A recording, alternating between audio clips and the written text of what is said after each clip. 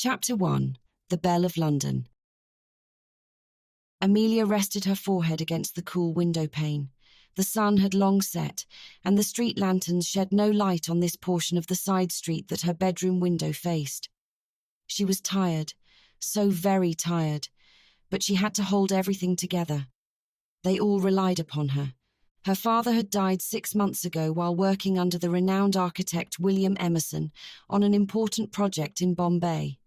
Her father had been fascinated with the tropical land, but unfortunately, his health had never been hearty.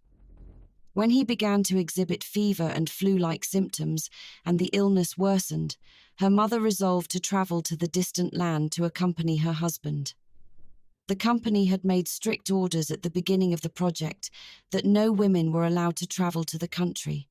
But before her mother could travel to India, they received a telegram that her father had died, and due to the extreme heat of the country, he had been buried in all haste. Her mother, never a strong woman, had taken to her bed. Amelia's only help in their modest house was their housekeeper and cook, Ginny Snyder. Amelia closed her eyes. She had not thought it possible, but it was the truth. Her father, a rising architect with a golden future ahead of him, was gone, and her mother. She willed herself not to cry. There was no time for tears. She must be strong. Her mother needed her. She could not afford a moment of weakness. She looked out at the dark street and felt the cool window pane against her cheek. A knock fell upon her door and she turned to see Ginny enter the room. She was a short woman with frizzy red hair and wide-set brown eyes. She was an excellent cook and often said her meals could cure anyone of anything, if only that were true. Ginny entered the dark room and turned on the wall gaslight. "Oh, my lamb," she came toward Amelia. "You look worn out." Amelia tried to smile but instead shook her head. "I am tired, but I'm all right." Ginny shook her head and came to stand before the young woman. "Dearie, do you need something?" Ginny frowned and then nodded. "Your mother asked that you play that piece she likes so much, that foreign one." Amelia almost smiled. They were all foreign composers, but she knew the one her mother liked. "Dvořák, that's the one." I'll be downstairs in a moment." Ginny looked once at her young mistress and then turned and left. Closing the door, she tried not to sigh heavily. She had been with the Westcotts since Amelia was 5 years old. The master of the house had been an architect trained at King's College London, successful and well-liked. The mistress was a delicate thing, with small bones like a bird and a soft voice. When Amelia was born, the doctor had been clear no more children would be possible. But it had not mattered. Amelia was a delight. She had dark auburn hair like her mother and storm blue eyes like her father. She was intelligent, and her father delighted in teaching her sciences and math, and her mother made certain she played the piano and could sing. It saddened Ginny. They should have been a lovely little family, content and happy, but they seemed to be cursed with tragedy and bad fortune. When the master went away to India for a year, they never dreamed it would be the last time they laid eyes on him. Amelia had taken it all upon her slender shoulders and been there to lend comfort and support to her mother. But the master's death was the last straw. The mistress was lying upstairs, and the doctors said she would most likely not live another month. It was so hard on the young woman. Amelia was a beauty with a sharp wit and intelligence, but now seemed destined to make her way in the world as a clerk's wife. Both her mother and father had little in the way of family, and Ginny worried about the future. But these past few months had made her realise that Amelia had a strength underneath her lovely exterior. Ginny made her way downstairs to the kitchen. The rain had picked up again. It pelted the windows. The cold seeped into the small Upper Clapton house where they lived. Their circumstances were reduced since the master had died, and they might sink further still before they recovered. When the master was alive, the family had attended supper parties and even hosted several themselves, but as 3 women, they seemed adrift in the world now. She worried about what would happen to Amelia once her mother passed. She had no references to become a governess in some wealthy man's home, and her embroidery skills were passable at best. She heard the keys of the piano in the front parlour and knew that Amelia had seen to her mother's wishes of playing one of her favourite pieces. Amelia had a gift, that much was true. Though she may not be completely versed in Latin and her sewing skills were lacking, she could play the pianoforte with some skill and had a voice like a songbird. Ginny began to prepare the winter soup, which would be their evening meal. She chopped the white cabbage, onion, and leek that would be added to the milk and rice. She would toast bread to accompany the soup and make strong hot coffee that all the ladies of the house enjoyed, including her. As she busied herself preparing the meal for the house, a moment of anger swept through her. Her anger was directed at the master. Though he had been a kind man and loved his family dearly, he had not prepared well for the future. He had no savings, and the house had been mortgaged to pay for his trip to India.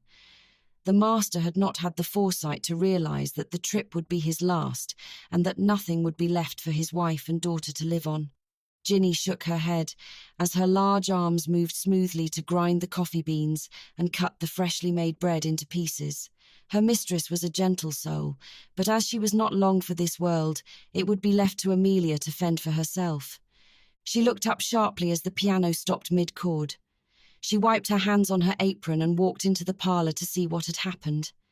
Amelia had her head cradled in her arms as she sobbed softly. Ginny took the seat beside her on the piano bench and placed an arm around her. "There, there, lamb," she said soothingly. "You've had such a rough time of it. There's no denying it." Amelia sniffed and looked over at Ginny. "I always knew Mum was fragile, but I never expected to lose Papa." Ginny held her tightly to her breast and then wiped her tears away. "Play something cheerful, to cheer us up," she suggested softly. Amelia nodded. "I will." Ginny stood, but as she did so, Amelia held onto her hand. "Thank you, Ginny." Ginny stood, but as she did so, Amelia held onto her hand. "Thank you, Ginny." "Hush now." She seemed embarrassed. "We're family. We must look out for each other." That night when Amelia lay in her bed, she was obsessed with the thought of her father lying in his coffin, hot and stifling for breath, and it frightened her. She thought of her mother next door, lying in her bed, hoping that every breath was her last so she could be reunited with her dearest love. Never mind that when she joined her husband, she would leave behind her daughter all alone in the world. Amelia could feel the tears on her cheeks, and they coincided with the rain sliding down the glass pane. She was useless, she thought angrily. What would she do once she was alone? Work at a millinery shop selling flowered hats? She did not have enough training to be a governess, and with no references, she could not expect to find a position in a fine house. She felt her life spiralling out of control. What would become of their small townhouse in Upper Clapton? It was a modest place, but they could not even afford to keep it. Amelia was only 23 years old, but she felt more than 100. It was as if she had lived a long, lonely life, and now it was coming to the end. But no, that was not so. It was not coming to the end.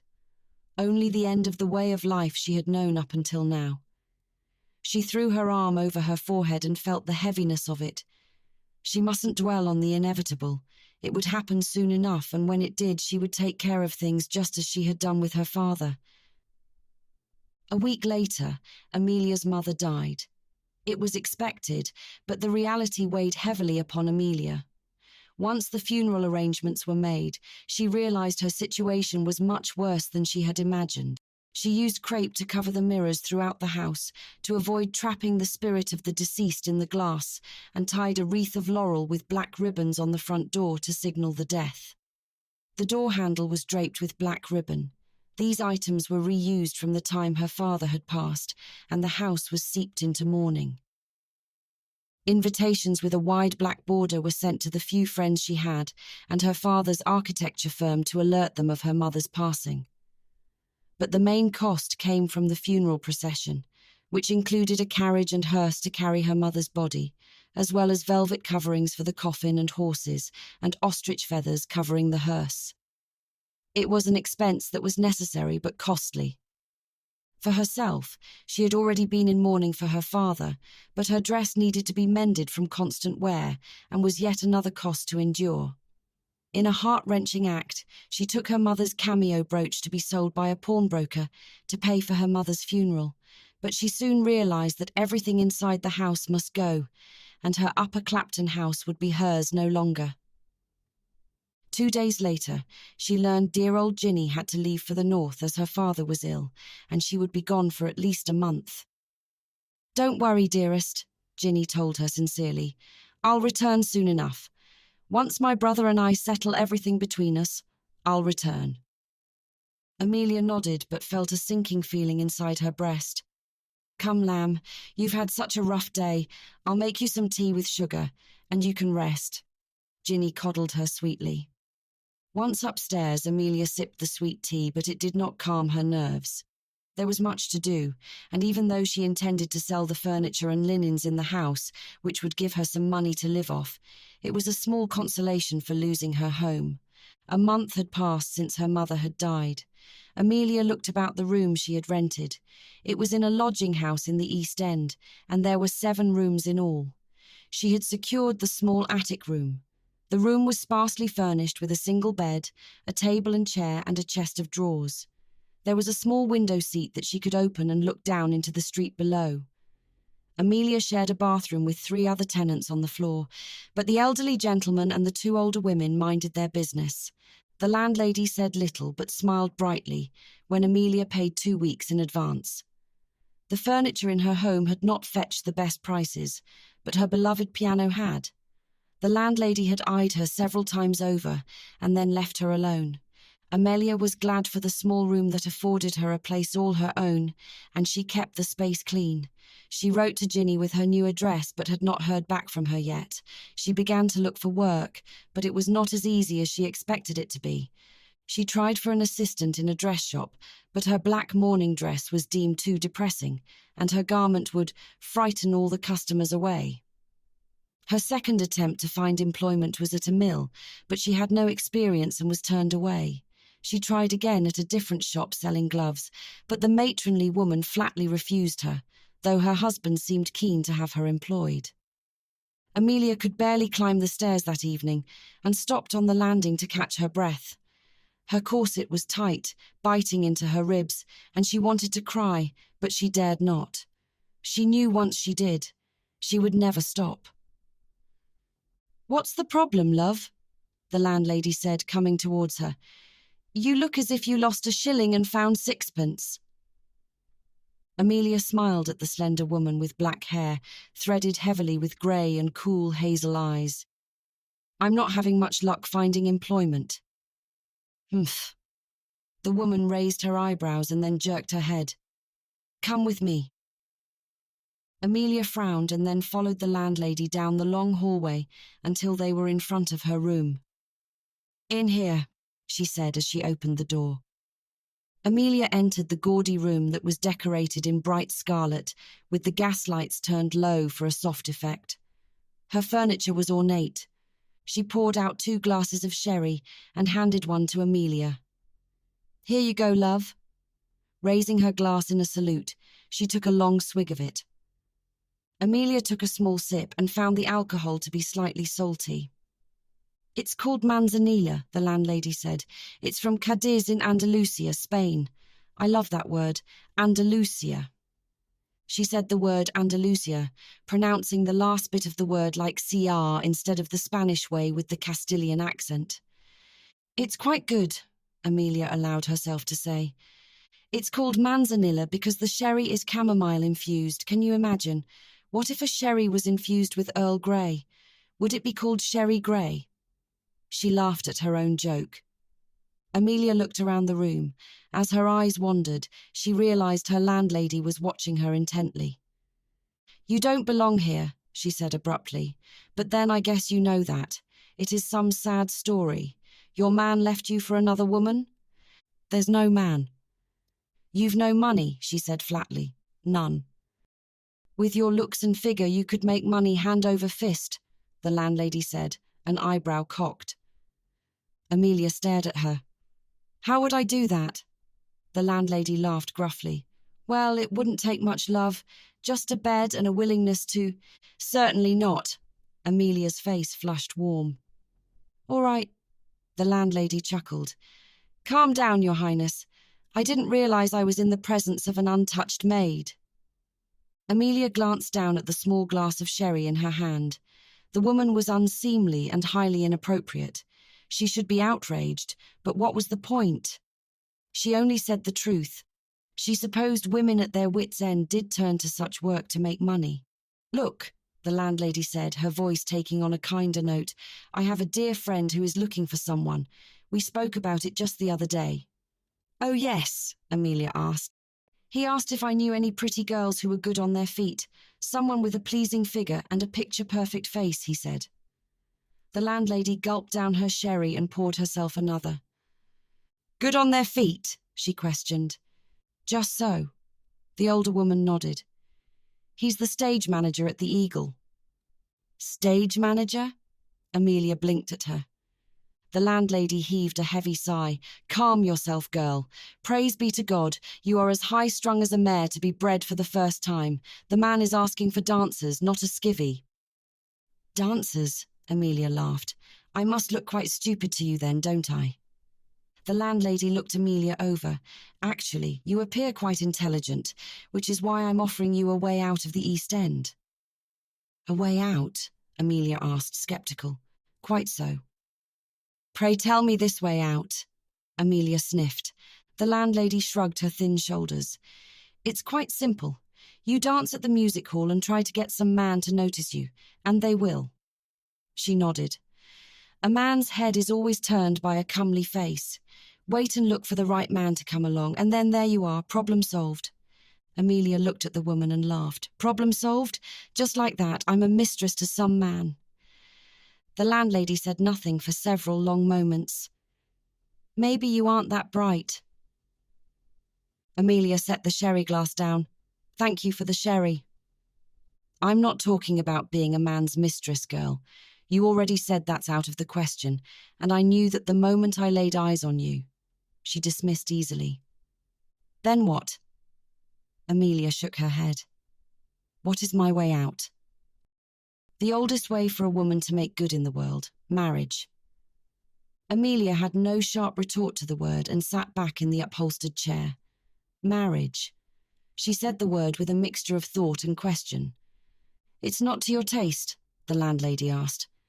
I never thought about it, to be honest. I mean, I want to love and be loved, but it never happened, she explained. Well then, the music hall is an answer to all your problems. It will offer you a chance to make some money, meet men, and find a solution that will end in marriage, the landlady pointed out. You make it sound so easy, Amelia scoffed lightly. I don't want to use any man for his money, and I won't marry just anyone, even if it does mean getting out of this hellhole. That's why you wait for the right one to come along, the landlady said, pointing out the obvious. The one that will come along and care for you, the one that will want to help you, the one that will want to marry you. As easy as all that, Amelia wondered. The landlady was silent. Not exactly. Because mark my words, she said with emphasis. Men will want you. They will want to bed you, and then they will leave you. You must wait for the man who will want to marry you. The man who will be kind and good, that's the right man. The right man, Amelia repeated. And do not look at it as one-sided. Certainly, a man will offer you a safe position in society, money, and a home, but you will offer him more so in return. I will. She looked astonished. Amelia thought of the women she had known who were married. They had a safety and a security that being unmarried did not afford her. She wanted to share her life with someone, and being a dancer in a theatre would allow her to interact with many different kinds of men. If she could find the right man, as the landlady pointed out, a kind, good man, she would be willing to share a life with him. In return, he will have you. You are lovely, and many men would do much to win your favour. Amelia looked about her surroundings and almost laughed. Would they indeed? So be patient and wait for the right man. Chapter 2. The Belle of London. Amelia pulled at the cuffs about her wrists and then fussed with her high neckline as she waited to be seen by the landlady's friend, the stage manager. The black bombazine gown did nothing for her. She looked drab and lackluster, but it could not be helped. The frock had been cut to her measurements, but it was a gown meant for mourning, not to entice. She thought about her conversation with the landlady the night before. She had no idea what she was doing at the theatre, except that she needed money, and short of begging, she seemed incapable of being hired anywhere else. The idea of marriage had given her much thought. She had never been against marriage. Her parents had been happy, and she wanted the same thing for herself. But except for supper parties thrown by her father's colleagues and friends, card parties and dances, she had never had the chance to meet any men whose company she might enjoy, and it would lead to marriage. Though her landlady was a very odd and straightforward person, Amelia could not deny she had a point. If she could find a man she cared for, marriage might make all the sense in the world. But the theatre, it was scandalous. To appear on stage was considered vulgar and immoral, and oftentimes prostitute and actress were synonymous. But what did that matter now? She was alone in the world with no family, and only dear Ginny cared whether she lived or died, and even she was now far away in the north of England. No one would care whether or not she was on the stage. And as to her reputation, she would make certain she was known as the kind of woman who valued it. The smartly dressed secretary with brown hair and a lazy eye nodded in her direction and said the manager would see her now. Entering the office felt like walking into a large masculine cave. The furniture was dark wood, almost chocolate in colour, and the smell of cigars was thick in the air. The gas lights burned brightly, as the light outside was gloomy and overcast. "Well?" The man looked up to stare at her, and his gaze lingered upon her face for several seconds. "Amelia Westcott," she said simply. "Amelia." He repeated the name, but his eyes never left her face. "Did Isidora tell you what I need?" Her brow furrowed. "Isidora. Isidora, your landlady. Are you a simpleton?" he wondered. Amelia bristled at his words. "No, I'm not, sir. I simply didn't know the landlady's name until just this moment." The man frowned. "So, what did you call her?" "Landlady." The man stared at her and then laughed. "Quite right." He took a long drag from his cigar and then looked her over again. "You've got a picture-perfect face. That's true enough. Turn." "Sir." "Turn, Miss Westcott," he directed. "I want to see your figure." "How dare you?" she said, indignant, and then, as she was on her feet already, she made a small turn and glared at him the entire time. "Happy." He blew the smoke out of his mouth. "You're a right charmer, a cameo face and a harpy's mouth. Does a dancer need to have words, or does she just dance, Mr.?" The man wore a full salt and pepper beard, which looked most becoming on him. "Lazarus Smitty," he said as an introduction. "Everyone calls me Laz." She said nothing. "As a dancer in the corps, you'll have 3 numbers to perform. You'll be fitted for the costume, but it does not leave the premises. I don't tolerate laziness, and I don't tolerate shenanigans. You are here to dance. I don't want you fraternizing with the other performers, especially the men. If you choose to see any of the hall patrons on your own time, that is up to you, but I would avoid it," he said, tapping the ash from his cigar into the tray. Why should I avoid it? She wondered, though she had no intention of doing so. Laz drew on his cigar again and breathed out the smoke. "Because you will get a reputation for being a woman who throws up her skirts for coin. If you don't mind that, then by all means. But you seem to be quite a different sort of woman, Miss Westcott." Amelia eyed the older gentleman. "You'll begin rehearsals on Monday and be ready to take the stage in 2 weeks, he directed. "I've not said I agree to take the position," Amelia said haughtily. Laz grinned at the young woman. "Didn't you?" He told her the amount she would be paid and then dismissed her without another word.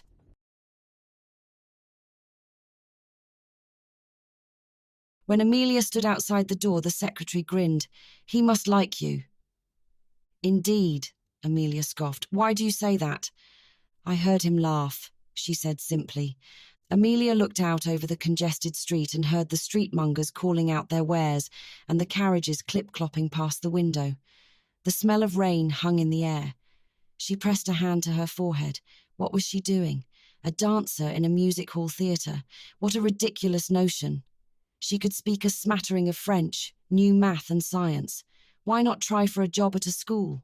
Or take children in as a tutor? But why bother when she could make more as a dancer, and as absurd as Isadora was? She was right. She could find a way out of this mess, but it would come with a man and a vow. If she could find the right kind of man, one who cared for her and she for him, they could strike out together. She would not settle for anything less, she vowed. When the rehearsals began that week, Amelia knew she was viewed with astonishment and thinly veiled distaste. The other dancers in the corps didn't seem to mind her, but they mimicked her soft style of speech, which was not the normal Cockney accent, and every mistake she made was laughed at and exaggerated. One lead dancer in particular, who was viewed as pretty, paled in comparison next to Amelia. She seemed to target Amelia since her first appearance in the practice room. "How long are we going to keep going over the same sequence, Madame Remy?" the lead dancer complained to their instructor in front of the corps dancers. Madame Remy leaned on her cane, surveying the dancers. Her grey hair was pinned in a bun at the nape of her neck, and the rumour was that she had left France after a vicious duel over her had left 2 men dead. "Mademoiselle Melba," the older woman said sternly, "you would be so kind as to strive for patience while our new corps dancer learns the routines. Recall, the sooner she learns, the sooner she will be on stage to perform with you all, and the better you will look for it." Tall and slender with delicate hands, Melba's only flaw was her rather large feet, that Amelia supposed were not visible while she was on stage. She was a strong personality and was able to influence the other women to snub Amelia for no other reason than she was pretty and new. The dance numbers were not hard to pick up. Amelia guessed that Madame Remy had choreographed them long ago and changed bits of it every so often to keep it new and fresh.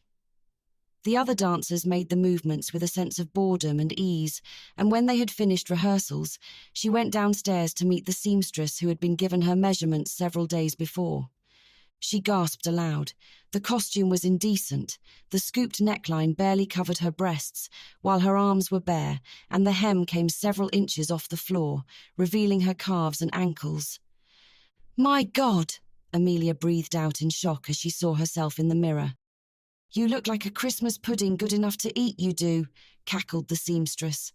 "I look like a tart," Amelia whispered as she took in the gaudy yellow colour with feathers adorning it. The seamstress smiled, showing a mouth with half the teeth missing. "You look perfect, love. That you do."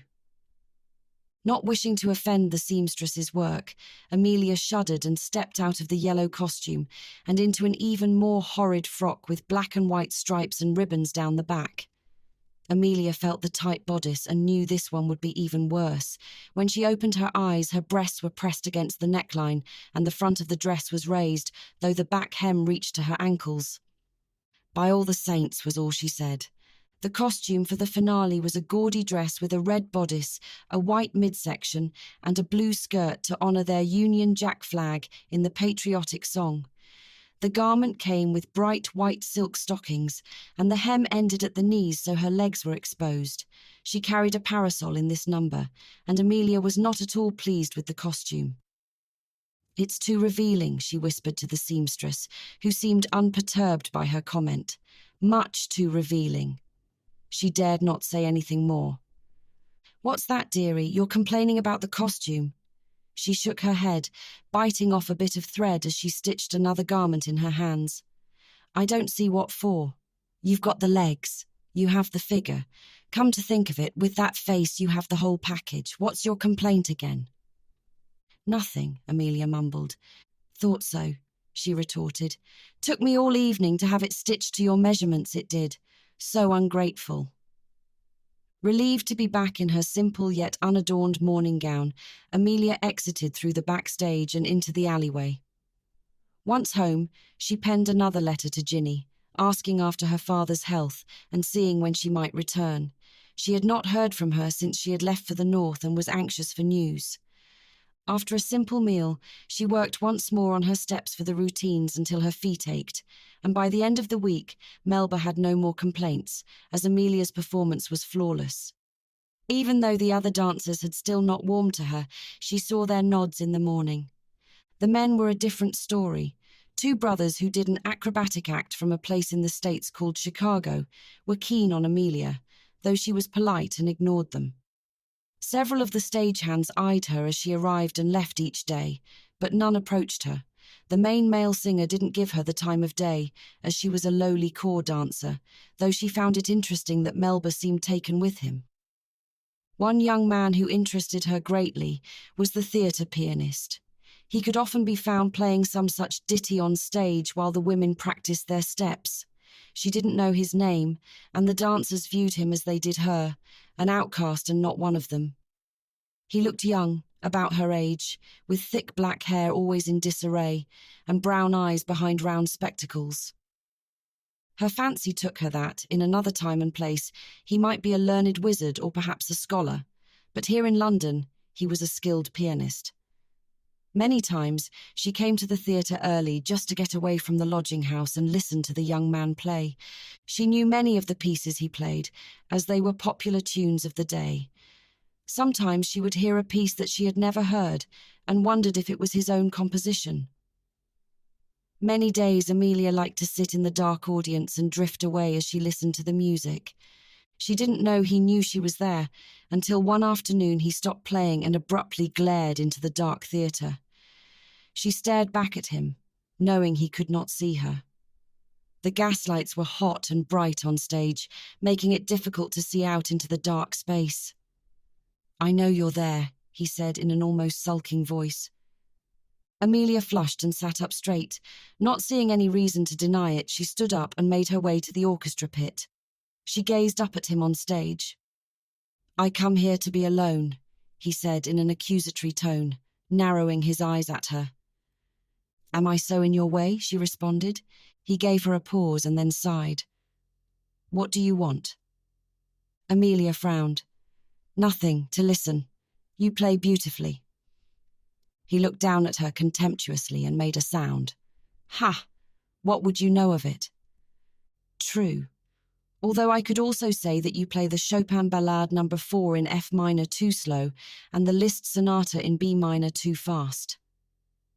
Amelia dusted off her one cuff and raised her eyebrow at him as she met his eyes. She bit back a smile at the shocked look that crossed the young man's face.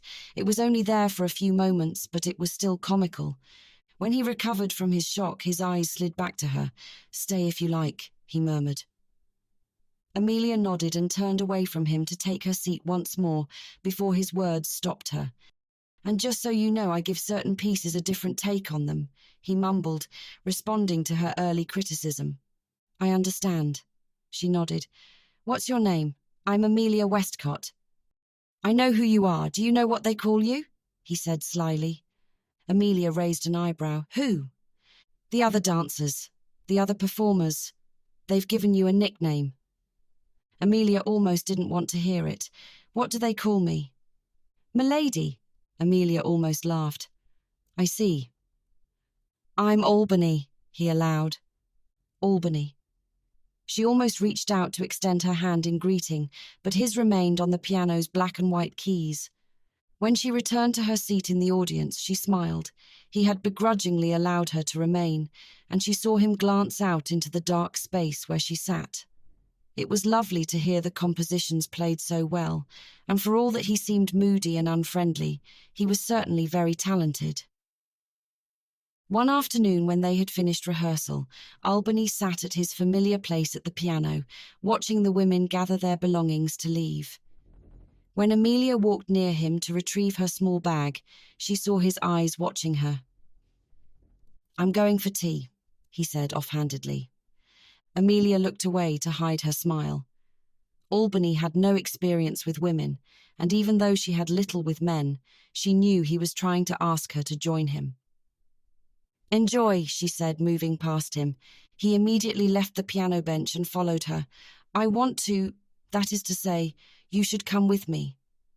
"Should I?" she asked him. His eyes were large behind his glasses, and she instinctively knew he was afraid of being rejected. The other dancers behind him were watching the pair intently. "You've not had anything to eat, and you have to eat." He pressed his glasses up onto the bridge of his nose. "That's true," she agreed. "Then you'll come with me?" he asked hopefully. "And certainly." They moved past the dancers, and though Melba commented on them being the most mismatched couple in the world, they ignored her. Amelia was lonely, and she needed and wanted a friend. She suspected the same of Albany.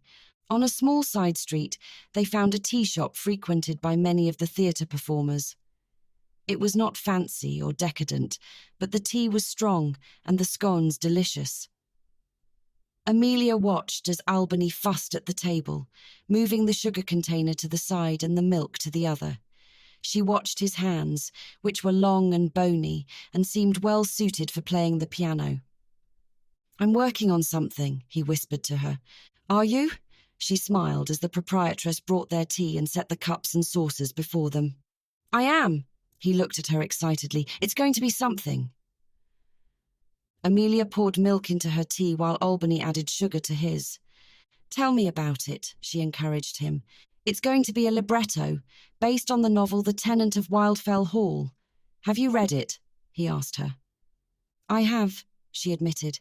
"I recall the female character Anne leaves her abusive husband to save herself and her son." "Exactly." He took a sip of his tea and eyed her. "Have you ever heard people speak of muses?" "Muses?" She pondered the delicious scone before her and realized she had not eaten all day. She felt lightheaded suddenly. "Such as those that inspire artists." "I despaired that I would never find mine. I thought it all nonsense, really. Silly nonsense made up by men trying to make their lives appear more exciting. But now I know it's true." His eyes were bright behind the frames of his glasses. "You found your muse?" she asked expectantly. Albany sat back in his chair and glanced about the small, modest tea house. He picked up his teacup from the saucer. "To Amelia, my muse." Amelia almost choked on her scone. "Me," she squeaked, and no one else." Amelia saw an elderly couple near the door. "How am I your muse?" she whispered, leaning her forearms onto the table. "You inspire." "I inspire?" she frowned. "I don't understand." I had languished over my libretto for months. I had the idea but not the desire or fire. I could not see the woman who would be the strength for my libretto, the woman who would carry such a fantastic piece on stage. Now I do. She laughed lightly. "But Albany, I'm a dancer, and not a very good one at that." He smiled a shy little smile. "But you sing. I've heard you sing when you think no one is around, and you sing like an angel. On top of that, you have the presence, your face." He almost stuttered over the last word, glancing away from her. "Albany, I'm no one," she shrugged. "I'm on the bottom rung in the theatre, and that's a fact." His eyes met hers, and a steely determination was set in his face. "But one day you'll be someone. I swear it." Amelia's first night before the audience frightened her. She was too new to the stage and worried she would forget her steps, crash into another dancer, or fall into the orchestra pit. She did none of these things. She performed well and was excited when the curtain came down and applause erupted. Rushing back to the dressing room she shared with the dancers, she stared at herself in the mirror with her white face and rouged cheeks and grinned. She had done it. She was alone in the world and had not a bean to her name, but she had performed on stage and been a success. "Good on you, dearie," said one dancer quietly to her as she passed by. There was a rush of movement as the ladies moved quickly to change from their outrageous costumes to their regular evening clothes. "What's happening?" she asked one woman. The woman rolled her eyes. "We're going out to socialise, aren't we? There's a life to live out there. Didn't you know, milady?" Several women snickered and finished changing their clothes. "Socialise?" came Amelia's query. Several women were arm in arm as they left the dressing room behind, while Amelia remained where she was, still wearing the red, white and blue costume.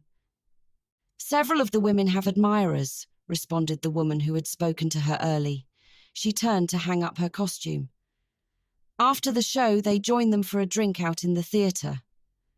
Laz doesn't mind, Amelia wondered. Mind, he encourages it. They spend more money trying to win the favour of the girls here. I'm sure they drink their weight in gold on gin. She smiled. Do you have an admirer? Amelia asked the young woman with dark brown hair. I do, but I'm cautious. I won't let just anyone buy me a drink, and I don't toss up my knickers for a glass of gin, she stated hotly. I wasn't suggesting it, Amelia returned. Do you want to go downstairs and give it a go? You can come with, she beckoned. Amelia's face flushed. No, I best return home. They'll wonder where I've gotten to. The woman seemed to be studying her and then shrugged. Suit yourself, dearie. Alone in the dressing room, Amelia stared at herself in the mirror. You shouldn't sell yourself so cheaply anyway, came a cold voice, and she knew before turning that it was Albany. I wasn't going to. She moved behind the screen to change. He turned away from her. With his back to her, he continued to talk. You needn't demean yourself. Not when you're going to be a big star. Amelia couldn't help but laugh at his future plans, but when she glanced over the screen, Albany's jaw tightened. You will be, he said through clenched teeth. Just wait, Amelia. Just wait. When she finished dressing, Albany was waiting to walk her home, but she had forgotten her gloves and went back inside to retrieve them.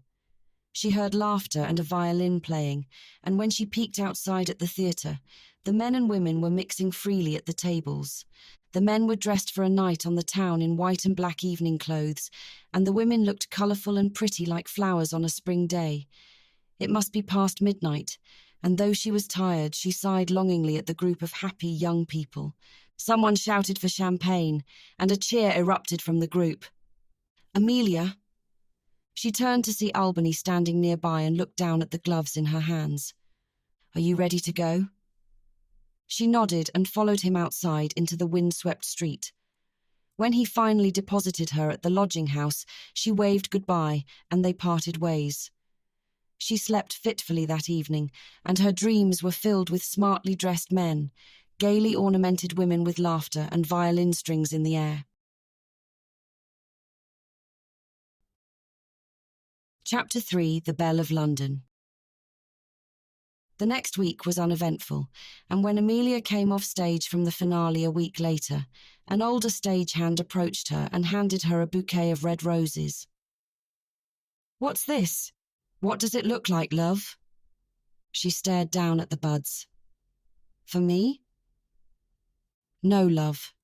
For the Queen, he said, rolling his eyes as he walked away. She looked down at the blood-red roses. They were beautiful, tasteful, and looked expensive. She felt a wave of nostalgia as she recalled her father buying flowers for her mother on special occasions. A small card was embedded in the flowers. The card read, to the beautiful dancer, I hope these flowers make you smile. Yours, P. Eldridge. Amelia's heart skipped a beat. The honeyed words were meant to entice and reel her in, and they did. When she shyly moved the curtain aside to look out into the sea of faces in the dark hall, she wondered which one he was. Was he young and tall, fair and handsome, dark-haired and intelligent? She turned away from the audience and went back to her dressing room. The next evening, another bouquet arrived, and this one was pink lilies with a card that read, I hope you enjoy these flowers, though they pale beside your own beauty. Yours, Eldridge. Amelia was unused to such attention, and when the show ended, she hurried out the back door of the stage, not waiting for Albany. When she returned to her room at the lodging house, she borrowed a vase from Isidora and placed the flowers near the window seat.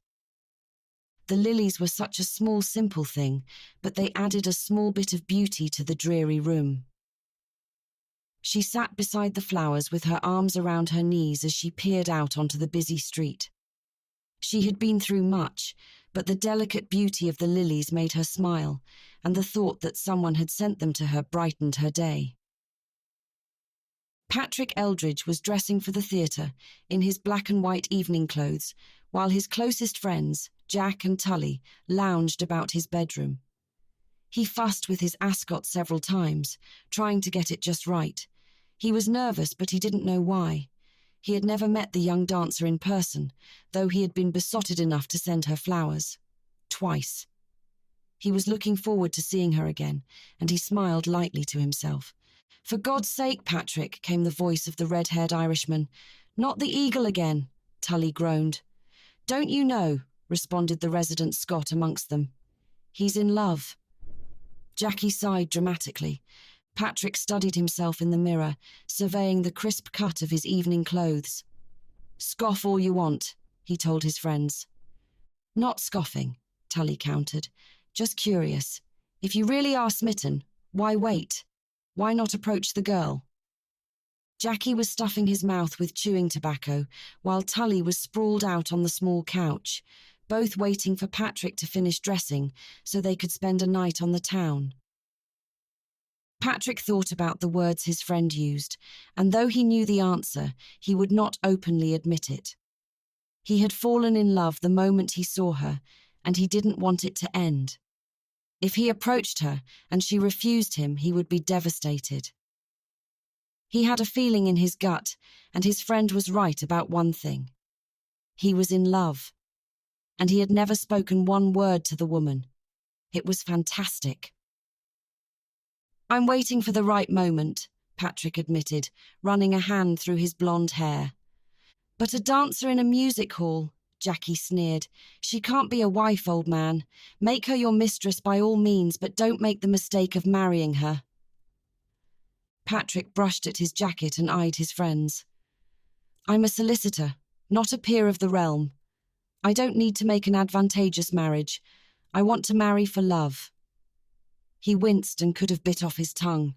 "Love?" Jackie eyed his friend in astonishment. "You've never met her?" "Yes, I'm aware of that." "And what does the great Beaumont say?" Tully wondered absently as he looked at the ceiling and then back at his love-struck friend. No one said a word. Christopher Beaumont was the missing man of their cosy quartet. They had all met and bonded over long lecture days at Cambridge University. Of the four men, Christopher was the wealthiest, a ladies' man, and due to inherit a title upon his father's death. He was intelligent, handsome, and the undisputed leader of their group. "He doesn't know," Patrick admitted. Tully laughed and Jackie shook his head. "He doesn't know because you don't want to hear him say she's the wrong girl for you," Tully guessed absently. "It doesn't matter what Kit says," Patrick told them, using their friend's nickname. "It's my choice. It's my life. And I'll make my decisions." True enough. Jackie rose and slapped his friend on the back. "But beware the fairer sex. They are a strange breed. Whoever knows what they are thinking." Tully made a gruff laugh. "And how would you know, Jackie? The last time you had a woman in your life, Prince Albert was alive." Patrick laughed at the exaggerated joke made at Jackie's expense. Tully and Jackie were the best of friends, but also rivals. "Laugh all you want, Tully, but it's true. Women can be very hard to read or understand," his friend countered. But Patrick had decided that morning that he would approach the dancer who had caught his attention. He'd travelled to the Eagle alone one evening, interested in some entertainment. When she came on stage, he had been struck by her beauty and graceful movements. He had frequented the Eagle several times in the past and had never seen her before. Feeling unsure of himself, he had sent her a bouquet of roses instead of approaching her. He had never done anything like it before. Whereas Tully often took out the occasional music hall actress and Kit kept a succession of mistresses, Patrick was more circumspect. He had never been introduced to a woman he thought much of, and had been shyer of the opposite sex. But as he had reached 30 years of age, he wanted to marry. He had little family left, an ancient uncle on his father's side and a few scattered cousins, but no one else. The thought of creating a family and growing old with someone made him smile. The sight of the dancer had brought those thoughts to him once more, and he would act on them. Tonight, he would approach the beauty face to face. Tonight, he would declare himself. He was a romantic who had always revelled in the poets and their descriptions of women and love, though he had never experienced it himself. That had all changed the night he glimpsed her beauty. He had fallen in love at first sight. He only hoped that the dream lived up to the reality. Tonight. Amelia looked down at the note and reread it for the 4th time. I would like you to join me for a light supper. Yours, P. Eldridge. Amelia didn't know what to make of the note. Certainly she would not venture out in her costume, and she only had her morning gown, which seemed unseemly to join the stranger for supper in that gown. Nibbling on her thumbnail, she was apprehensive. A sense of longing filled her, as she wanted to go home to her squalid little room and lock the door behind her and never leave. But she also wanted to never see that room again. She made up her mind and changed quickly from the costume to her morning gown and touched a hand to her hair. In the mirror, she looked at herself. Her skin was dull and her eyes not as bright. Dark circles were under her eyes, and she did not look her best. Far away from the audience with heavy makeup on, she might look attractive, but without the makeup she looked tired and worn. She picked up the pot of rouge from the dancers' table nearest her, added a drop to each cheek, and rubbed it in. She immediately regretted the decision, as the red stood stark against her pale cheeks. Using the cold cream, she removed it. She didn't know why she was making such an effort. The man could be all sorts of things. He could be a degenerate, a cad, a madman. But she would never know until she met the man. The words of Isadora echoed in her ears. The right man. She stood and resolutely walked into the theatre. The tables were filled with dancers and patrons, and everyone seemed gay, laughing and drinking amid the music from the small orchestra. The stagehand told her that the gentleman was waiting for her with a pink carnation in his buttonhole. As she looked out into the throng of people, her eyes came to rest on a man with wavy blonde hair and a pink carnation. He wore black and white evening clothes and had a smile on his face. She went to stand before him. Good evening, she told him politely. The blonde man was instantly on his feet. Mademoiselle, thank you for joining me. He stumbled over his words as he pulled out her chair and assisted her to sit. Thank you, sir. His face was kind with pale blue eyes. He looked young, and she guessed he was in his mid-20s. He took the seat opposite her and gestured to the champagne. Would you like a glass? Please. She watched as he poured the champagne into the 2 glasses and handed her one. As we don't have anyone to introduce us, my name is Patrick Eldridge, he said softly, watching her. I'm Amelia Westcott. It's nice to meet you. She took a sip of champagne. And you, Miss Westcott, he said, are you hungry? Amelia thought of the last meal she had eaten that morning. It had been bread and cheese with strong brown tea. She hoped he couldn't hear her stomach rumble. Yes. When he ordered their food, Amelia placed her hands in her lap and looked across the table at him. I don't do this sort of thing. That is to say, I don't dine with the patrons. She emphasized the last portion. I've never dined with a dancer or actress myself, he confided. I only come to enjoy the entertainment. I was quite taken with you, though, I admit it. It was presumptuous of me to send the flowers and invite you to dine. I was too bold. Admitting his actions was out of character for him. Amelia didn't contradict him. Are you angry at me for asking you to dine? He wondered. Amelia frowned. No, I'm not angry. Just please understand, she said, glancing at the couples dining around them as she explained her position quite clearly. There is nothing else that I will give. Nothing behind my company at supper tonight. Nothing beyond. He seemed not to follow her words, and then he flushed bright red. Miss Westcott, I beg your pardon. That is unseemly. I would never expect such an arrangement. Amelia had to bite back a smile as Patrick looked offended and embarrassed. I merely wanted everything to be quite clear, Amelia pointed out. I asked you to dine with me, he said stiffly. Nothing else is implied or expected. Their food arrived, and the smell of the roasted beef and vegetables stirred her hunger. She willed herself to eat slowly so as not to embarrass herself in front of the man. "What do you do for a living, Mr. Eldridge?" she asked him politely. "I'm a solicitor, here in London. I have a small practice. It's only been at the firm for 5 years, so I hope to see it grow in the future," he explained. She savoured the well-seasoned roast and nodded at his answer. "And your family? Are they in London?" "My parents are both dead. I have an uncle, but except for some distant cousins, that is all the family I have," he said softly. Amelia lowered her fork. "Then we have that in common. I have lost my father and most recently my mother. That's why I'm in mourning." She gestured at the dress colour. "I thought you might be, but I didn't want to press," he said, his eyes filled with compassion. "Unfortunately, death has become a part of my life. I feel quite weighed down by it," she admitted. "But we must move forward." "You have a strength," he told her. "I can sense it." When their supper was concluded, the theatre had become louder, with many couples becoming quite amorous, so Patrick helped escort Amelia outside.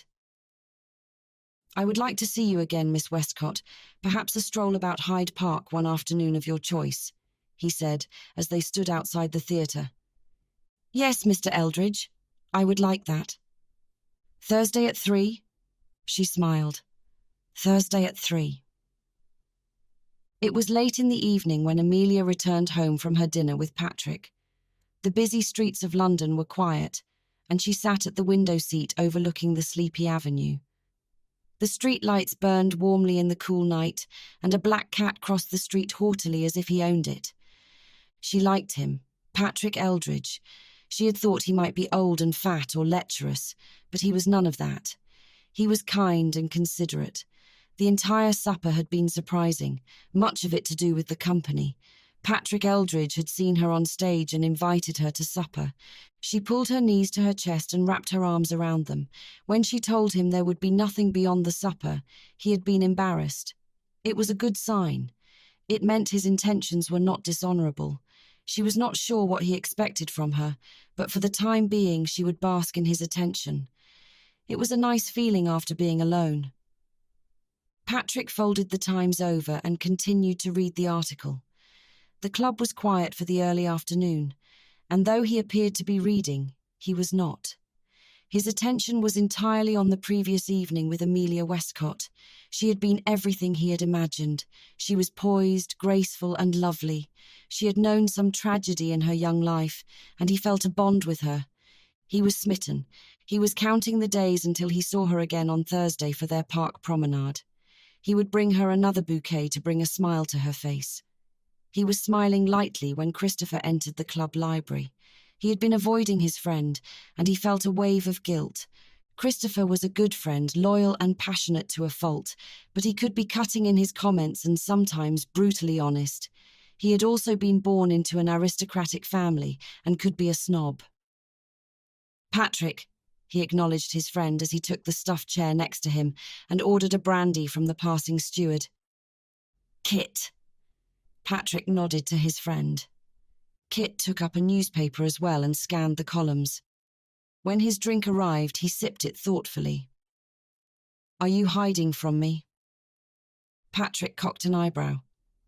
"Hiding from you? Why? Do I owe you money?" Kit swirled the drink in his hand. "Do you think I'm a brute?" Patrick was silent. Tully or Jackie had likely informed him about Amelia, so he decided to be completely upfront. "She's not a well-bred lady, but she's intelligent and thoughtful, and not that it's the most important, but she's quite lovely." "And a dancer in a music hall," Kit added. "Yes." "Is that the wife you want?" "No one said anything about marriage," he said defensively. "I know you, Patrick," Kit grinned. "You're not flippant about such matters, and you seem quite taken with her." "She is quite something," Patrick admitted. Kit sighed.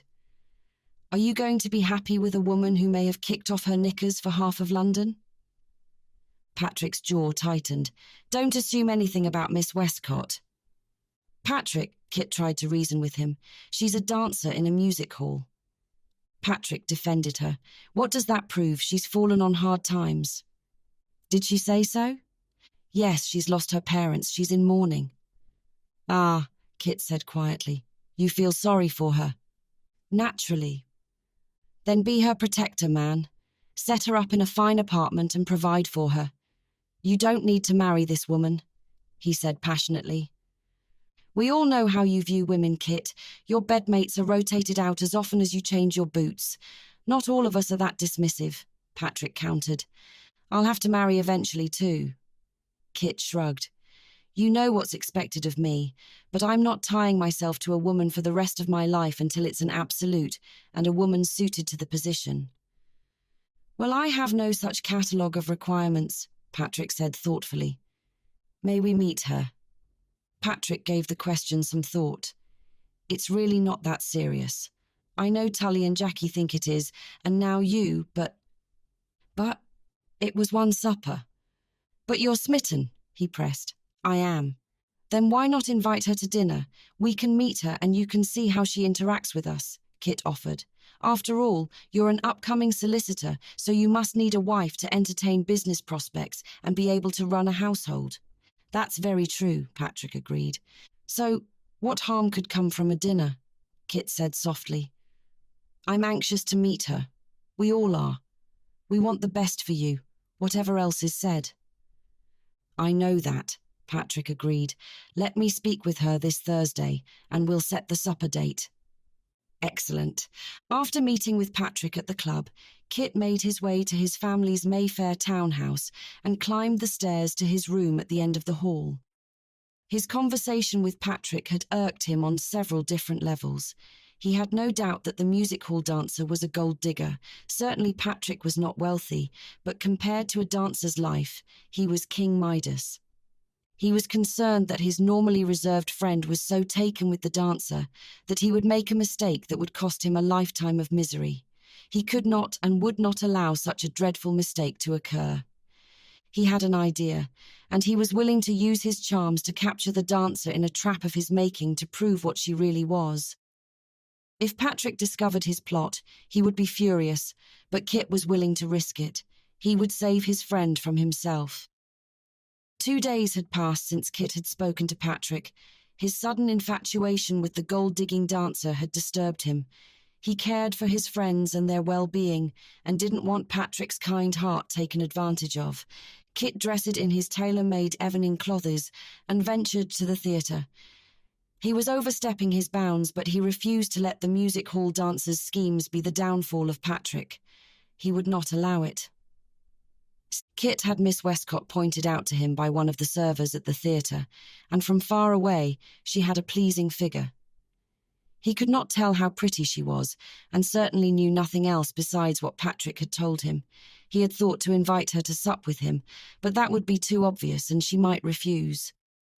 He waited until after the curtain had come down, when he called over the server and asked him to give the manager his very best congratulations on a fine evening, letting his name drop.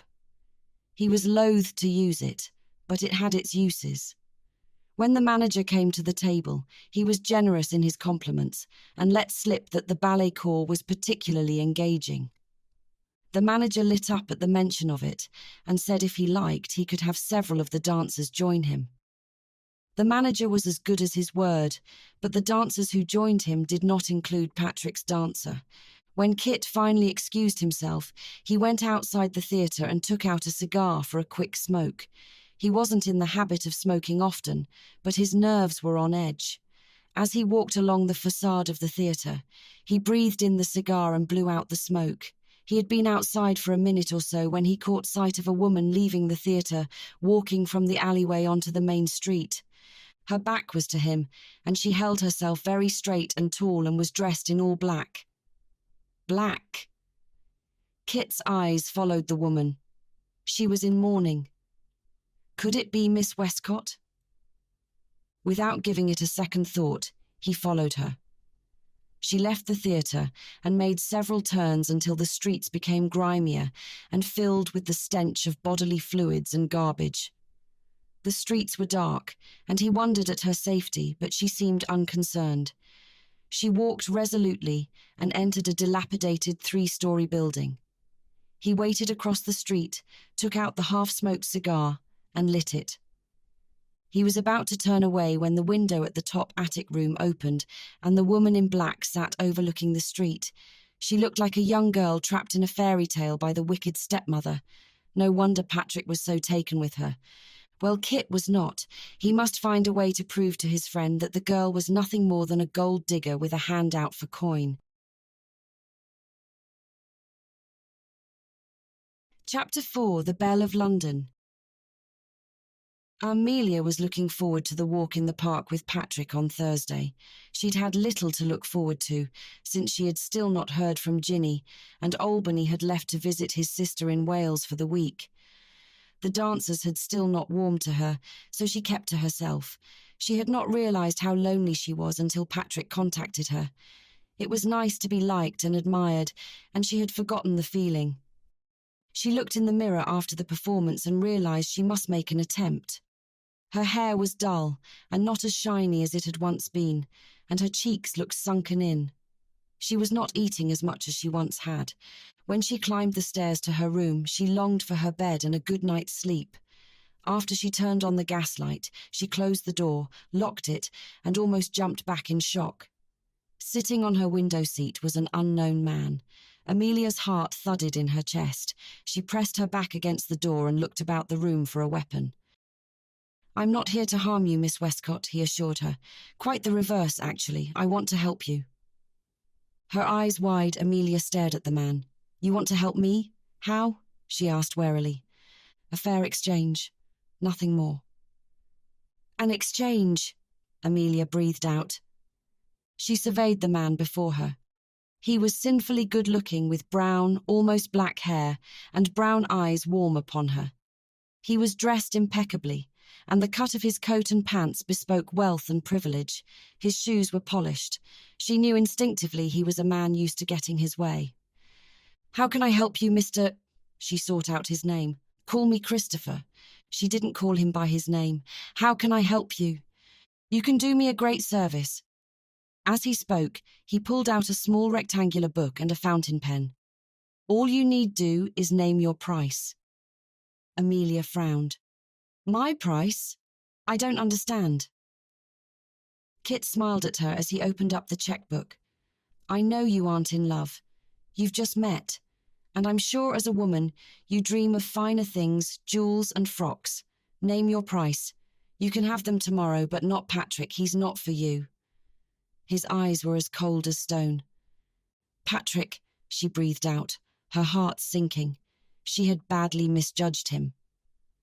Amelia took off her gloves and faced the man in the low gaslights. "Patrick wants me gone."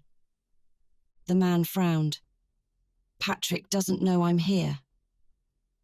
"He doesn't know you're here." She looked again at his clothes and considered his voice, so used to giving orders and being obeyed, and she knew. He was here to buy her off. She almost laughed at the thought. "Am I such a danger to him?" she whispered. "To you? And aren't you placing the cart before the horse? Nothing has happened. One supper. What are you afraid of?" Kit looked her up and down. "You must be very used to using your attributes as a way to make men do what you want. I'm sure you've had men tell you so.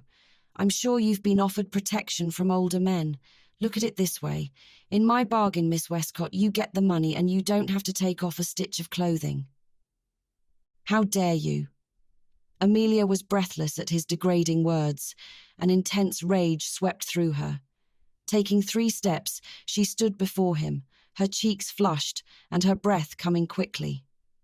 Kit was on his feet in an instant. He stared down into her face. "Is the truth so unpleasing to you, Miss Westcott?" She met his eyes and her chin notched up. "You think because you associate with a certain kind of woman, all women must be like that. Because I've fallen on hard times, my soul and heart can be bought for the price of a few shillings and pence." "Be careful." Kit contemplated her oval-shaped face, auburn hair and light blue eyes. What I offer you is far more than shilling and pence. It would be more than you could make in a year." "You are so used to buying and selling people," she asked him coldly. "I'm not separating Tristan and Isolde," he responded. "You have fallen on hard times. I can make those hard times easier. Name your price." She looked away from him. "I have no price." £200. Amelia gasped. An army officer would make that amount in a year. "I care for Patrick, I do," she confessed. "And my care for him is genuine and honest. That you chose to come here and insult me when you know nothing about me I cannot forgive, but because I know a part of you must care greatly for him as well, I will forget this night. But know this, you have judged me wrongly and falsely, and though I am not the type of woman you think I am, you seem to be the exact kind of man I think you to be," she threw at him. Kit's jaw clenched as he stared down at her. "And what kind of man is that?"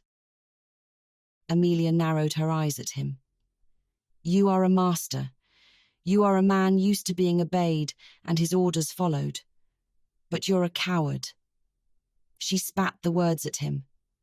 "Instead of coming to me and asking me questions in a straightforward manner about Patrick, you made false assumptions and attempted to buy me." Kit almost sneered. "So you do not have it in mind to marry Patrick for position and money?" Amelia cocked her head. "Women can do little in society. Most of our worth is in being mothers and wives, is it not? So, if I were to say I was not interested in marrying, that would be a lie. But as Patrick has neither asked me nor mentioned it, I don't see the relevance." Kit was about to respond, but she interrupted. "And how is it your duty to confront me so? You are not his brother. I know he has little family. Would he appreciate you being here now, behind his back, offering me money to disappear? This is hardly the behavior of a gentleman, which I know you to be," she demanded. He raised an eyebrow. "How do you know I'm a gentleman?" Amelia made a sound of disbelief. "Though you seem intent to make me seem like some unintelligent money-grabbing slag, I am not. I see the cut of your clothes, the polished expensive shoes, your authoritarian voice." Kit surveyed her then and was struck by the beauty of her clean skin, luminous blue eyes, and mass of auburn hair that was pinned up. "I won't apologize for protecting my friend," he said suddenly. She rolled her eyes. "The last thing on earth I expect from you, sir, would be a warranted apology for your bad behavior. That would mean you realize you acted poorly. We can't have that." Kit took a moment to study her again and then nodded. "Very well. Perhaps I misjudged the situation. But remember this. Patrick is an educated man and has a law practice. I'm certain a music hall dancer will not fit into that lifestyle. You'll at least admit that." He raised an eyebrow. "You know nothing about me, sir," she said quietly. He gave her a long, searching glance and then a curt nod. "Good evening, Miss Westcott." Amelia's heart thudded inside her chest as she watched the man leave her room. The man's words rang in her ears. Unspeakable. Unthinkable. The man was a bastard. Look at it this way. In my bargain, Miss Westcott, you get the money, and you don't have to take off a stitch of clothing. Amelia pressed a hand to her mouth to stem a strangled cry. He had no right to speak to her that way. No right to make such assumptions. No right at all. She didn't know who exactly he was, but he must be someone close to Patrick, as he knew all about her. She closed her eyes as she sank onto the window seat. She knew then what must be happening. Though Patrick had not sanctioned the visit, his friends must want her gone. She was the gold digger who was only interested in his money. Had her parents lived, she would have a chance. Her father had been a respected architect, and her mother a respectable woman. Now she was the music hall dancer. She was nothing to them, and they would do much to tear their friend from her. Well, she would not let them dictate her future. She would wait and see what Patrick wanted from her. Miss Westcott had been a surprise that Kit had not anticipated. Instead of the low-class drudge he had expected to find dripping in cheap jewellery and bright, gaudy colours, speaking in a thick Cockney accent, she had been none of those things. Amelia Westcott had been demurely dressed in a black morning gown that emphasised her slender waist and small stature. Her face was a study of planes and light, with high cheekbones, pale sapphire-coloured eyes, and full lips. But none of those things had surprised him as much as the forthright manner in which she spoke, and her denial of the money he had offered. She'd called him a coward, denied his accusations that she was a gold digger, and laughed at the thought that he might be called upon to apologise. She seemed to be an intelligent woman, and if she had fallen on hard times, he could understand why Patrick was drawn to her vulnerability. He thought briefly that he had done the wrong thing. Perhaps he had gone too far as to visit her behind Patrick's back and offer her money, but he pushed the thought from his mind. No, he had acted in the best interest to help his friend. After leaving the tumultuous scene with Amelia Westcott, Kit returned to his family's elegant townhouse. Kit left his hat with the footman and mounted the steps of the staircase to the second floor. "Christopher, is that you?" came the voice of his mother. Kit continued past his room to the next bedroom. "Hello, Mother," he said, bending down to kiss her powdered cheek. Margaret studied her son intently and turned from him to finish her toilette. "You're late." "You aren't even ready," Kit replied. "No, I'm not. But your sister is downstairs playing the hostess and your father is tending the bar," she pointed out. "I'm here now," he said gently, trying not to become irritated with her. She had a tendency to nag, and he was frequently in her sights, as he was almost 34 and not married. "Darling, try to be agreeable this evening," she said, looking up at him. "I know the Lyons are coming. Their daughter is perfect." "Perfect for?" he interrupted. "I'll choose my own bride, as I've often told you and Father. I'll marry well for you, I'll marry wealth for Father, and I'll marry an intelligent beauty for myself." Margaret dabbed perfume on her wrists and behind her ears and frowned. "Goodness!" She shook her head. "You are so contrary. You put off marriage until you're practically middle-aged, yet keep a string of mistresses for enjoyment. I'm sure I don't know what you are about." "I need to get ready, Mother," he said with finality before leaving her room. Kit changed quickly into his evening clothes and was downstairs even before his mother. He poured himself a whiskey and joined his sister, Josephine, by the fire. She was chatting with the Lyons' daughter, Rosalind. They had all grown up together, and Rosalind was liked by the entire family. Margaret entered the room and went over to her husband. "Why can't he settle down with a nice girl like Rosalind?" she whispered angrily. "You would think he's absolutely immune to doing the right thing." Amelia kept an eye on the park entrance and waited excitedly for Patrick to join her. It was late afternoon, and the sun was descending into the sky, giving it a warm, golden hue. She had arrived early in her excitement to see him, and licked her lips as another gentleman arrived but then passed by her. He was several minutes late, and she wondered if Christopher, that odious man, had turned Patrick against her. But soon Patrick came striding up to her, and a minute later they were walking side by side, passing other couples in the park. "I'm sorry I'm late," he explained. "Such business this afternoon. I didn't even have my tea but rushed here." "No tea?" she asked. "You must be hungry." He smiled. "Famished. Do you want to have tea?" "But the park," he protested. "We'll be here when we get back," she said, winding her arm through his. After their tea and scones, they returned to the park as the sun was setting. This seemed such a perfect afternoon. He admired the green lawns about them and smiled at Amelia. "Don't you think?" She nodded. "I do." "My friends want to meet you," he said suddenly. "Would you like to?" Amelia stopped suddenly. "Your friends?" "Chaps from Cambridge. We've been friends forever." He nodded. "They're great blokes."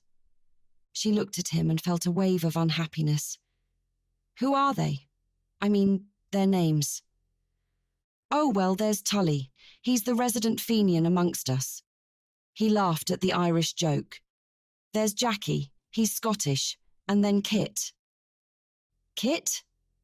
She frowned, not expecting that. "Kit. Oh, Christopher. But we call him Kit."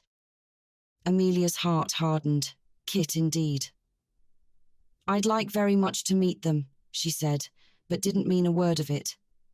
"That's excellent. I'll plan something for us all. Maybe a play and supper afterwards. Would you like that?" He turned to her. Amelia realized no one had asked her opinion on anything in some time.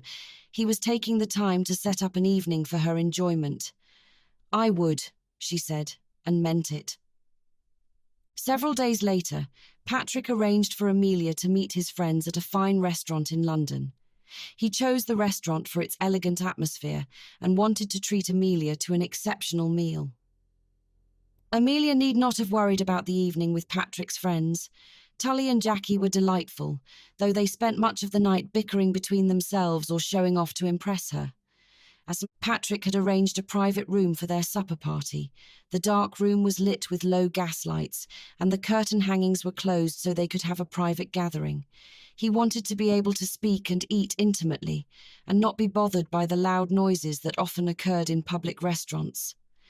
The roast beef and vegetables were already being served when the curtains parted suddenly, and Amelia gave a start. It was Christopher, looking self-assured and, though she would never ever admit it aloud, quite handsome. "Good evening, Miss Westcott," Kit acknowledged her. "It appears I'm late." Amelia smiled. "Those are the same words you said to me when you left my room not so long ago." "Miss Westcott," he began. "Yes, Mr. she asked. Beaumont." "Mr. Beaumont," she said, meeting his eyes. "Rest assured, I have no desire to mention your visit to Patrick. It would serve no purpose whatsoever." "If that's your desire," he said the last word softly. "I think we can start afresh here and now as if we've never met before." She struck out her hand. "Miss Amelia Westcott." He took her hand in his. "Christopher Beaumont." She felt the warmth of his hand, and when she realized he was still holding hers, she snatched it back. She took her seat again, as Kit poured himself a glass of champagne. "Where is everyone?" "Apparently Jackie started the party long ago, so he was already quite drunk." She shrugged. "Patrick and Tully left to get him a cab." When the gentleman returned, Patrick was delighted the two had already met, and he sat beside Amelia and beamed. "So, what do you think, Kit? Charming, isn't she?" Amelia blushed. "Patrick," she admonished him. "She is charming," Kit said. Amelia felt his warm gaze on her. She raised her eyes to meet his briefly, and then glanced away. He was cool and reserved, and unlike the open book of Patrick, Kit was completely closed. After that night, she saw Patrick several times a week. They went to the theatre and took a carriage ride in the park, and in 2 months' time he proposed. As she looked down at the ruby ring on her finger, she could not find the right words. He was a respectable man, and though she did not feel the intense passion she had overheard her fellow dancers talk about, she was fond of him and could see a future with him. Albany was not pleased. He had returned from his trip to Wales and bemoaned the fact that she would soon be a married woman and would most likely not perform in his play. "Albany, be reasonable." She tried to soothe his ruffled feathers, but he disappeared into the theatre, giving her the cold shoulder. She finally heard from Ginny, who remained with her family, as her elderly father was dying and her mother needed her assistance. Amelia did not write to Ginny about her impending marriage given her sad circumstances, but told the older woman that she and her family were ever in her thoughts. Patrick sat ensconced in the red leather chair at the club, sipping his gin and tonic. His thoughts were entirely focused on Amelia, and he was pleased. If he had any doubts before, he had none now. She had been gracious with his friends, and even Kit could see how she would do very well as a solicitor's wife. As he thought the words, Kit entered the room, threw his overcoat on the back of the chair, and sat down next to him. "Kit," Patrick said happily. "I hear congratulations are in order," Kit said lightly as he ordered a whiskey. "Indeed, yes." He lifted his glass up in a salute. "The ring is bought. The lady said yes, and the date is soon to be set," Patrick said, and then winced. Patrick, everything all right? Kit frowned at his friend. I've got a devil of a headache, he said, setting the glass aside. I've had it for a day or so, but it'll pass. I've nothing to worry about now and everything to look forward to. Cheers. Kit was quiet as he eyed his friend. You're sure about this? About Miss Westcott? She's a darling, Patrick nodded. She's everything I want, Kit. As long as you're sure. I am.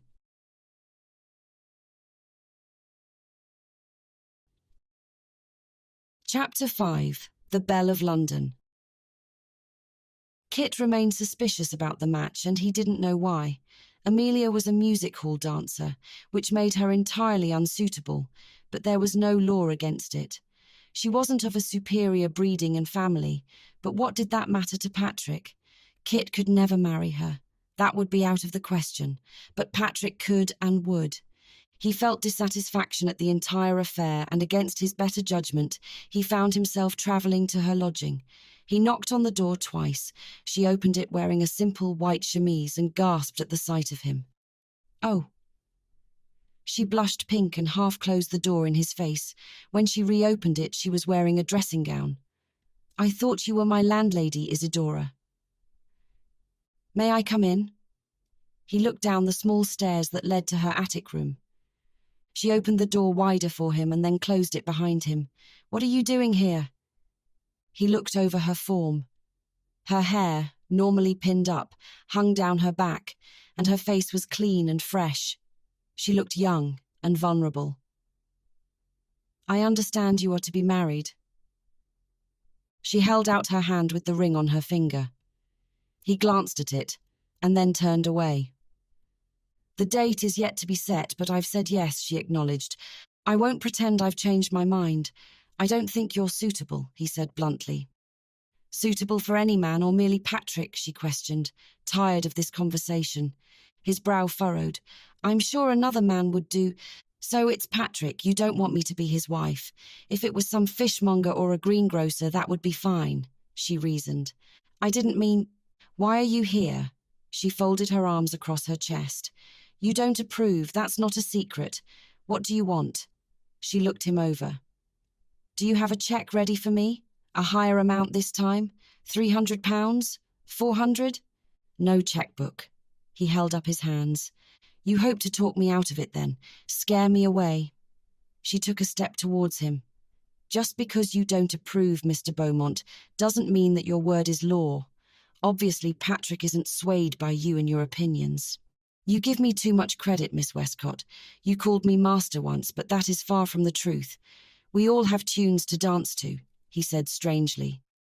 And you have a tune? She seemed sceptical. To dance to. I must marry as well. He shrugged. For my family. For the name. For duty. Of course. She nodded. I understand. But I find watching you and Patrick together, maybe I don't need so much, he said vaguely. What do you mean, she asked, not following his train of thought. Maybe I don't need breeding and hundreds of years of ancestors going back to William the Conqueror. What good is any of that anyway? He shook his head, studying her face. Maybe I just need a woman who inspires me and forces me to think, someone to challenge me. Amelia shook her head, and I'm sure you'll find her. What if I found her already? He said softly. Amelia looked at him incredulously. Are you speaking of me? She pointed to herself, but he remained silent. Let me be very clear so there's no misunderstanding, Mr. Beaumont. I don't like you. I find you distasteful, smug, arrogant, and irritating, and were you not Patrick's friend, I would have nothing to do with you, she said, her chin notched up. But her words had a strange effect on him. He laughed, a smile on his face. The music hall dancer deems to tell me I'm not up to her standards. That's correct. And what sort of friend are you to go behind Patrick's back and say these things to me? She met his eyes. A very odd friend, if you ask me. I've done nothing untoward yet. He added the last word coolly. Yet. She rolled her eyes. Mr. Beaumont, let me be clear once more. Refrain from coming to my lodgings and speaking to me in this intimate way.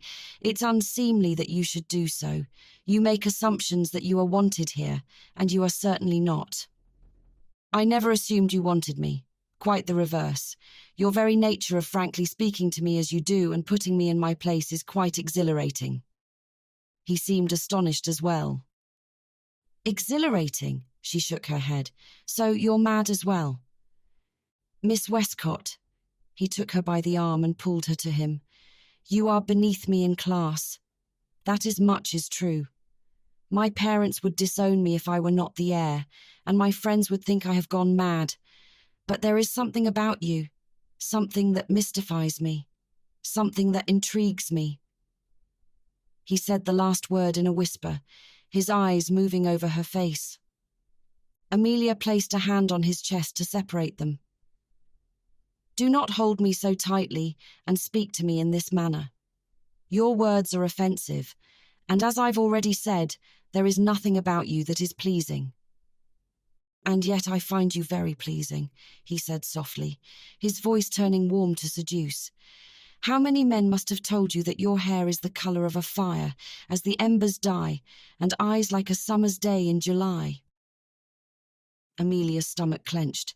First he insulted her, then he used words that no one had ever said before. Scoundrel.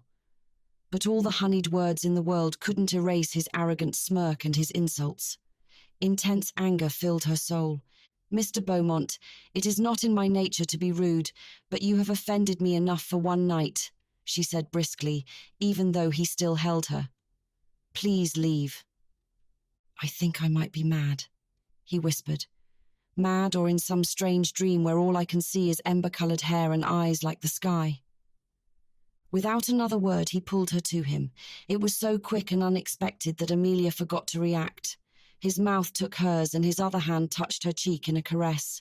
He released her arm and wrapped his own about her waist, deepening the kiss. When his arm wrapped around her waist, she recalled his words in her ears. You are beneath me, and was jolted out of the kiss. She pressed against him, and when he took a step back, she slapped his face. That's the first and only time I've been slapped by a woman, he said coolly.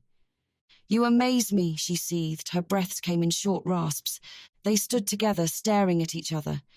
Kit seemed to be thinking of something to say, but nothing came. No apology, no soft words to smooth his actions. Nothing. He simply stared at her, his lifetime of breeding to be a master, and the women who had succumbed to his charms had not prepared him for the one woman he wanted who didn't want him back. He seemed to want to say something. A myriad of emotions crossed his face, and when he took a step towards her, she took a step back. He took a deep breath to steady himself and made a curt bow. Madam. And then he was gone. Taking the steps two at a time, Kit was overwhelmed with emotions. He had behaved badly. He had kissed her when he should not have done so. He had crossed a line he should not have, treated her wrongly, and betrayed his friend. But in the low gaslights and with her hair falling down her back, she had been hard to resist. When she taunted him, calling him smug and arrogant, it had made him smile. She wanted nothing to do with him, and he wanted so much from her. He climbed into his carriage and struck the roof twice. He needed a drink. Amelia clenched her fists several times before relaxing them. The man was a conceited ape. He was a law unto himself. Once she and Patrick were married, she would never let him set foot in their house. Never. She paced the small space several times before she took her window seat. She opened up the window to let in the cool breeze to calm her heated emotions. The man was a jackass. How dare he kiss her? How dare he assume that she wanted anything to do with him? And his words. Only Christopher Beaumont could insult her and then kiss her. She angrily recalled his mouth on hers and his words. Her hair was the colour of a fire as the embers die, and her eyes like a summer's day in July. She rolled her eyes and kicked at her bedding. Baboon. He probably assumed she would fall at his feet. She hugged herself and closed the window. She need have nothing to do with him ever. He may be Patrick's friend, but would never be anything to her. She calmed herself and thought of Patrick. He deserved a better friend than Kit, but she could find no better man than him. She had made a good choice. Kit uncrossed his legs as he sipped his whiskey and tried to pull his mind from the scene he had just left. Amelia Westcott. The woman was an irritation. No. She was a distraction, that was all. She was no different than any other woman on earth. What did it matter if she was blunt? She was a beautiful woman, but so were hundreds of other women in London. Was he attracted to her because he couldn't have her? Never mind that she was not well born, she was also about to marry his closest friend. He winced, remembering his behaviour. That had been badly handled. He should have known better. He did know better. But then he remembered her hair falling down her back and those eyes. "Sir?" A steward stood before him holding a silver tray. "This came for you." It was late in the evening, and a few men were about in the club. Most had retired to their bed or someone else's. Kit didn't expect much as he opened the note, but when he read it, he frowned and then felt a wave of fear. "Thank you." He nodded to the steward, picking up his frock coat and hurrying out of the club. Kit took the front steps quickly and knocked on the door. It was answered promptly by Patrick's devoted housekeeper, Mrs. Dank, who was bundled in a heavy wrapper with a white cap covering her grey curls. "I didn't know who else to turn to, sir," she said apologetically when she saw Kit. "Calm yourself, Mrs. Dank. Tell me what has happened. Your note is concerning, given the late hour. Where is Patrick?" He looked about the dark hall. "He's in his room, Mr. Beaumont. He's had a headache for several days now, and at first I didn't think anything of it, but now he has a high fever and he appears lethargic." She shook her head. "I'm worried." "Have you sent for the doctor?" he asked. "I've done so already, even before I wrote you." Her wide eyes darted about the room. "Take me to him." Kit followed the woman up the stairs. He was worried for his friend, but the woman must be overreacting. Kit had just seen him a few hours ago, and he seemed fine and in good spirits over his impending nuptials.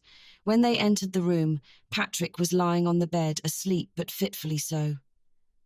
"Patrick," Kit said softly as he sat beside him, but his friend seemed oblivious to their presence. When the doctor arrived, Kit and Mrs. Dank were both relieved. They hoped he would know the cause of the illness and that the cold or flu could be easily cured. The doctor spent several minutes with Patrick and then walked toward the two. "What's going on? What is it?" Kit asked anxiously. The doctor glanced at the patient and then met Kit's eyes. "It's typhoid." Mrs. Dank gasped and Kit frowned. "Typhoid? It can't be." "He has all the symptoms," the doctor sighed. "Fever is quite high, headaches, lethargic." "What can be done? Surely something can be done." Kit's voice was filled with emotion. "No, the fever has taken hold, and the bowels will soon be infected." The doctor shook his head, but Kit felt a wave of panic as he looked at his friend lying so still on the bed. "It's not possible." "I'm very sorry," was all the doctor said. "What are you saying?" Kit said, a horrified look on his face. "He doesn't have long.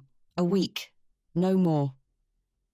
Mrs. Dank gave a stifled cry, thrusting a handkerchief over her mouth. "What can we do?" Kit asked softly. "Make him comfortable. I'll give him morphine for the pain, but that's really all we can do." His face was filled with concern but matter of fact. "My God," Kit breathed out. He walked slowly to his friend and sat beside him on the bed. Patrick opened his eyes and smiled lightly. "Kit." "Patrick." "The best friend a chap could ask for," he wheezed softly. "I'm not at all." Kit felt crippled with guilt. "I feel quite ill," Patrick whispered. "You need rest." "I need your help, Kit," he whispered. "Anything." Kit clasped his hand. "Name it." "If something happens to me, please, you must look after her."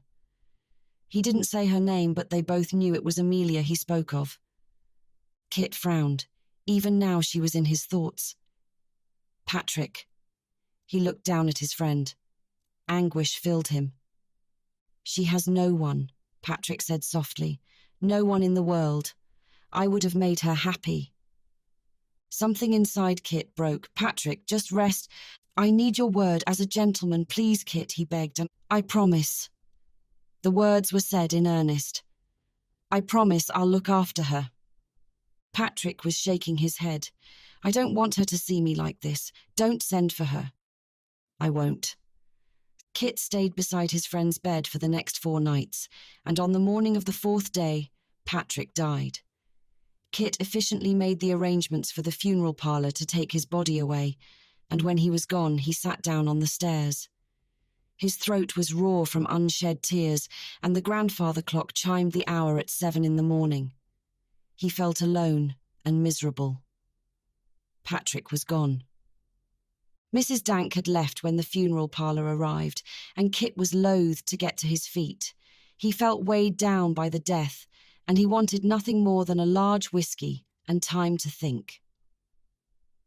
A knock on the door did bring him to his feet, and when he opened it, Amelia was on the doorstep. She looked fresh and lovely, even though she was dressed in black and her eyes were bright like the summer's sky. "Why are you here?" she asked, frowning. "I came to see Patrick." He realized suddenly that she had no idea what had happened. How could she? She had no understanding that her world was about to shift again. "Miss Westcott," he began wearily. She stepped across the threshold and away from him, but turned back to stare at him suddenly. "Are you ill?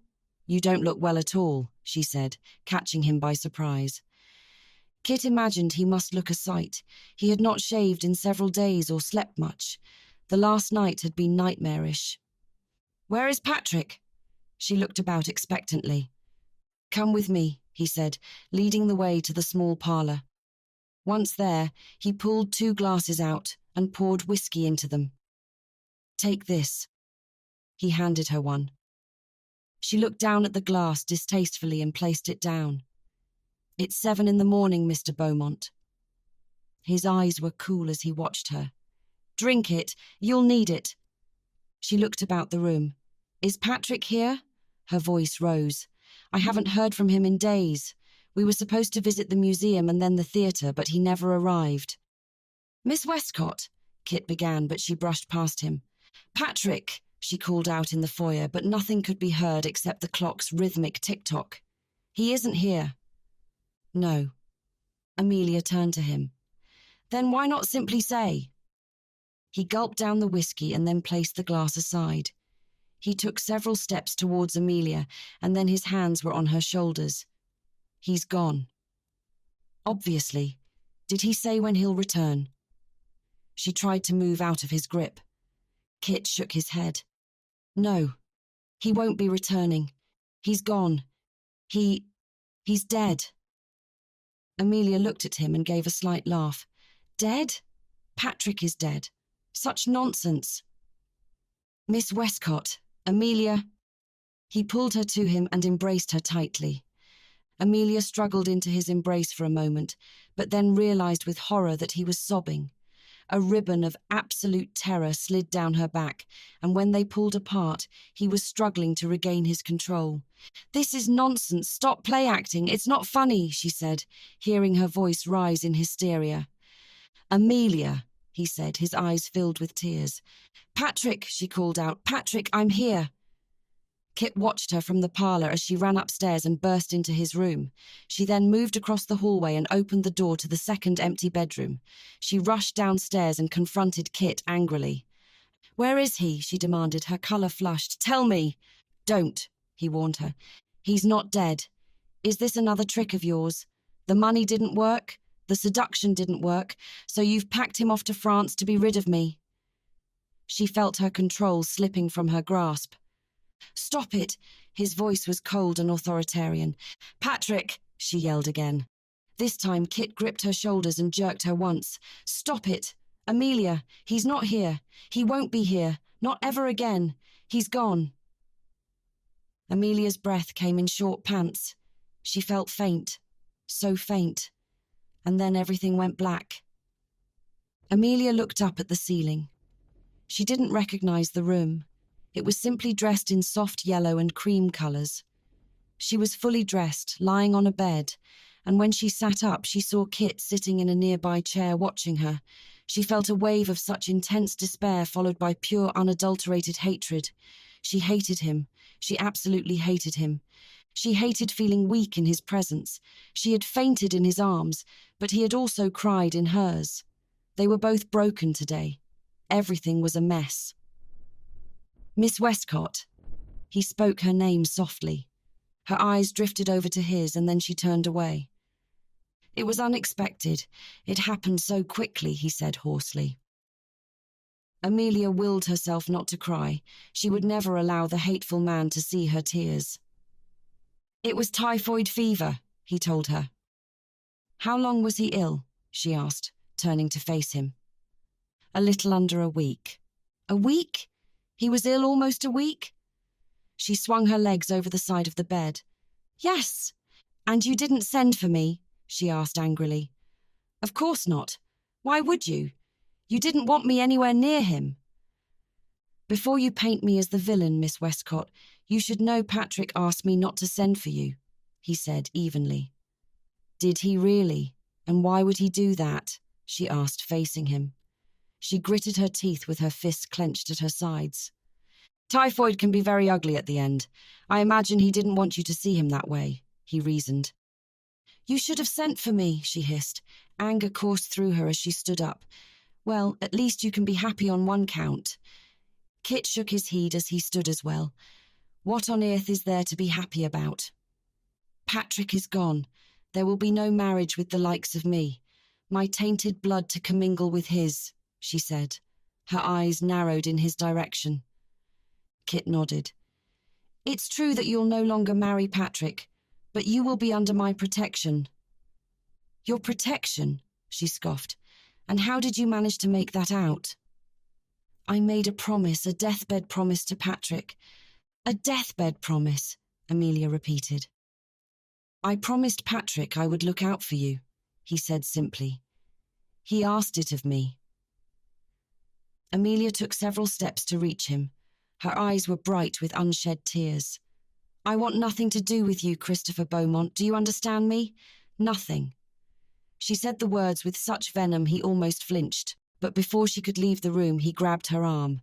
"I made my friend a promise. It means something to me."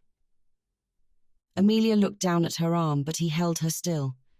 "Don't pretend like you care so much about a deathbed promise when only a few nights ago you were in my bedroom trying to seduce me." He looked away from her for a moment and sighed heavily. "That was a mistake, which I admit I made, among so many others." She jerked her arm out of his grip and moved to leave the room. He followed her into the hallway and down the stairs. Instead of moving to the front door, she went to the parlour and picked up the whiskey he had poured for her not so long ago. She gulped down the entire glass and felt the fire in her throat. "You were right for once. I did need it," she said, her throat still stinging. "Amelia," he called out to her once, but she flung open the door. "Don't visit me, don't come to me, don't contact me." Her eyes were filled with hate and anger. "I never want to see your face again," she growled before she slammed the door behind her.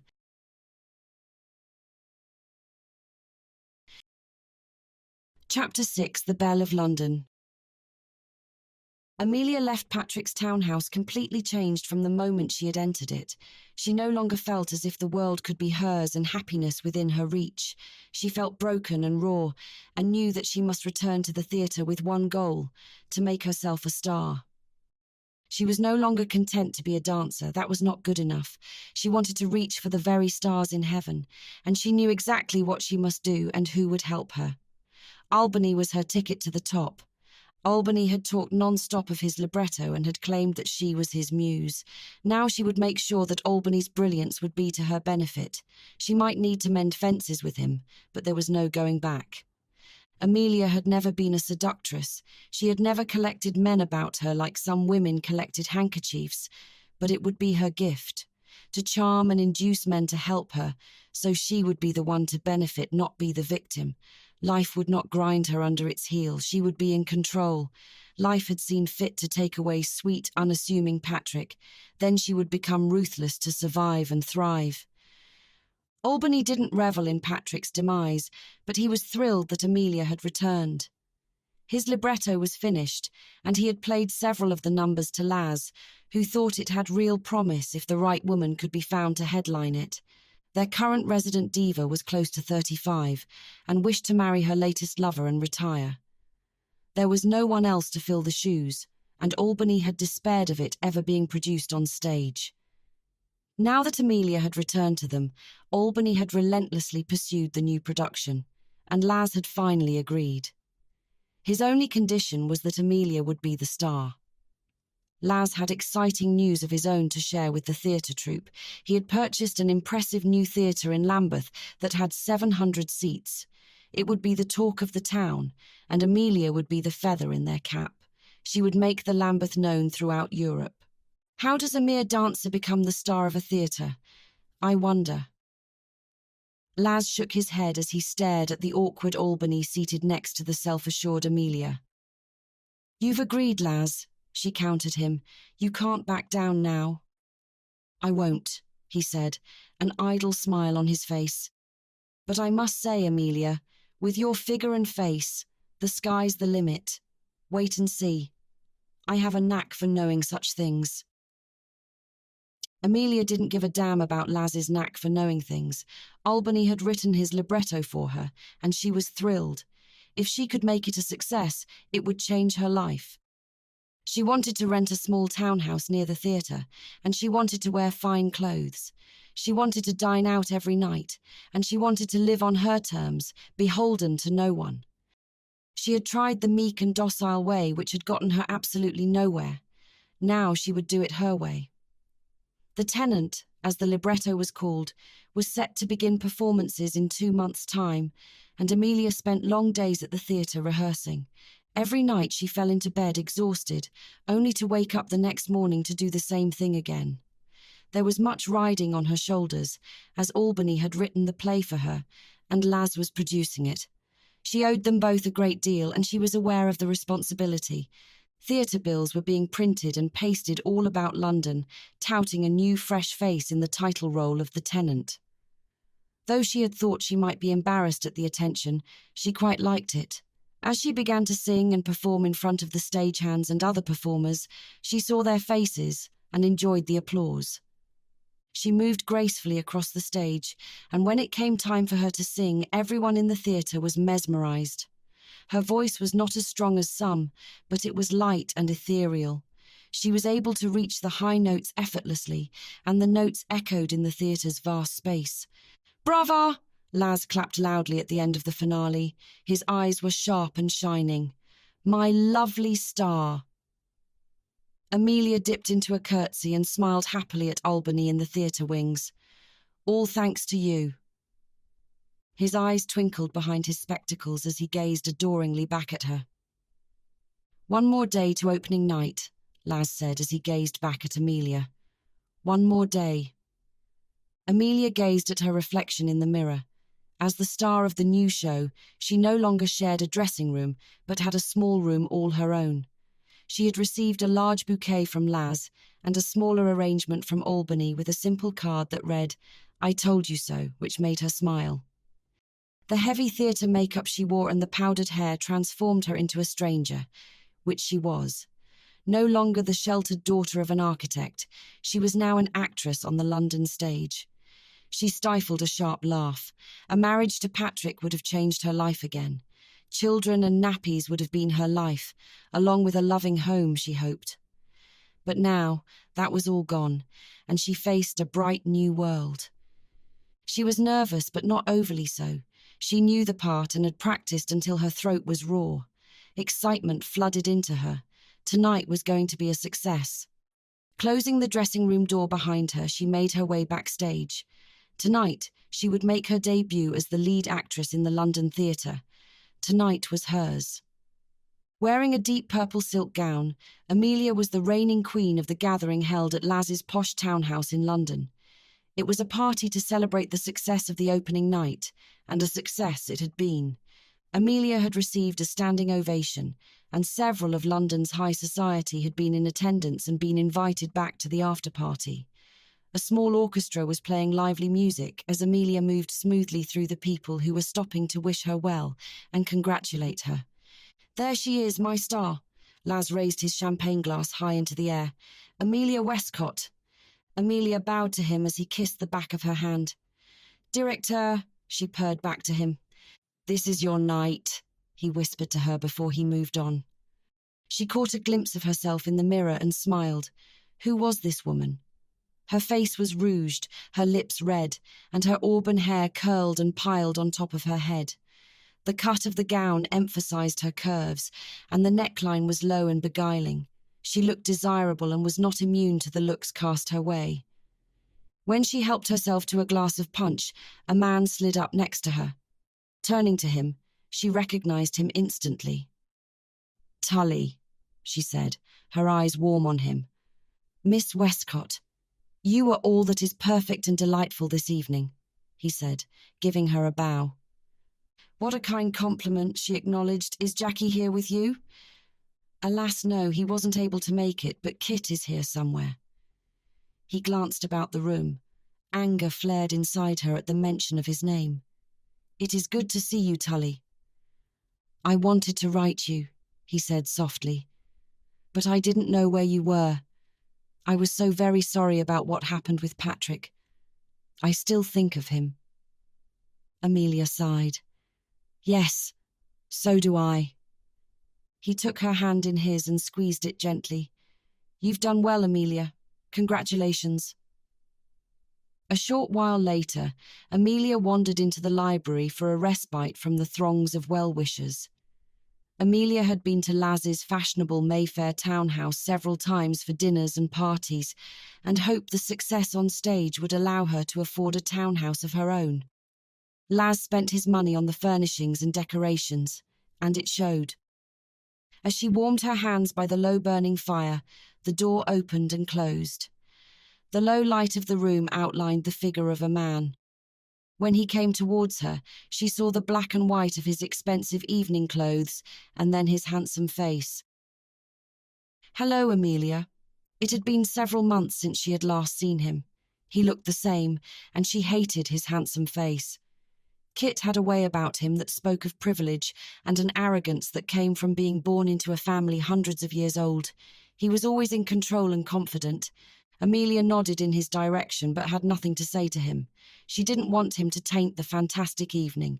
She was feeling too much joy, and he was an annoyance. No acknowledgement, nothing to say to me? Kit asked her. Nothing comes to mind. Your performance was superb. It was quite enjoyable. Are you surprised? Pleasantly so. I'm glad that you feel your coin was well spent. She nodded and moved past him. But as she passed by him, he grabbed her arm lightly to stop her from leaving. How are you? Are you well? It's been some months since we've met. His voice was suddenly warm, and she steeled herself against it. Don't I look well? She countered. Extremely well. Lovely, in fact, he added softly. Lovely. She raised her eyebrow. Such a compliment, Mr. Beaumont, coming from you. She pulled from him. You've changed. Have I? She scoffed. I'm sure I'm the same. In all that matters.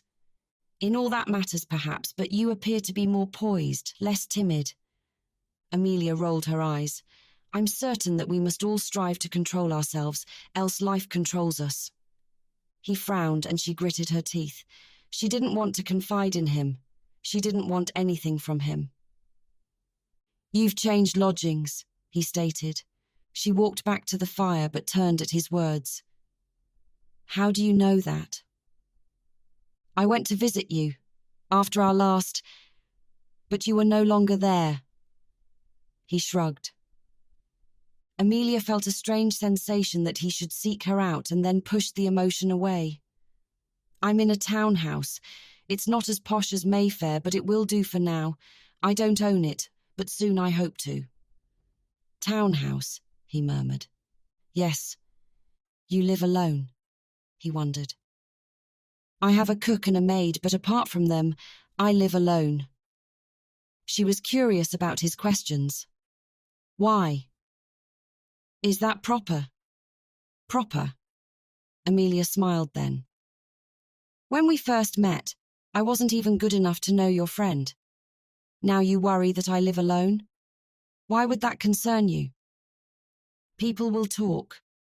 People always talk. She shrugged. They'll talk of you, gossip about you, he pointed out. You forget, Mr. Beaumont, I'm not a high society lady. I'm a music hall actress. Your rules don't apply to me, she said dismissively. What rules? He came to stand before her. Your rules, the protection, the smothering you inflict on your ladies, they don't apply to me. I'm free. I can do as I like.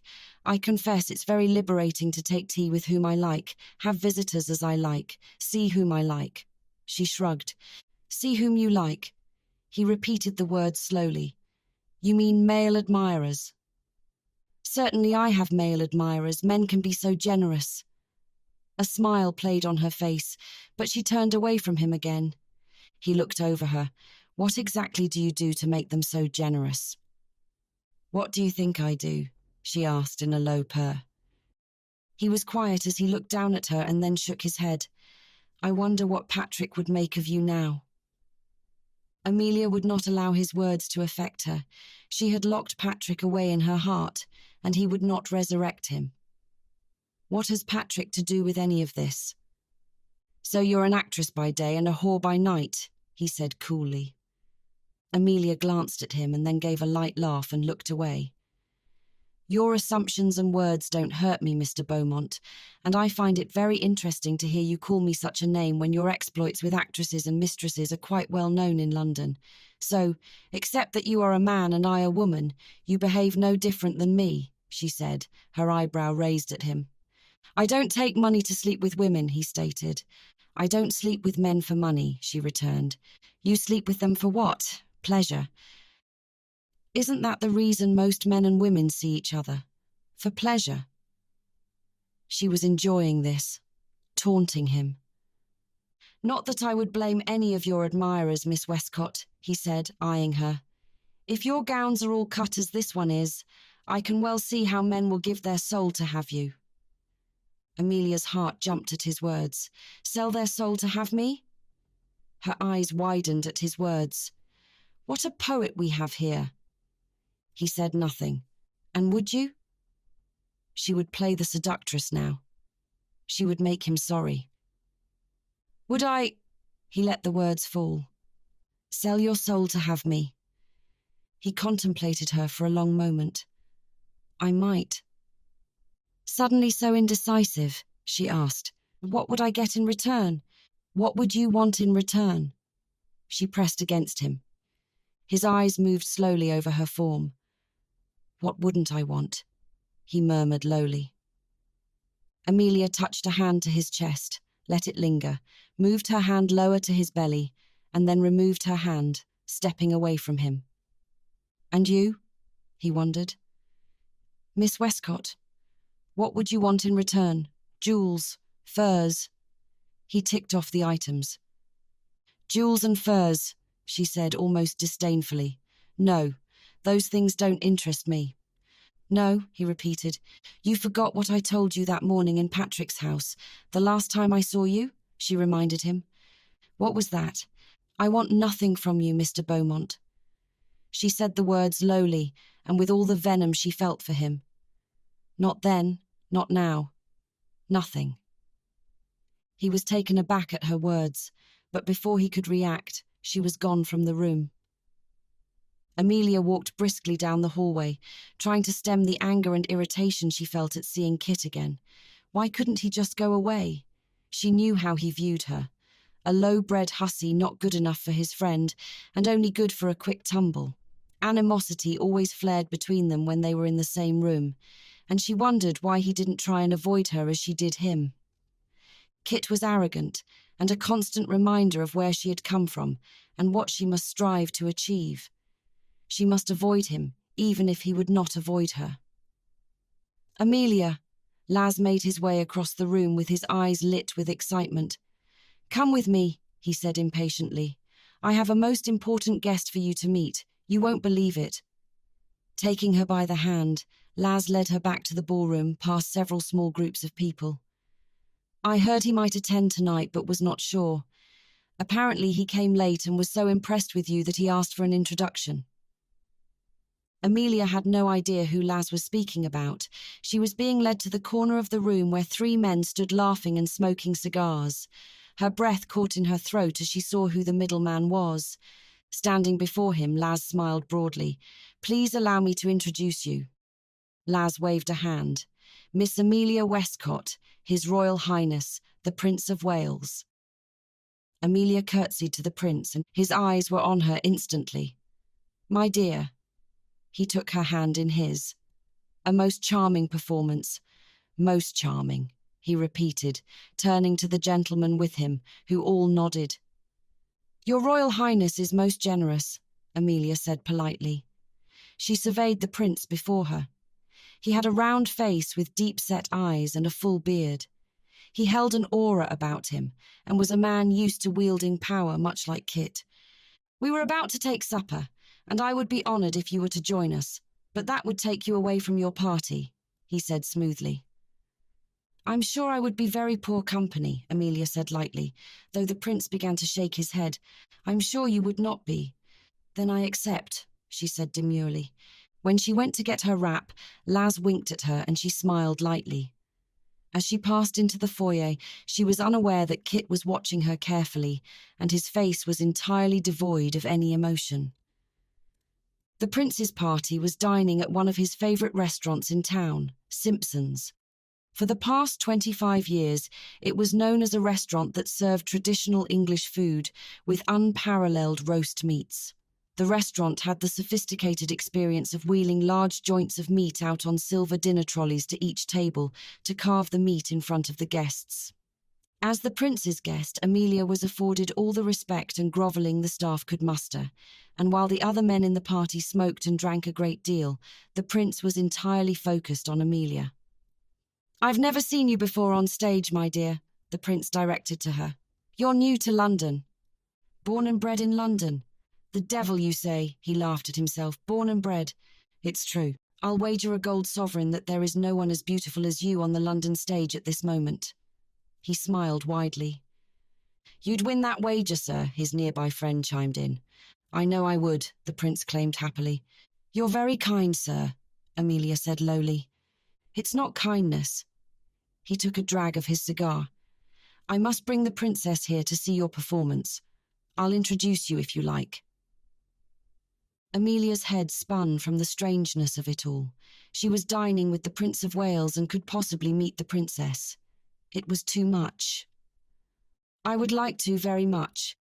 The princess is well loved," Amelia allowed. The prince was silent for a moment and then gave her a nod. "Thank you, my dear. Alex does her duty well." Amelia looked on as the prince ate a large plate of roast beef and drank several glasses of champagne.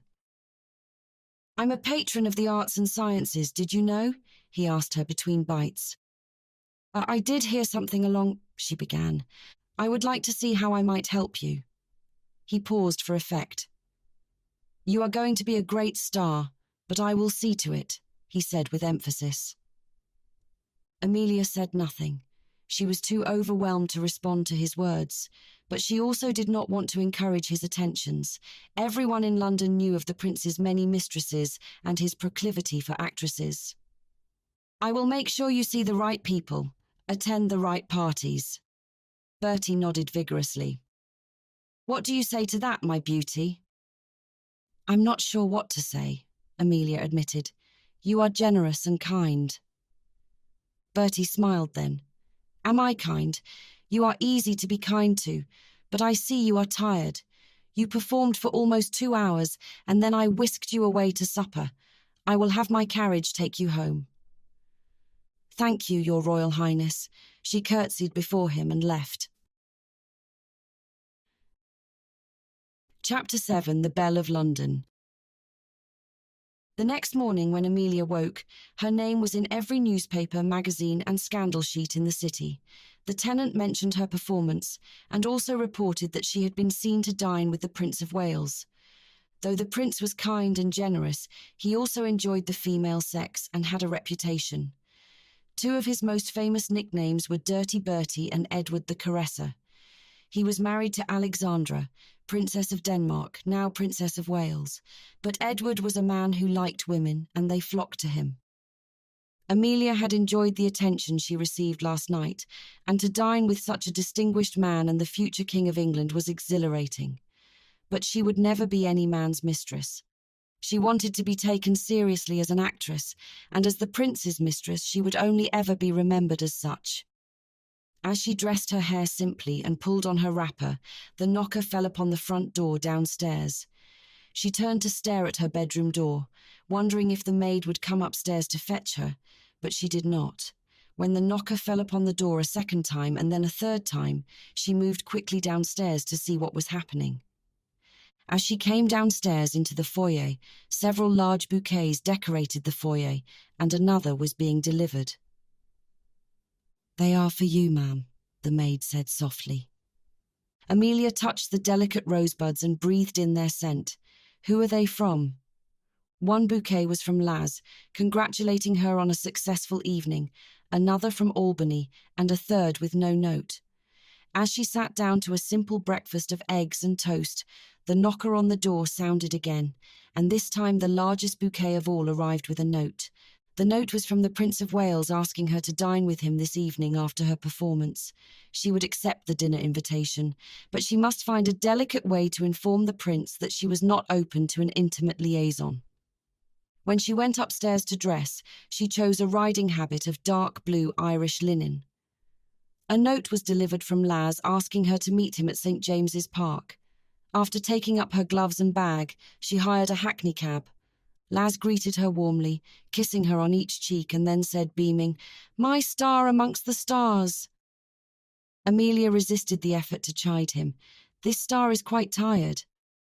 "Indeed." Laz hooked his arm through hers. "Let's promenade and talk." He looked dapper in a brown jacket, white trousers, and a maroon waistcoat.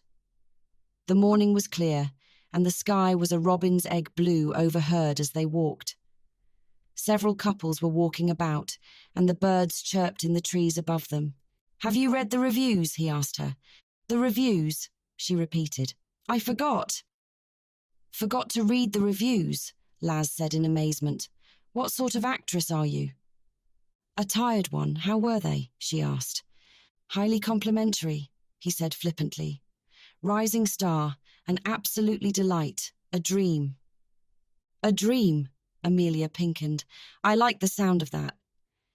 He suddenly stopped walking. "Amelia, I'm not your guardian or husband, so this is not my business. Go on." "The Prince of Wales." "Yes. Do you want to be a star in your own right, or do you want to be his mistress?" he said bluntly. "I see. Understand me. I won't tell you what to do, and you can do both. That's up to you," he said simply. "But if you become his mistress, you'll be remembered for that, and only that. As an actress, that will be a path to expand and make your own." "You don't need to give me the speech, Laz. I thought that the moment he invited me to supper." She shook her head. "That was the reason I didn't read the reviews. I saw all the headlines, and I didn't want to read anything else. Frankly, I was embarrassed." He frowned. "So you aren't interested in being his mistress?" Amelia looked away. "I can't help his interest in me, and it's flattering, it is. But that's not something I could ever be. I want more. So much more," she said passionately. "Amelia." He took her hands in his. "Whatever you want, you're going to get it. Last night was a success, a grand success. This is the beginning. You're going to be the Belle of London. You're going to be so famous. You'll be remembered," he whispered. "Isn't that what we all want? A little bit of immortality." Amelia looked out onto the green lawns of St. James's Park and knew this was the beginning. She could feel it. "And I'm going to speak to the prince tonight. He's asked me to dine with him after the performance," she told Laz. "Be cautious," Laz warned. "The prince is a man who is used to getting what he wants." After another successful performance, Amelia dressed in a champagne-coloured silk gown and took the carriage the prince had sent for her. The driver took her to an impressive multi-level complex, and when she entered the building, she was greeted and told to follow the maître d'. The Criterion was an immense building, with a large restaurant and public rooms inside it. The building had been completed 2 years previous at the cost of £80,000. It had a marble hall and long bar on the first floor, dining rooms on the first and second, and a ballroom on the third floor. As she followed the man to the private dining room, she marvelled at the building, with its ornamental tile work that was intricately decorated with jade, mother-of-pearl and turquoise. People moved through the restaurant, and several eyes turned to her. She heard whispers, and someone said, "That's Amelia Westcott." She felt a jolt at being recognised by a stranger as she passed by the wall decoration covered in yellow gold-leaf ceiling and arches over slender octagonal columns. It was as if she had been transported to a golden temple. The maitre d' swept open the door and gestured to Amelia. "My lord is waiting for you inside." Amelia thanked him and entered the dark room. The gas lights were lowly lit, and the man sat at the round table alone, waiting for her. He stood to greet her. "Amelia." Amelia's heart thudded at the sight of the darkly handsome Kit Beaumont at the table. "Where is the prince?" She looked about the small, intimate dining room, but there was no one else. "He was unable to attend the supper this evening. He asked that I take his place." "Take his place?" Amelia questioned. Her voice was laced with implausibility. "You are so intimate with the Prince of Wales?" Kit shrugged lightly. "My father is well acquainted with the prince, so—" He waved a hand at the table. "Did you want to sup? What did you think of the performance you attended last night?" She helped herself to a glass of champagne and then took the chair across from him. "Which one? The one on stage or the one after in the library?" His eyes watched her. Amelia laughed lightly. "So clever. I meant what I said.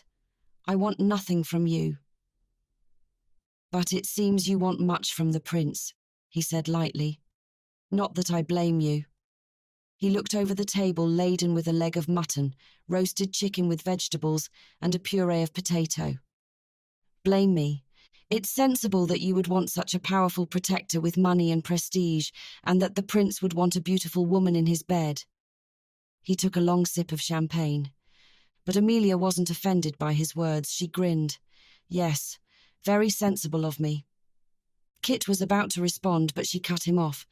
"If you are in fact the prince's envoy, I should like you to relay a message to him," she explained. "If you would be so kind." "Certainly, Miss Westcott," Kit said smoothly. "Your wish is my command." "So obliging," Amelia said with sarcasm. "Please let the prince know that as flattered as I am at his attention, I must focus on my libretto and have no time to spend with His Royal Highness." Kit's smile faded from his face. "You're refusing the Prince of Wales?" "I am." "You surprise me, Miss Westcott. I'll not deny it." "Yes," Amelia stood suddenly. "I imagine I would. As you have such a low opinion of me, I can also rise in your estimation." "So instead of using this moment to gain a protector, you chose to do it alone?" He nodded. "I choose to do it alone, Mr. Beaumont, because I can do it alone. Precisely because I don't need a man to help me in this or any instance." She turned to leave. Kit surveyed her with cool eyes. "I'll relay your message. I think it will be quite a new sensation for the prince to be denied such company as yours." "Well, then you can both commiserate together, because as memory serves, I denied you as well, didn't I?" She cocked an eyebrow at him. And before he could say another word, she swept out from the private dining room. Amelia smiled broadly as she stepped into the carriage. She had not been pleased to see Christopher Beaumont at the Criterion, so sure he would take the prince's place. His arrogant smile and his handsome face irritated her beyond measure, and she had been so happy to wipe his face clean of its mirth. The man was too conceited.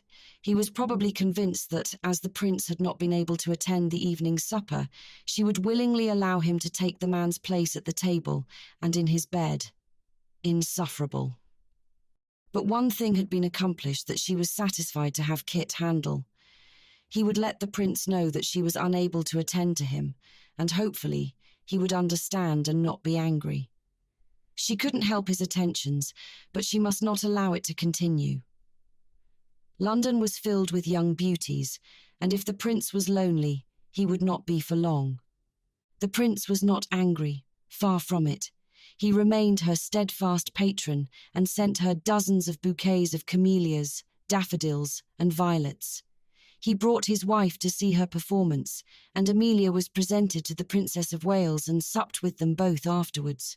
When she went out to promenade with Laz or Albany, she was recognised immediately. One extremely fashionable and expensive French dressmaker in London sent their card to her. When she didn't respond, as the dressmaker was too expensive, she was told that she had an account that had been opened in her name and that anything in the store was at her disposal. When Ginny finally returned to London, she found a very different Amelia in place of the quiet, demure girl she had once known. "I can hardly credit it," she said, amazed but also concerned at the new self-assured Amelia. "Don't worry, Ginny, I'm not sleeping with the prince," she said offhandedly. "Amelia," Ginny said, shocked, "the things you say." "Well, I'm not that he hasn't tried." She rolled her eyes. "Him and a dozen others." "They haven't," Ginny seemed scandalized. "To some, actresses and prostitutes are the same," she explained, "but not to me. The stage is my ticket to freedom and wealth, because in money, there's safety." Ginny nodded knowingly but said nothing else to her young charge. Amelia spent the next 2 months exactly as she pleased. She spent her evenings on stage and attended parties and balls afterwards. She was the toast of the town, and they began to call her the Belle of London, which Laz maintained he had started. "What a ridiculous name," she said upon seeing it in print. "Look at this, Ginny." But as the weeks passed, Amelia got bored with the tenant and knew that Albany was working on a new libretto for her. She had spoken to him about it briefly one afternoon when he had been tinkling on the piano. He had looked at her behind his spectacles and said, "I'm working on my next masterpiece." "Am I featured in it at all?" she asked coyly.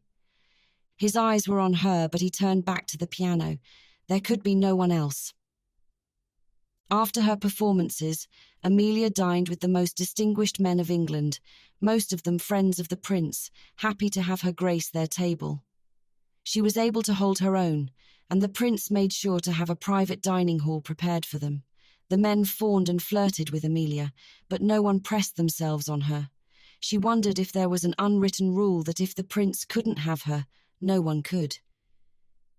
"You don't care for young Beaumont?" asked a handsome young man who was seated beside her one evening. "Beaumont?" Amelia looked down the table where Kit was seated and sniffed.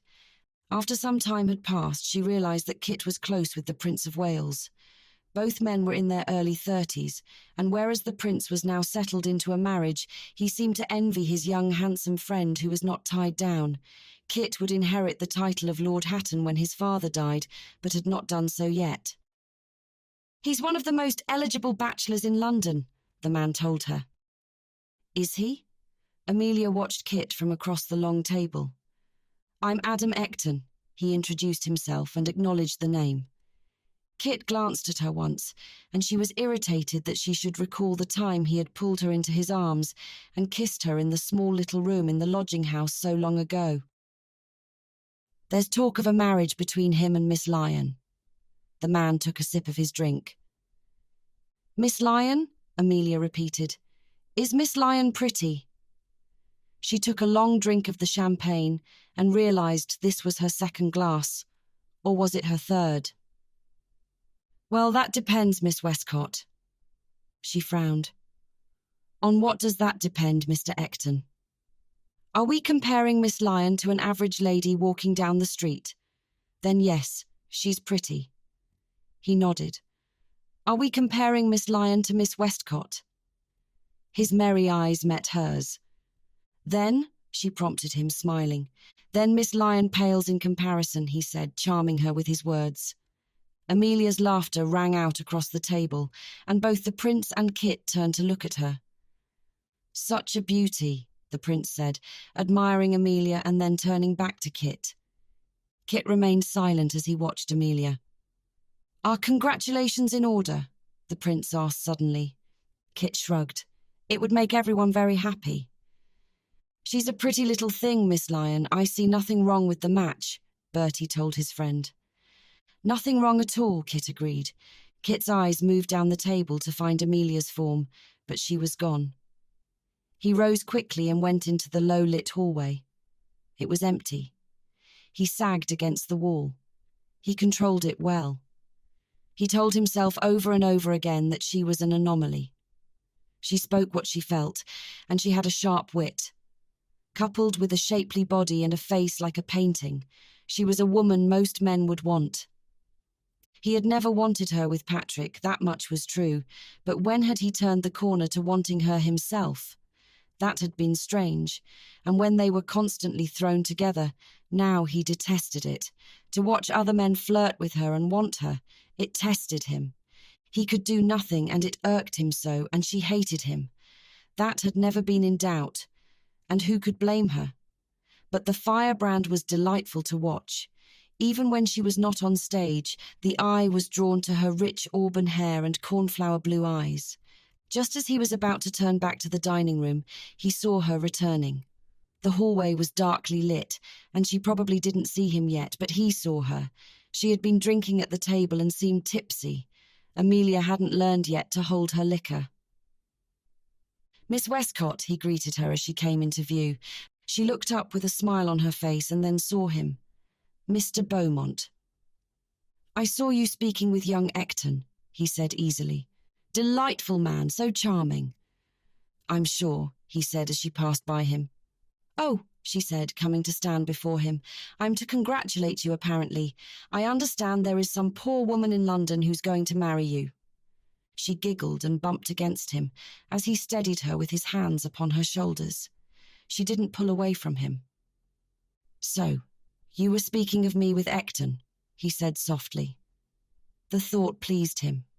She seemed to sense what he was saying, merely gossiping. "Of course. He said your intended is quite pretty," she relayed to him. Kit thought fleetingly of Rosalind. Pretty was an accurate description. She is. But he said compared to me she pales." Her voice was low as she leaned into him. Kit felt her body press against him. "Are you sure he wasn't telling you what you want to hear? After all, you've never met Miss Lyon." "Telling me what I want to hear," she asked. "Because why? Praise will turn my head. A mere compliment of my beauty, and what? I'll go to bed with him." Kit imagined Amelia in a sea of white bedsheets, her auburn hair fanned about her. He imagined her lying naked in Ecton's arms, and he felt a strange sensation of irritation and then white-hot jealousy. "No smart retort?" She smiled up at him. "I'll reserve my retort for another time. I hate to see a woman unable to hold her liquor," he whispered, "so undignified." He didn't care at all about the liquor, but he knew his words would anger her, and they did. "Unable to hold my liquor," she repeated angrily. "I'm sure all the ladies you associate with hold their liquor so well. After all, they must drink copious amounts to handle all the men they must see in one night."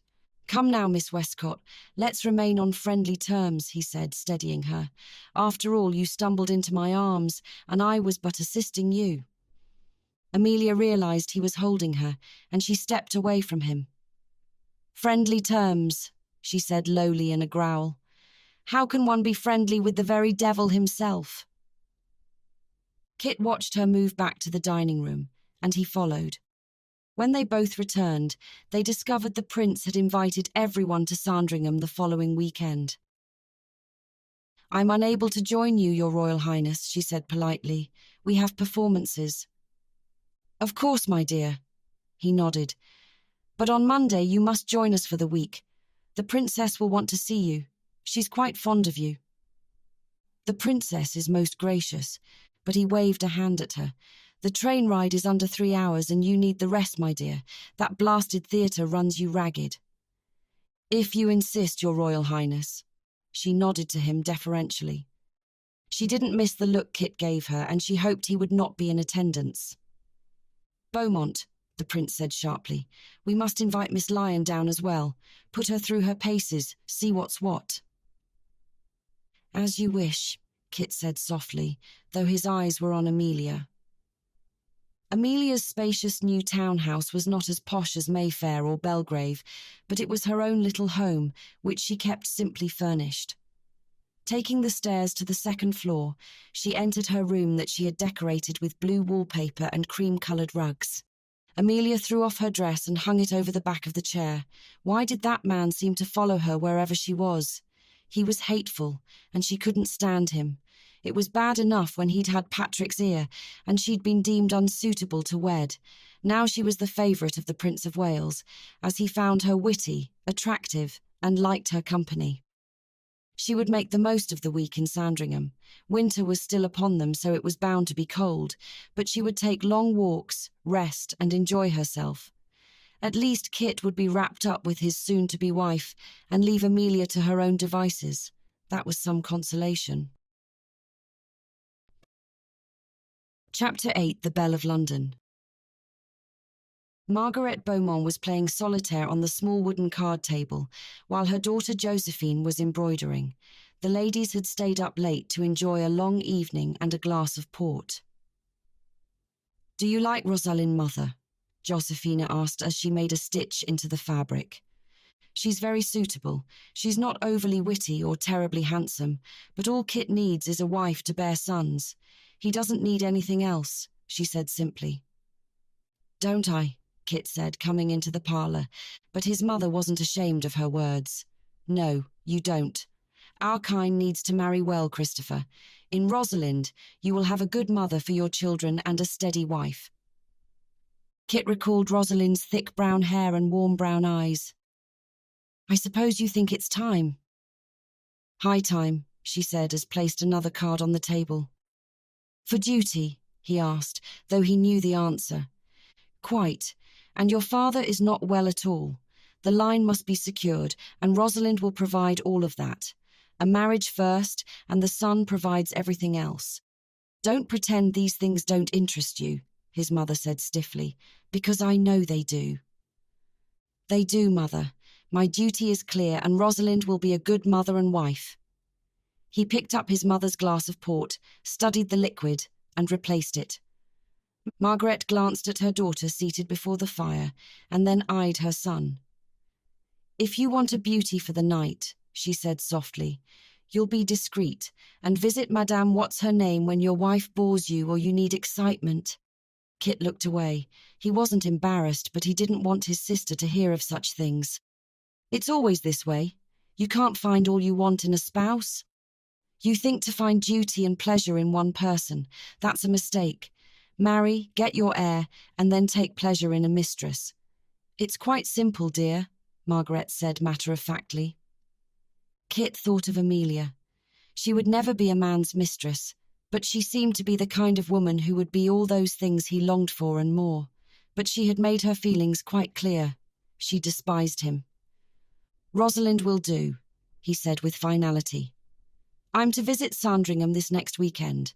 The prince wants me to bring Rosalind." "That's excellent," his mother nodded eagerly. "You'll see how she mixes, and then perhaps you can finally set the date." But as Kit lay on his bed, staring up at the ceiling with his hands laced behind his head, his thoughts were not on Rosalind Lyon. His thoughts turned to the auburn-haired beauty who tormented him, and she didn't even know she was doing anything. No, not auburn, hair the colour of fire and eyes like a summer's day in July. He had gone there that night to seduce her all those months ago. He had wanted to prove to Patrick that she could be bought for the right amount. The money would mean nothing to him, and he only had to utter a few honeyed words and she would be on her back with her legs wrapped around his waist. So simple, so easy. But no, she had not behaved at all as he had expected. He had kissed her, and just in the moment when he thought she would moan in his ear and beg to be taken, she had slapped him. Slapped him. It had taken him a moment to regain himself, and then as he reflected upon the interaction, he had realised how badly he had behaved. He had betrayed his friend. And then Patrick had fallen ill so quickly. And then he had asked him to look after her. Kit sighed. I need your word, as a gentleman. Please, Kit, I promise. But after Patrick died, she had disappeared into the theatre world. He should have tried harder to find her, but he had been riddled with guilt.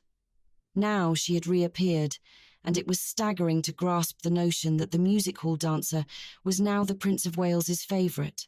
Their small circle of friends seemed enchanted by her, and though Kit knew full well that she was not a mistress to the prince, the other men were hell-bent on making sure they were next in her bed. It irritated Kit to know that, though Amelia might flirt with the others and allow the prince to be generous with her, she never gave him the time of day. She was cool and aloof, and he wondered if she did it deliberately. She was a strange woman. She was not fragile and meek as Rosalind was, and she wasn't given to deferring to men on most issues, as many of the women of his acquaintance were. She was elusive. She knew her own mind, she spoke her own mind, and her beauty was such that he found himself mesmerized by it when in her company. He turned on his side and pushed thoughts of Amelia from his mind. Tomorrow, he would have a note delivered to Rosalind to see if she could ready herself to travel to Sandringham by the week's end. With Rosalind by his side, he would see clearly how she would be the perfect wife, and Amelia would be once more wiped from his mind. He would think no more of the ember-haired temptress. Amelia was not suited to this world, but Rosalind was eminently so. Sandringham estate, located in Norfolk, had been purchased for the Prince of Wales in 1861 as an expensive ploy to turn the prince to country life and away from his London pursuits. The prince had visited the estate in February 1862 and purchased it for £220,000 for just 8,000 acres of land, which had been an exorbitant amount. Edward and his young bride had made the house a comfortable home and often entertained there. Soon afterwards, the prince had deemed the house too small to entertain, and in 1865 the prince raised the original hall to create a much larger building. The new red brick house was completed in late 1870, while the only element of the original house was the elaborate conservatory designed by Toulon in the 1830s, which Edward converted into a billiard room. The grand house provided living and sleeping accommodation over 3 stories, with attics and a basement. The Princess of Wales particularly enjoyed the Norfolk countryside surrounding the house, as it reminded her of her native Denmark. Kit stepped out of the coach and admired the attractive red brick house. Rosalind had been set to join him for the week, but her mother had taken ill. Rosalind's mother had a delicate nature and relied on her daughter heavily. Kit followed the footman down the long hallway, turning left at the landing into the east wing. The single men always had rooms on the east wing, while women resided in the west. However, the separation was not always a deterrent for those people who came to the country estate to bed-hop. Rain pelted the windows as they walked along the corridor. If the dreary weather continued, there would be no shooting party that the prince was famous for. Sandringham was known for its expansive gardens and park, which made up 600 acres of the estate. There was a small lake on the grounds, and a petite summer house that was a cosy little one-room cottage situated on the lake. Decorated in red and gold, Kit's room overlooked the back gardens, and he was content. When the fog and rain lifted, a sea of green lawn would be laid out before him to admire, with the woodland far to the left. It was a peaceful estate, and he was glad that he had joined the party. That evening the prince was feeling poorly, and except for drinks and cards after dinner, it was a quiet evening. Taking his coffee outside, Kit sipped it thoughtfully in the cold air and longed for the warmth of his room and a fire. It had been a dull evening and would be even duller as the week progressed. The weather was wet and grey, not at all the sort for shooting, and the prince seemed out of sorts. If the prince continued to be under the weather, Kit would leave him be and find his own quiet way. In the morning, after a light breakfast, he visited the vast library. Kit pulled several books out until he settled on Crime and Punishment by Fyodor Dostoevsky. He had read the novel several years before and thought he would give it another try. Outside, the clouds had lifted and the rain had stopped. A brisk walk before lunch might be just the thing to clear his head. Amelia looked up at the house constructed of red brick and limestone. The Jacobean style was impressive from afar, and as the carriage drew closer, the house was handsome and stylish. As the butler showed her to her room, he proudly explained that the principal rooms of the house were the saloon, the drawing room, and the dining room, and that the house was up to date on its facilities. Before Amelia could ask, he continued that the modern kitchens and lighting ran on gas from the estate's own plant, with water being supplied from the water tower. The butler went on to say that the ornamental and kitchen gardens employed over 100 gardeners, and the estate included buildings constructed for the staff, kennels, a school, a rectory, and a clubhouse. Most impressive, Amelia agreed. She also learned from the chatty butler that the prince had made Sandringham one of the best sporting estates in England, and that his elaborate shooting parties were legendary, though this week was proving too wet and rainy for such an occasion. They continued to pass along the long corridor until they reached her room in the west wing. "Madame," the butler said, waving his arm in front of her as she proceeded into the room. It was a lovely room decorated in pale pink and cream, and very much a woman's room. A large bay window overlooked the green lawns below, and suddenly Amelia desired a walk above anything else. Leaving her trunk on the floor beside her bed, she left the room. A path twisted along the green lawns and shrubs, and Amelia followed it. She was well clothed for the walk, wearing a hunter green wool gown with buttons down the back. She had removed her hat in the room but retained her black kid gloves. The air was brisk, and the overcast sky was not daunting in the least. She breathed in deeply and wandered farther down the lane. The smell of wet grass and rain was heavy in the air.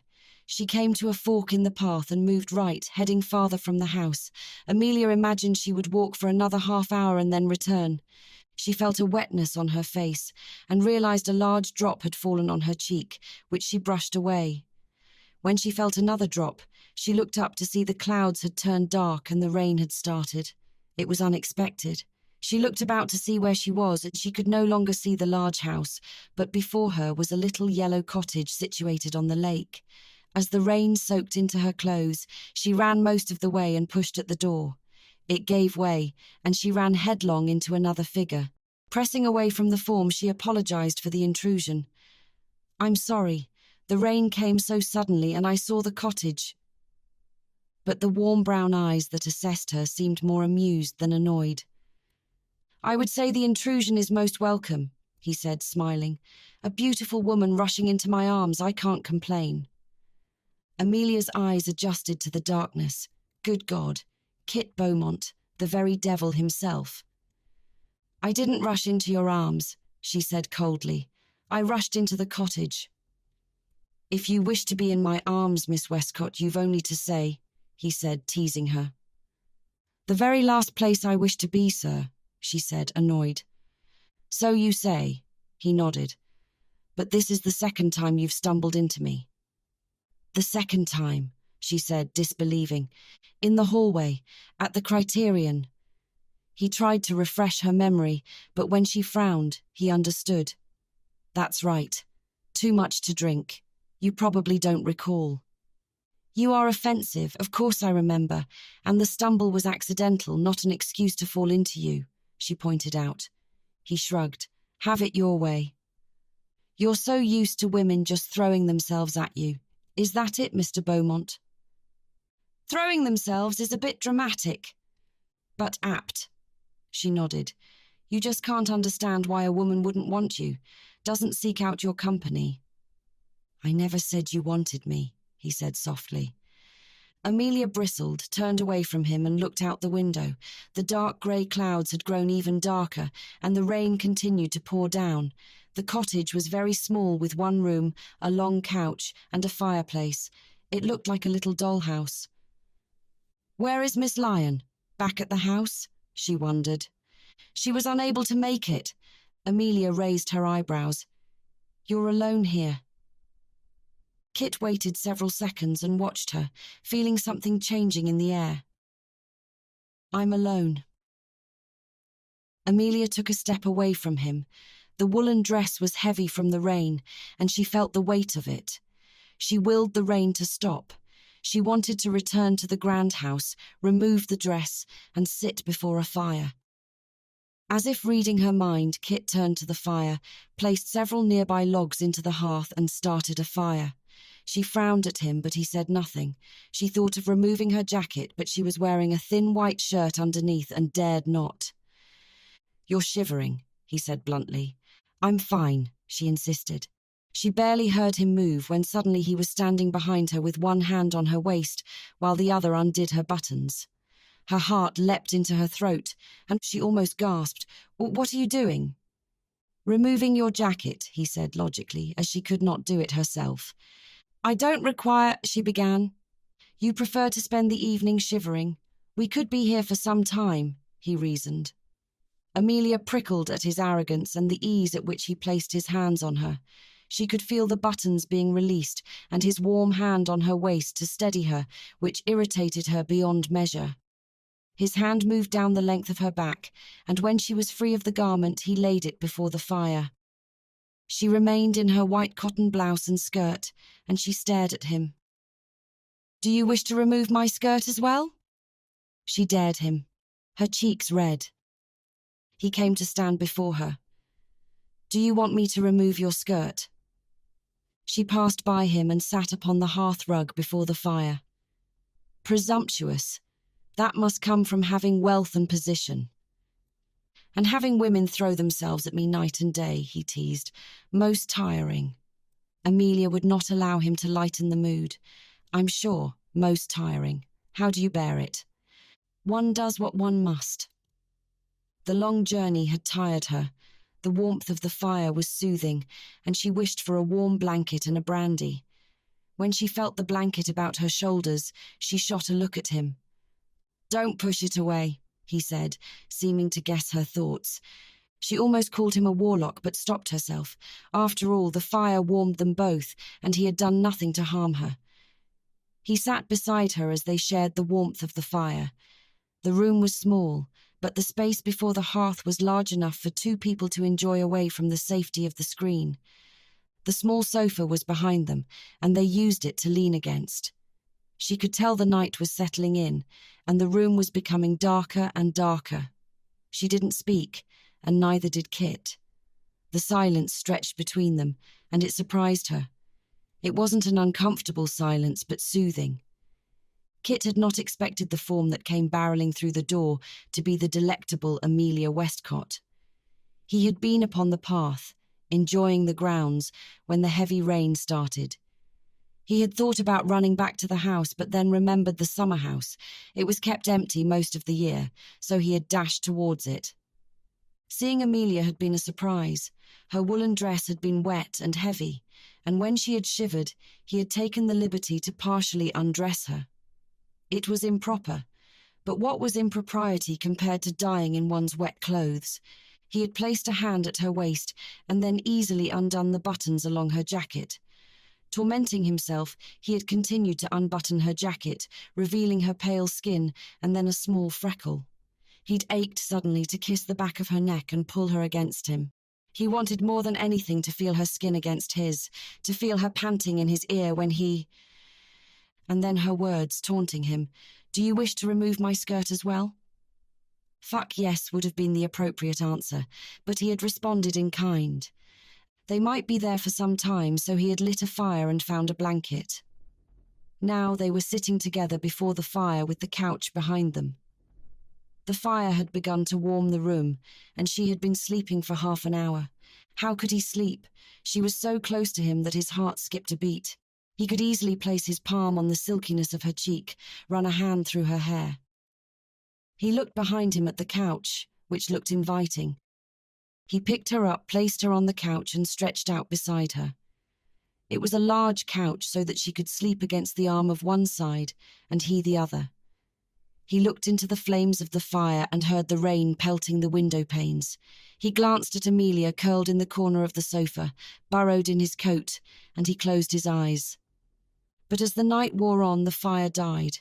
Amelia was drawn to his warmth, and by the time the grey light of the morning was upon them, she was lying against him, her cheek on his chest. When Kit opened his eyes, the room was grey and cold and completely foreign. The fire had long since died, and the air was nippy. He remembered the night before and recalled taking shelter in the cottage from the rain. Amelia had taken shelter too. What had happened to her? He was still drowsy when he felt a warm body against his and jolted awake. Amelia, warm and feminine. He felt such an intense desire for her in that moment he almost groaned. Nothing had happened between them. They were both still clothed except for the jacket he had unbuttoned for her so she wouldn't catch a cold. She was still asleep. He moved her back several inches and then stood up. He stared down at her for several long moments, contemplating her beautiful oval face and ember-coloured hair. What would she say if he gently woke her now? She would not be pleased. She would rail at him and make some scene. Perhaps it was the actress in her. She had a fire in her blood that always burned brightly. Her coat had dried, and he exchanged it for his own, pulling it on. He looked down at her once more, as if memorizing her face, and then left the cottage. When he stepped onto the path, the grey skies had parted slightly, and everything was damp from the heavy rainfall the night before. He drank in the cool air. He had not expected Amelia to be lying beside him. Even more so, he had not expected the swift desire that had coursed through him like a thunderbolt. Amelia was dangerous. She was the type of woman who would tease and torment men and have no idea the effect she had on them. But then neither of them controlled the weather, and the rain had caught them both surprised. When he wound his way back to the grand house, a slight figure was standing on the veranda. It was still early in the morning, and he didn't expect anyone would be about. His eyes widened as he recognized the figure. A shy smile was on her face as Rosalind spoke. "Mother wasn't as ill as she thought, so I came on the milk train to surprise you." Kit caught himself. "It is a welcome surprise. I went up to your room, but you weren't there. I took a brisk walk before breakfast." Though the lie came easily, he wondered at it. Why did he feel the need to lie to her? But though Amelia had only fallen asleep in his arms, no one else would believe that nothing had happened. "Your bed was made," she pointed out softly. "Naturally," he said lightly. "I'm here. Let's breakfast." Kit had taken several steps ahead of her, but she frowned and glanced over his shoulder before turning back to the house. Walking up the path from the small cottage was Amelia. Though Kit had not seen her, Rosalind had. While they helped themselves to eggs, sausage and toast, Kit listened to Rosalind speak of the gossip in London. They were almost finished with their meal when another couple joined them. Rosalind suggested they tour the house as she had never been, and he offered to be her guide. The rooms were lush and ornate. His favourite was the opulent drawing room. It was a long and handsome room with a striking ceiling panel of a golden pheasant and cream walls with ornate carved detailing. A log fireplace was at the centre of the room, and 4 armchairs were positioned in front, where Rosalind suggested they sit for a time. Kit watched the flames lick at the wood inside the fire and seemed transfixed as Rosalind called his name once. "Yes? Perhaps we can ask the butler if any newspapers have been delivered," she recommended. "I'll go." Kit found a footman and relayed his request. The footman nodded and said he would return shortly. 2 copies of the Norfolk News were brought to them, and Rosalind settled happily into her armchair.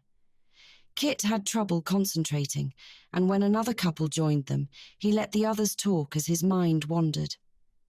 Why was such a simple event dominating his thoughts? They had done nothing but share a couch, but the more he pondered it, the more he thought that was exactly the point. They had done nothing, but it seemed even more intimate. Lying beside her in sleep, hearing her soft breaths, seemed more intimate than lying with her naked. When he glanced up from his paper, Rosalind was engrossed in hers, and he excused himself. The rain had started again and was almost a precursor to what the rest of the week would be like. Dreary, cold, wet. Kit felt vexed, irritated and out of sorts. Why had he come to Sandringham at all? Chapter 9. The Belle of London. Amelia paced the length of her room several times. A wide range of emotions coursed through her, and all of them were directed at that man. It did not seem possible that she could hate someone as much as she did Kit. She had woken that morning to the door closing and the loss of warmth that had been radiating near her. Sitting up, Amelia had felt disoriented. The room was unfamiliar, and she recognized nothing in the light of day. Then she recalled the rain, the storm, seeking shelter in the cottage. Him. Kit Beaumont. When had he come into the cottage? No. He had been there first. She had stumbled into him accidentally. And then the jacket. She blushed. Had he actually taken the jacket from her body and she allowed it? And then the fire, the couch, falling asleep after a long train ride, and then falling asleep and snuggling up against something firm and warm. Something, good God, snuggling up against Kit Beaumont. How disgraceful. Obviously nothing had happened, but the liberties the man took. He was such an arrogant ass, and he seemed not to understand when she told him she wished nothing from him. Then, walking back to the house, she had watched Kit greet a young woman. Could that be Rosalind Lyon, the soon-to-be fiancée? The man was outrageous, but in all fairness, he had taken off her jacket to stop her from catching a chill. He hadn't done anything untoward. Still. She supposed the thought of him irked her, and he could do nothing right in her eyes. She dressed carefully for dinner that evening, and the deep purple, almost black gown brought out her hair and eyes. She caught the glances of the men as she entered the drawing-room and admired the delicate pheasant painted on the ceiling. The prince greeted her warmly and asked her to join them for cards. She had become quite an expert at the card game whist, and she sat across from the prince while Adam Ecton and another man joined them. The prince drank champagne and concentrated on the game, while Amelia only briefly looked at her cards before surveying the room. One couple sat on the sofa, talking quietly to each other, and another couple was drinking near the windows, watching the rain. She spotted Kit and the woman she assumed was Rosalind seated next to him, before she turned her gaze away. "I hear your libretto is going swimmingly," the prince said as he won the trick, took the cards, and laid down the next card to start the new trick. "It's going very well, sir. I've been overwhelmed by the reception I've received, which I'm sure is much due to your appearance," she acknowledged, laying down a card in the same suite. "Nonsense, my dear," the prince claimed, though he appeared to appreciate the words. "Do you have another play planned after this one?" Adam Ecton asked as he placed a card down upon the pile. "I do," she admitted. "Albany, the writer, has a surprise for me. I don't know the part yet, but he says it's his best one yet. He calls me his muse." She meant to say the words lightly, but she had a sense of pride in them. "Quite right," the prince told her, his eyes sincere. After the prince won the game, Amelia excused herself. When she came down the hallway, a figure was waiting outside the drawing-room. "Miss Westcott," Rosalind Lyon addressed her. Amelia nodded at her. They had been introduced at dinner. "Miss Lyon." She began to pass her by, but the young lady put out a hand. "A word?" "Certainly," Amelia said, casting a swift eye over the woman's pale yellow dress filled with bows and ribbons. "Miss Westcott, I understand that as an actress you may view certain things lightly and that your actions have no consequences," she began to say. Amelia frowned. "Miss Lyon, I have no idea what you are talking about," she said in earnest. Up close, Miss Lyon had a charming mole on her lower chin, which she tried to cover up with heavy makeup, making it look odd. "I'm not a complete idiot, nor do I think men are chaste and angelic. I know that you are Kit's mistress," she said coldly, but her voice held checked anger. "I'm Kit's mistress?" Amelia repeated in question and then laughed. "I am most assuredly not Mr. Beaumont's mistress." Rosalind gave a light huff. "I saw him early this morning, dishevelled and unkempt, which is most unlike him. I had also been to his room looking for him that morning, and his bed was unslept in. I also saw you coming from the woods that morning. Need I go on?" Amelia refused to deny it. "I wish you had not started." "I'm sure you do," she said huffily. "But," Amelia said smoothly, If I am your soon-to-be husband's mistress, why does it bother you? Many men have mistresses. It's the way it is. I want discretion, Rosalind said in a nasal voice. If you are to be at a house party engaging in such actions, then I will not be here. It's disgraceful. Amelia pondered her words. Why take this up with me? Why not speak to your beloved? Amelia knew the answer, but watched Rosalind stutter. It's not your place to ask such questions. Not your place at all. And is it not your place to accost me in the Prince of Wales's home, making assumptions about me? Amelia said hotly. You saw something, and you think you know what it means, but you do not. Are you now sorry for being his mistress? Rosalind said slyly. Sorry that you've given him your... Amelia waited. Yes? Discretion, she hissed, unsure how to end the conversation. All I ask for is discretion. Amelia watched the woman flounce down the hallway in a blur of yellow ribbons and bows and narrowed her eyes. Damn Kit Beaumont. He hadn't heard the last of this. When the house had settled for the night and the clock chimed 11, Amelie tied the apricot silk wrapper tightly about her waist and left her room. She'd had several glasses of champagne to steel her nerves and knew this was not the right thing to do. Kit's room was at the end of the hall. She took a deep breath and opened the door, the knob turning easily in her hand. When she closed the door behind her, it took a moment for her eyes to adjust to the darkness. Kit was sleeping in his bed, and the fire was still burning brightly. As she took several steps towards the bed, she hesitated and looked back behind her at the door. Don't stop now, came the cool words. She narrowed her eyes at him. This isn't at all what you think it is. No, he wondered, sitting up. Your fiancée thinks we're lovers. Does she? He cocked an eyebrow at her and swung his legs over the side of the bed. She does, she told him warily. Are you here to prove her right? He asked. Amelia bit back a sharp retort. What happened last night? Weren't you there? Don't you remember? Or did you have too much to drink and can't recall? He asked, taunting her.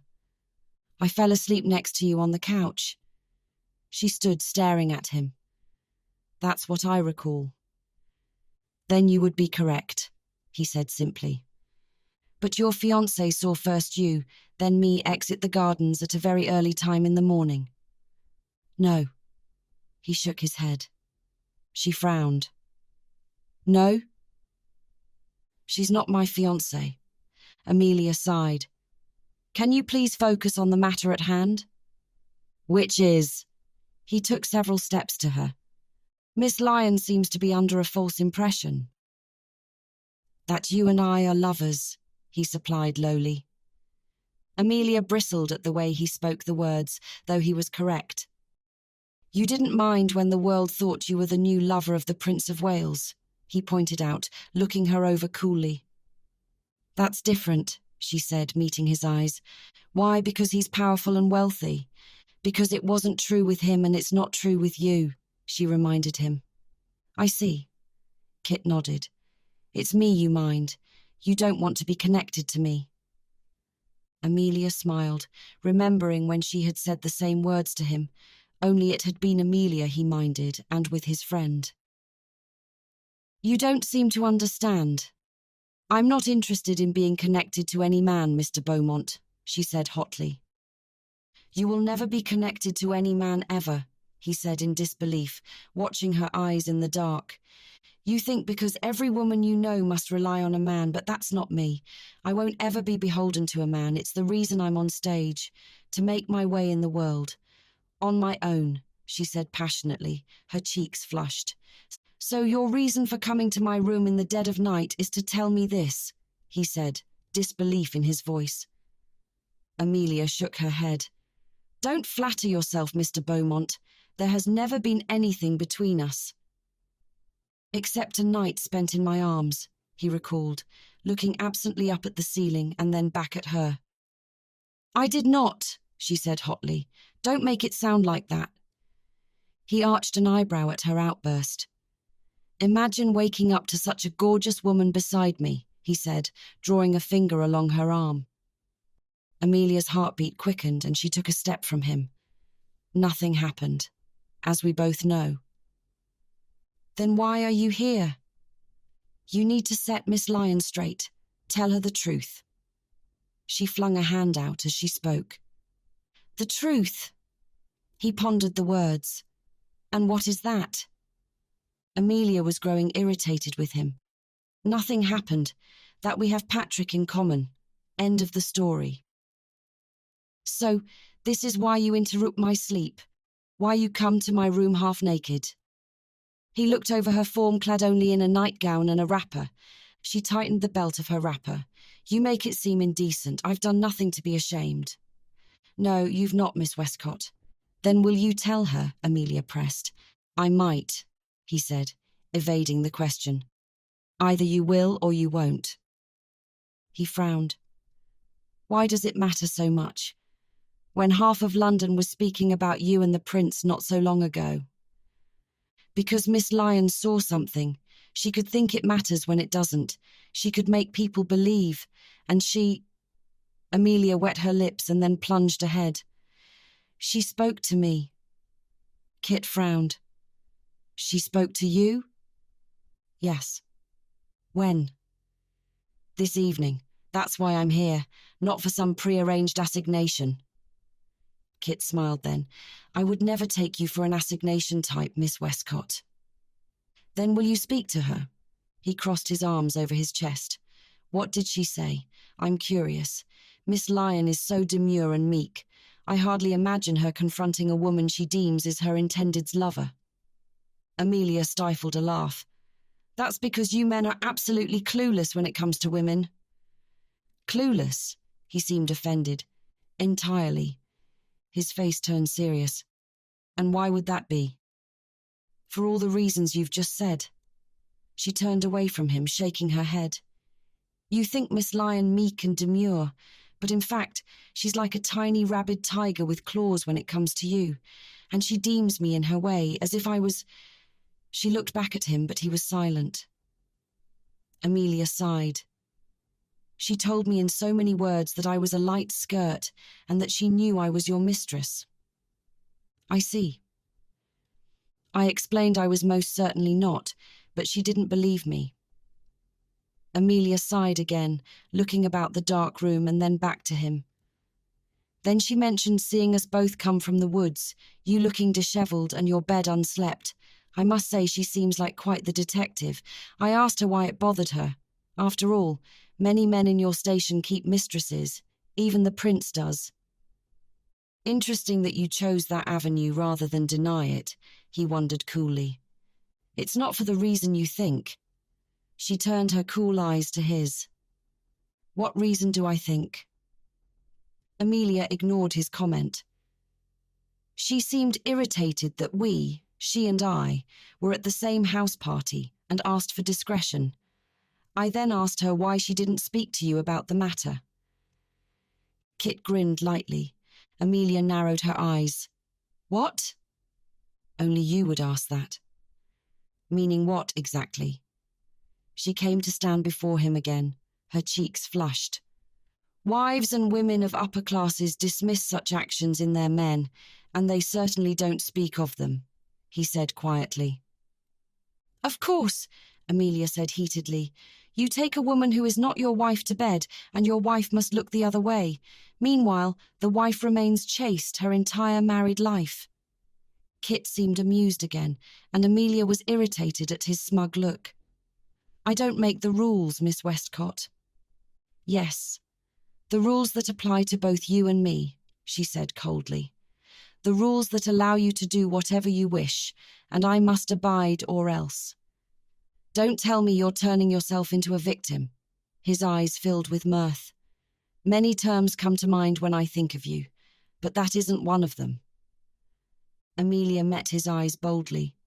I'm not a victim, Mr. Beaumont, but it does seem that our society is very much in favour of men.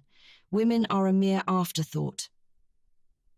You could never be an afterthought, he said lowly, and suddenly she knew this was dangerous. She should not be here in his bedroom. She should not be speaking to him like this, dressed in a nightgown and a wrapper. She was losing her mind. She regained herself and shook her head, taking a step from him. Miss Lyons seemed flustered when I asked her why she didn't approach you, and the conversation ended. She mentioned discretion again. Discretion. Kit said the word slowly. I'm usually very discreet where my mistresses are concerned. No doubt, Amelia said, and she couldn't care less. And I'm certain that most men who travel to the country with their mistress would absolutely not invite their wife or possible intended along, he said, a smile on his face. Yes, Amelia cocked her head. That would get so messy, wouldn't it? Jumping from bed to bed. The humour left his face and his eyes were on her again. It would be. That's why I would only invite you. So I wouldn't have to leave our bed. Amelia gasped, and her eyes widened at his words. What? Kit responded in false surprise. You started it, Miss Westcott. Amelia fought the urge to call him a vulgar name and stemmed her irritation. Will you speak to her? I will. Miss Lyons should know the truth, he admitted. Thank you. And I would like to give you some advice. I require no advice from you, she spoke bluntly. Nevertheless, I shall give you some. You seem intent on living life as a woman who wants to make her way in the world. However, you fight the societal rules that are put upon us, and then are angry when they come back to bite you. He shook his head. You can't have it both ways. Are you referring to... The cottage was innocent enough. We both were caught in the rain, easily explained. He wiped it away. This is not, he said, pointing a finger at the ground. I needed to talk to you, she began to explain. Would any other man think that? He shook his head, his eyes tracing the lines of her face. No, any other man would assume you had come into his room to be made love to. I didn't, she said breathlessly. I know that. I know well your thoughts of me. And yours of me, she reminded him. Remember, I was the woman not good enough for your friend. Kit paused. That seems like a long time ago. Amelia felt a moment of sadness. Not so long ago. A muscle in his jaw clenched and unclenched. He seemed to be holding himself in check and looked irritated. No, angry. I should go, she said, stepping away from him. You should, he agreed. Because she had so often been at odds with Kit, she often overlooked his masculine beauty and his self-assured attitude that came across as conceited. But here in his room, in the dark, standing before him in her gown and wrapper, she realized how vulnerable she was. She hadn't realized until now how unwise it had been to come to him, and she felt stupid. He was right. She must be careful and not be seen to flout societal norms. Without another word, she left the room. Kit didn't sleep for a long time afterwards. The rain was still coming down, and while it was soothing, he couldn't sleep. His thoughts drifted to Amelia again and again. Your fiancé thinks we're lovers. If only that were the truth. He sighed. Except a night spent in my arms. And so she had.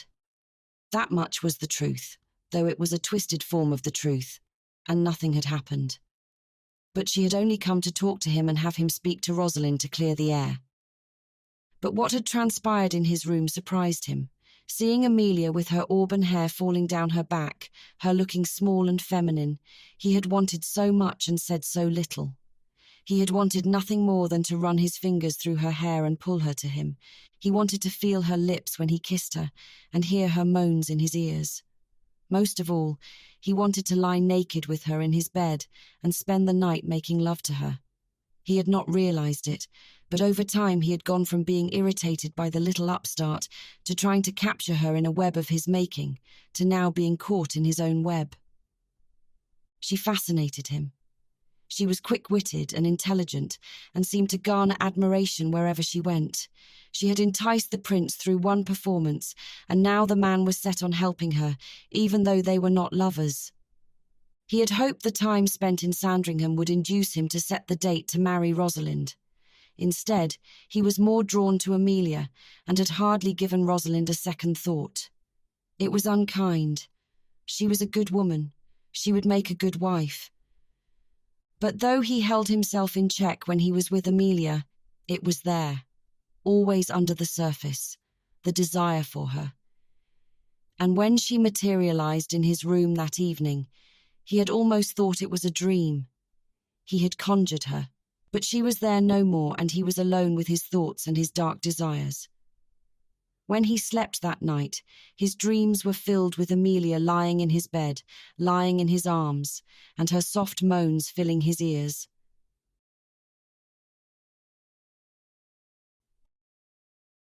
Chapter 10.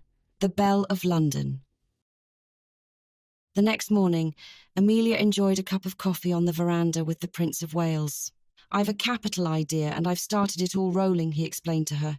"You've been a grand success at the Lambeth and in London. Now I want to finance a Paris premiere." "Paris?" Amelia exclaimed. "I've never been." "Never been to Paris?" The prince laughed as he lit his cigar. "That's unheard of." "It's true, Your Royal Highness, I've never been," she admitted. She took a sip of her coffee and looked out over the green lawns under the grey, overcast sky. "Blast this weather," the prince cursed, but then cast a glance at Amelia. "As the patron of the arts, I want to finance your young writer's latest project and take it to Paris. It will ensure that more people see you and know of you." He flicked the ashes from his cigar. "You are most kind, Your Royal Highness," Amelia said with sincerity. "Nonsense. What is money and position if not to help others?" he said offhandedly. "I have found the theatre I want to use, the Théâtre des Variétés." She repeated the name of the theatre, which sounded foreign and strange on her tongue. "I've also chosen an administrator to run the project whilst in France, as I certainly cannot." He pointed. "You are generous as well as kind," she said quietly. "You are pleased, my dear." He blew out a puff of smoke from his cigar. "How could I be anything but?" She nodded in the coolness of the morning. "Excellent. I'll have the arrangements made, and I expect in another month or so you'll be in Paris on stage, enchanting them as you do here in London," he said charmingly. Amelia nodded. "The Belle of London." He kissed her hand from across the table. Amelia strolled about the grounds, thinking about what the prince had just told her. He would finance a 16-night French premiere in Paris with the new libretto Albany was working on. His administrator would handle all the arrangements, and he was intent to see Amelia's star rise all the higher. She was excited for the opportunity to travel to Paris. She had never been, and it evoked a sense of cosmopolitan grandeur in a city known for art and music. The prince was very generous, and she was grateful for his patronage. She turned a corner along the path when she saw Kit coming her way. He would be another reason that she would be pleased to leave London. She suddenly saw him as he had been the night before in his room, with his hair lightly ruffled, looking boyish and handsome. "Miss Westcott," he said, looking collected in striped trousers, a brown jacket, and a waistcoat. "Mr. Beaumont," she said softly. His gaze moved along her body, and he said lowly, "I hope you slept well." "I did. And you?" she asked. A small smile came onto his face. "I might have done had not an auburn-haired temptress come into my room and then proceed to invade my dreams." "What an absolutely ridiculous," Amelia began to say, before she noticed Miss Lyon coming along the path to join them. "Miss Westcott," she greeted her coolly and then laced her arm with Kit's. "A lovely morning, isn't it?" Rosalind moved close to Kit, marking her territory. She was welcome to the man. Amelia didn't want to make small talk, and at the first possible moment, she made an excuse and then left the couple behind. She didn't want to spend any more time with the conniving Rosalind and the arrogant Kit. She had so much to do. She must return to London and speak to Albany about the new libretto. Soon, she would be on her way to Paris. The thought of it thrilled her. Albany was ecstatic with the news and unveiled his new libretto to her. It was a romantic triangle between Queen Elizabeth I, Robert Dudley, and Lettice Knollys. Robert Dudley had been a favourite of the Queen, and Lettice was the Queen's cousin who eventually married Robert. The libretto was titled The Queen's Lover, and though the Queen would have been older during this period of her life, the stage allowed such flexibility for Amelia to play the part. He sat before the piano and played her several of the songs which pleased her. She was certain it would be another success. The other parts had been cast, and she was ready to travel once the final arrangements had been made. The journey to Paris would be a day's journey, with a possible overnight stop in France depending on the train. She made a mental note of the new dresses she would require and wanted to make sure the frocks were in the latest cut and style. The French could be very snobby when it came to fashion, and she wanted to look her best. A month had passed since her time spent at Sandringham. Amelia leaned out of the balcony of her hotel room at Le Meurice, which overlooked the Jardin des Tuileries, and beyond that the Seine. Her journey had been uneventful on the train in England, and the one in France pleasant, and the short boat ride in the English Channel had been choppy but manageable. She had checked into her hotel room and was already impressed with its beauty. It opened in 1835 and was named after the original owner. The hotel was created to appeal to the British staying in Paris, which was why it had been chosen. The hotel made certain that travellers could sit and talk, have specialty laundry soap, English-speaking staff, and currency exchange, among other amenities. The hotel advertised, "For an English traveller, no hotel in Paris offers more benefits than Le Meurice." Le Meurice welcomed the high society of the time, who appreciated the quality of service and the refinement of the rooms and lounges, as well as the exceptional location of the hotel in the heart of Paris. Queen Victoria had stayed at the hotel in 1855 on her official state visit to Paris, and by 1867 the hotel offered large and small apartments or single bedrooms, and it featured a reading room and a smoking room. Amelia glanced at the mantel clock and knew she must get ready. She was meeting the King's administrator and the general manager of the theatre for dinner. She knew very little about either gentleman, only that Lord Hatton was a trusted friend to the Prince, and Jean-Michel Morin was the general manager. Amelia wore a dress made from Duchess silk satin in a pale pink colour with a scooped neckline. She added white elbow-length gloves, pinned her hair up, and wore a single strand of pearls that had been her mother's. She felt very gay and eager to meet the two gentlemen, who she would be in much contact with while she was in France. After coming down the stairway, she entered the dining room, which was decorated in gold and cream, with mirrors adorning several walls. The maitre d' directed her to a table where two gentlemen were waiting for her. Her step faltered for a second when she saw who was waiting for her, but she quickly checked herself. Kit was the first to stand, and he smiled lightly. "Miss Westcott, allow me to introduce you to Jean-Michel Morin. Monsieur Morin, Miss Westcott." Jean-Michel stood as well, took Amelia's hand in his and kissed the back of it. "You are most welcome to Paris, mademoiselle." His voice held a French accent. Amelia smiled at the gallantry of his welcome and sat across from the men, eyeing Kit intensely. He seemed to understand her silence. "I am a representative here on behalf of the Prince of Wales, Lord Hatton, at your service," he said, bowing his head slightly in her direction.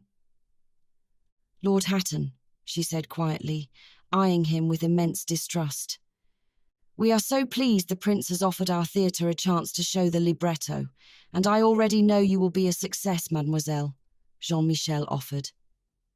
Amelia nodded kindly to the gentleman, who was charming and attractive. His brown hair was flecked with grey, and his light eyes were upon her. He had a small moustache that was becoming. "How do you know this?" she wondered. "Well, mademoiselle, I have only to look at your beauty to know you will enchant Paris as you have done already with me," he said smoothly. Amelia laughed and her voice trickled out. "You will live up to your reputation as a Frenchman, it seems." "Reputation?" he asked slyly. "To charm women as easily as you breathe," Amelia supplied. "It is so very easy with you, mademoiselle, I can assure you." His eyes met hers. Kit cleared his throat and looked across the table at Amelia. His eyes were cold and remote. Mademoiselle Westcott garners admiration wherever she goes. She is quite the favourite in London just now, he told Jean-Michel. I have heard. The Frenchman nodded. I read the reviews of the tenant. It seems you are well loved in your city. For the time being, Amelia agreed, but the public can be fickle. I must not rest on my laurels. I think you will be as well received here. Parisians are disconcerting, but they will find no fault with you. His eyes were upon her. She smiled and then looked away. They enjoyed an excellent dinner of salmon en papillote with white wine and coffee. She declined dessert, and when they parted ways in the foyer, she moved upstairs to her room. She was halfway down the hall when she realized Kit was following her. Opening her door, she turned to face him. Yes, she asked, irritated at him. May I come in to speak with you? He said briskly. She entered first and held the door open for him. He followed, closing the door behind him. I suppose you knew all along that you were the prince's administrator, she accused. Yes, and didn't tell me. He asked me. I could hardly refuse, he said simply. It doesn't interest me in the least. You have a job, I have a job. I would prefer it was someone else, I won't lie to you. But there we are, she said, moving to turn on the gas lights. Someone like Jean-Michel? He asked softly. Jean-Michel? She frowned. What has he to do with this? He said nothing at first and then took a step towards her. Flirting will be misunderstood here. The French are very lax with such things. Such things? Amelia shook her head. So now you dictate who I may be friendly towards. You've not been to France before. You don't know their ways, he said intently. Friendly is fine, but the men might see it as something more. Amelia opened the balcony doors and peered out at the street. Jean-Michel is certainly good-looking. Kit met her eyes but said nothing. Is it so wrong of me to be friendly to the theatre manager? She said suddenly. Not wrong. It could be misconstrued. Then I'm sure this is where I would say thank you for your unwanted advice again and good evening, Lord Hatton. She emphasised the last two words. Kit seemed to hold himself in check. The prince asked me to attend to this matter, and you know I have no say in this, but why do you push me like this? Do you enjoy it? It is a game. Push you?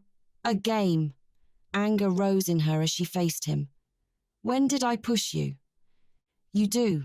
He gazed at her. You flirt with that dandy all during dinner. I was being nice to the theatre manager, she claimed. Nice? His voice was low. It seems you need practice in what is nice and what is flirtation. Practice? She scoffed, narrowing her eyes. From you? Yes, practice, he said lowly. If I tell you that shade of pink you are wearing is attractive and complements your colour, that is being nice. Amelia swallowed, feeling something between them had changed. If I tell you that dress would look much better in a crumpled heap at your feet, that would be flirting. I think that's a bit more than flirting, sir. Amelia's cheeks grew warm. If I tell you that your lips are the colour of red rosebuds and I ache to taste them, he said gruffly, that is flirting. He took another step towards her, and his finger drew along her lips.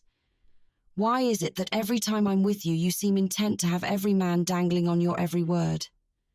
He frowned. Why does every man seem to want you? You give me more credit than I deserve, she argued. You merely tease and tempt. You merely drive them insane. You merely haunt their dreams, he said, pulling her into his arms. My dreams. I don't, she said softly. You do. Why, Amelia? Do you tempt them to anger me? Do you do it to see what might happen? You want me to lose control. You won't like it if I do, he said suddenly. I promise you. I don't do it for any of those reasons, least of all to anger you. You aren't even in my thoughts, she told him. That's right. He nodded, staring at her lips. You want nothing from me. Nothing then, nothing now. He said the last word just before he leaned down to kiss her. The kiss was simple and sweet. He touched her lips, holding her tightly in his arms, but she refused to hold him. She left her arms at her side. But then the kiss changed, and he tentatively touched his tongue to hers. She felt herself grow warm and moaned lightly in his mouth. He jerked back. "Amelia." He whispered her name. He wanted to hold her tightly and feel her breath in his ear. He wanted the pink silk dress in a pool at her feet and the bedsheets tangled about them. He wanted so much in that moment that he knew the control that he was so proud of was slipping from his grip. He took a step away from her. He wanted to say so much, but nothing came to mind. He nodded in her direction. "Welcome to Paris." Amelia almost laughed at his words, but he was gone. He was an ass. The more time she spent in his presence, the more she detested him. And now he was Lord Hatton? Was it a joke? No, she realised with a start. His father must have died. She remembered Patrick saying he was not in the best of health. Well, Lord Hatton had taken it upon himself to come to her room uninvited and kiss her. The man had such nerve. He was so used to having his way and pushing in where he wasn't wanted. "If I tell you that your lips are the colour of red rosebuds and I ache to taste them." She shuddered, thinking of his hot words. "Why does every man seem to want you? You merely tease and tempt. You merely drive them insane. You merely haunt their dreams. My dreams." As if any of the things he said were true. Did she collect men as one might collect butterflies in a case? Absurd. Her heart beat as she remembered his lips on hers and his arms holding her tightly. The gall, the absolute gall of Kit Beaumont, Lord Hatton. She had come to Paris to make a name for herself, and she would. She would enjoy the sights and make the libretto a success, and her name would be splashed across the papers for all the right reasons. She began to take out the pins from her hair. Damn him, damn her. Kit slammed the door to his room. What right did she have to flirt with that French dandy in front of him all through dinner, laughing at the Frenchman's jokes, purring at him, and then turning cold to Kit? He had thought to have it out with her in the room, so he had followed her, and then everything seemed to shift. As she stood under the soft gaslights in that pink silk dress, he wanted to feel her in his arms. He wanted to taste her. He wanted her. But where did that leave him now? Awkward. They must get through the libretto, and then they would return home. He would make sure everything went off without a hitch, and that would be that. He must do his duty and keep the ember-haired temptress at arm's length. The next morning, Amelia made her way to the theatre, dressed in a simple light blue woolen frock.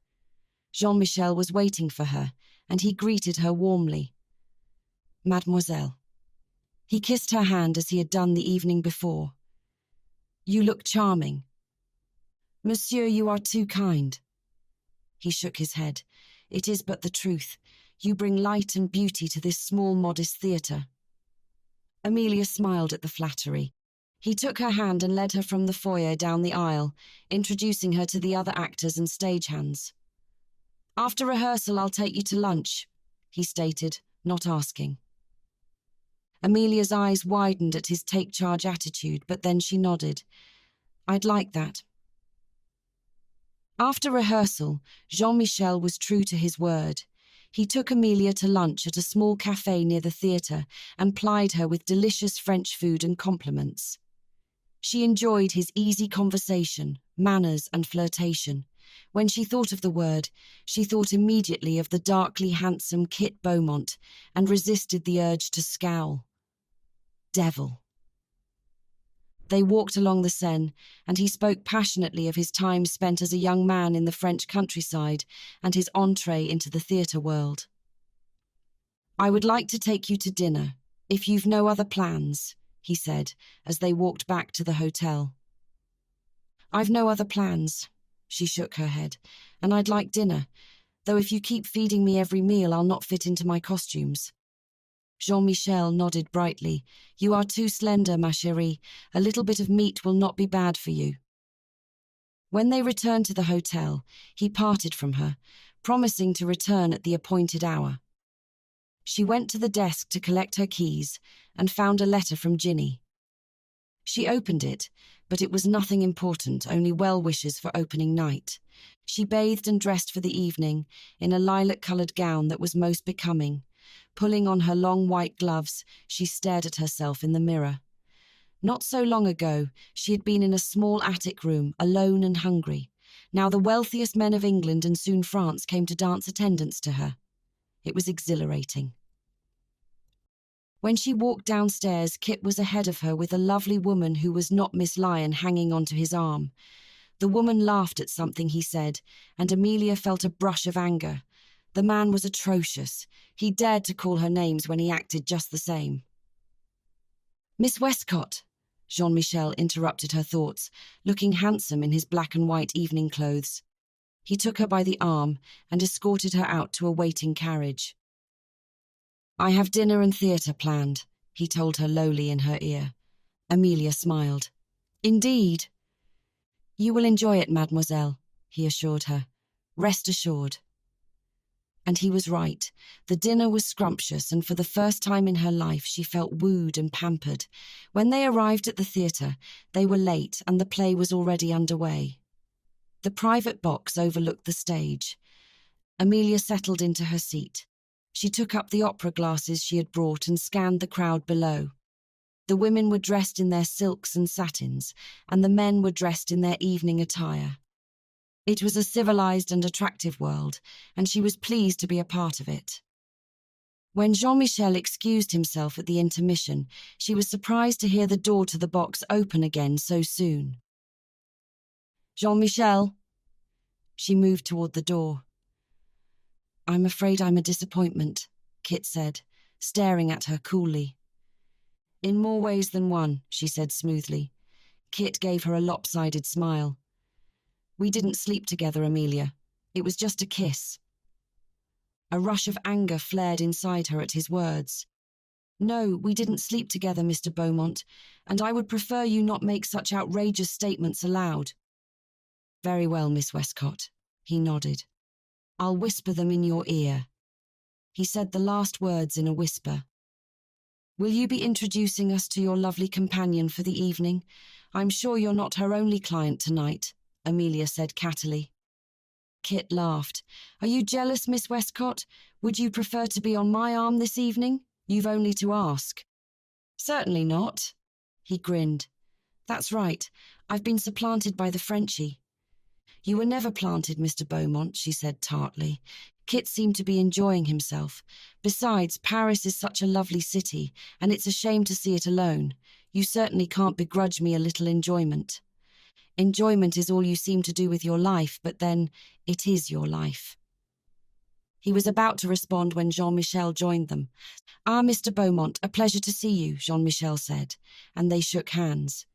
"You are here as well, enjoying the theatre." "The performance," Kit's gaze slyly rested on Amelia, "is always enjoyable." When Kit left, Amelia tried to enjoy the performance, but his words had irritated her. "We didn't sleep together, Amelia. It was just a kiss." Why did he always make her feel strange and warm? He was handsome and could be charming, but they seemed to be like oil and water. She was not immune to the fact that her beauty affected some men, but Kit viewed her as bed sport and nothing more. It was intolerable. She took up her opera glasses and looked across Kit's box where he and his companion sat. She was a pretty woman, small in stature, engaged in the play. When Amelia spotted Kit watching her, she dropped her glasses into her lap. Jean-Michel leaned over to her. "Would you like to leave, mademoiselle? My apartment is nearby," he said lowly. Amelia blushed at his words. "I cannot." He nodded. "You English, so reserved, but I understand. I can be patient." "Sir," Amelia said sharply, "we are here to see the play, that is all." "For now," said the Frenchman, a small smile on his face. Chapter 11. The Belle of London. Kit watched Jean-Michel lean into Amelia. Whatever words he spoke caused her to blush. He clenched his jaw. The French were known to be cool and aloof lovers, and the man had set his sights on Amelia. It was not hard to see why. The woman could get under a man's skin until he couldn't think straight. Kit could have refused Bertie's offer. He could have said he was needed at home. Why hadn't he? He knew why. He wanted to be close to Amelia. He wanted to watch her and be near her. When he turned his eyes back to Amelia's box, they were gone. His heart thumped inside his chest. Would she dare spend the night with him? He said a few words to his companion and then moved quickly downstairs. There were few carriages about, but he was able to catch one and take it back to the hotel. He took the stairs from the foyer to the second floor and down the long hallway. He didn't know what he was thinking. Should he knock on her door? What excuse could he give to be there? And if she wasn't there, what then? Would he go to the man's apartment? He knew the address from Bertie, but madness. She could do as she wished. She was tied to no one. For the first time, such a woman being free with choices made him feel uneasy. He had no valid reason to visit her or the frog. He paced the long hallway several times, passing by her door. What could he even say or do? He clenched his jaw and took a breath. He was about to turn back when he saw her coming down the hallway with her evening stole wrapped about her. She saw him and frowned as she drew closer. "You left the theatre early?" "You as well." "We took a walk along the Seine. It was so lovely," she told him. "No doubt," he responded, heavy with sarcasm, but he realized he was filled with relief. He walked back to his room and opened the door. Amelia came to stand before him. "What does that mean?" Kit pressed her inside, as they were both standing in the doorway and could be seen and heard by anyone in the hallway. "It means what it means. No doubt it was a lovely walk." Amelia looked at him coldly. "Why don't you return to England? Tell the prince you have business to attend to. You could easily do so. You could be replaced. Why stay?" "Perhaps you need to be kept an eye on," he told her softly in the dark. Though the window curtains were drawn, there was no light in the room. "Perhaps you need to mind your own business," she said, facing him. "You are my business," he stated firmly. Amelia gave a short laugh. "Am I indeed?" "It would seem you delight in having men at your feet. First the prince, now the frog. But though you like to appear worldly, I suspect you are anything but." His eyes were dark on her. She bristled at his words. "You don't need to worry about me. I'm quite capable of taking care of myself." "I think you are supremely capable of taking care of yourself," he agreed. "More so than any other women I've met." "And yet?" She knew something else was coming. "And yet you seem intent on becoming the lover of a man you barely know. Is that wise?" he said coldly. "Why do you always seem intent to push yourself into my business, especially where it concerns other men? First Patrick, then the prince, and now Jean-Michel."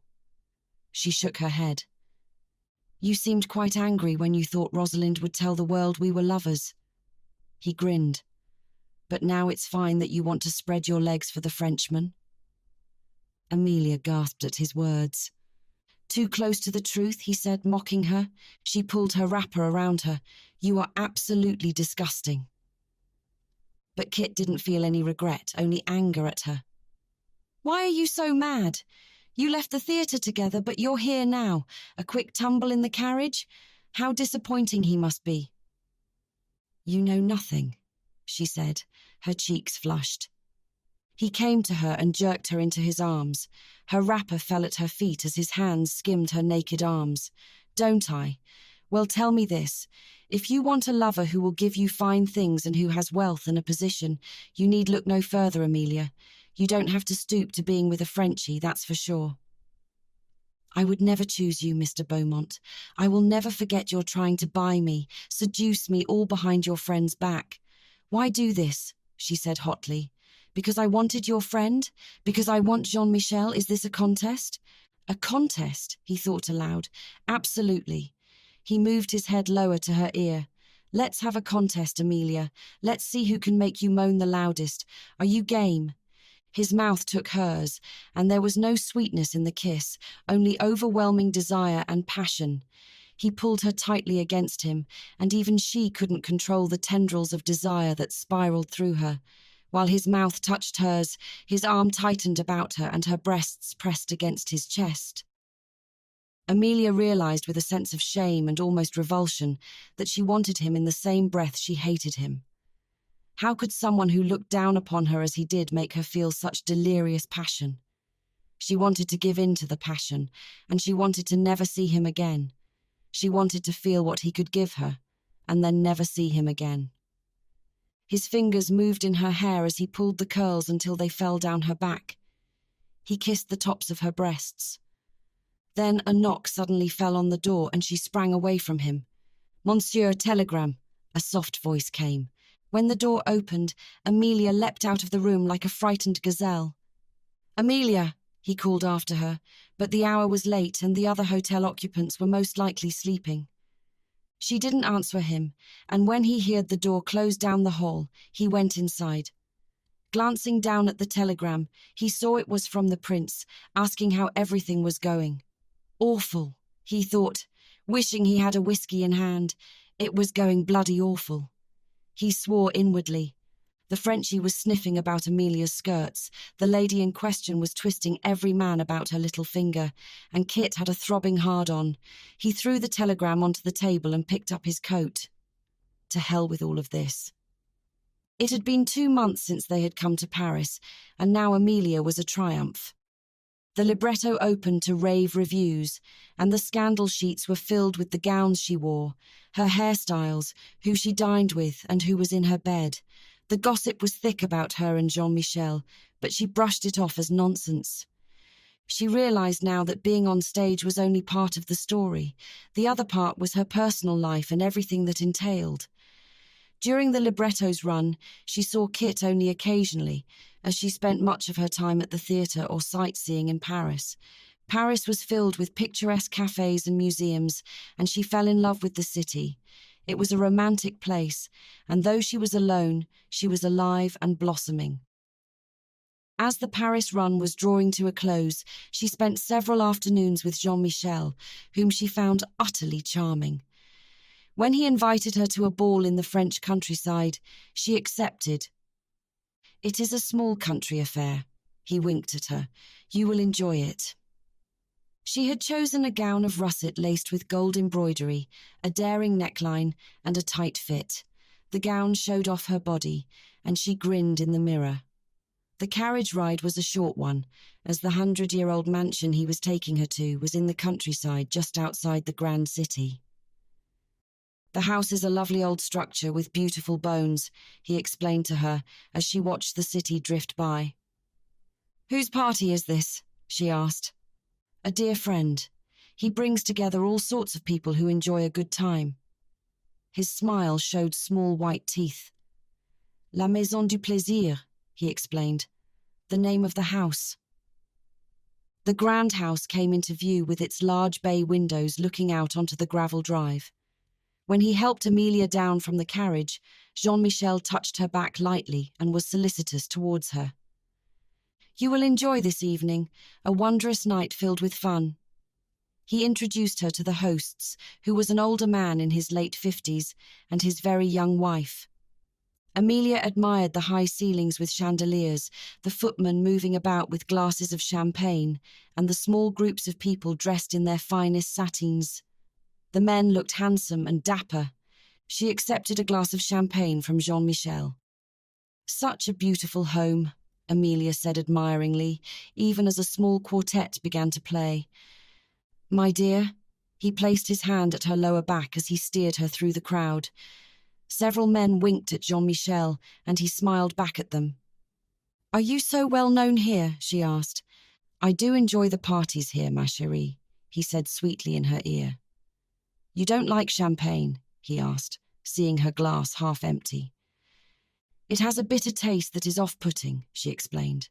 He immediately took the glass to get her a fresh one. Alone in the ballroom, Amelia saw a woman pass her, wearing a deep crimson gown with the tops of her nipples showing. It was clearly not a mistake, as the nipples were darkened with rouge. She frowned, feeling uncomfortable and uneasy at the vulgar display, and turned away from her.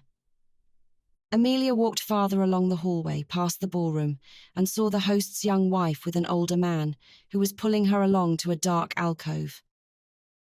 "Pull up your skirts, it will be over in a minute," the man told her, My husband might, and the man chuckled. He won't care, he's with that busty blonde right now. Amelia turned from the couple, feeling more uncomfortable in the surroundings. When she came back to the ballroom, Jean-Michel was holding 2 glasses and looking for her. One for the lady, one for... He looked her over. Are you unwell? You look flushed. Amelia shook her head. Was she making too much of this? No, it's just I saw a couple. She didn't continue. A couple? He took a sip of the champagne. In the dark? Amelia nodded.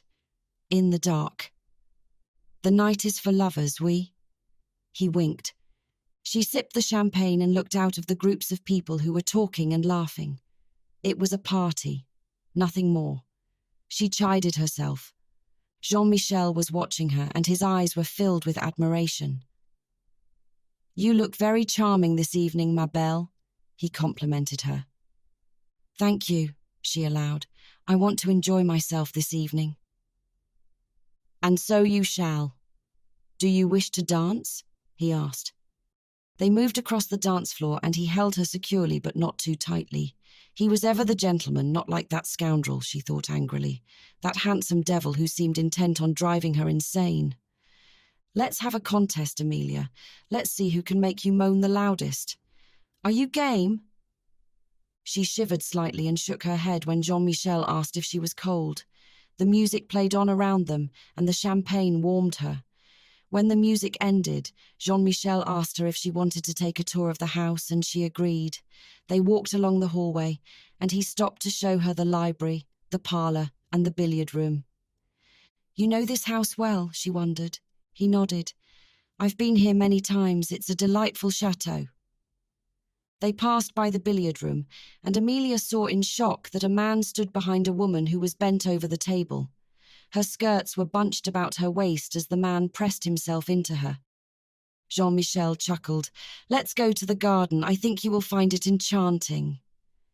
Amelia shook her head. I don't think so. Come along, he said, his hand firm upon her waist, and it moved even lower down her bottom. Jean-Michel, she said firmly, stopping in her tracks. Jean-Michel shook his head. My darling, I only want to show you the gardens. Why are you getting upset? I don't... She felt strange as she looked at him. I don't think this is appropriate. Being here.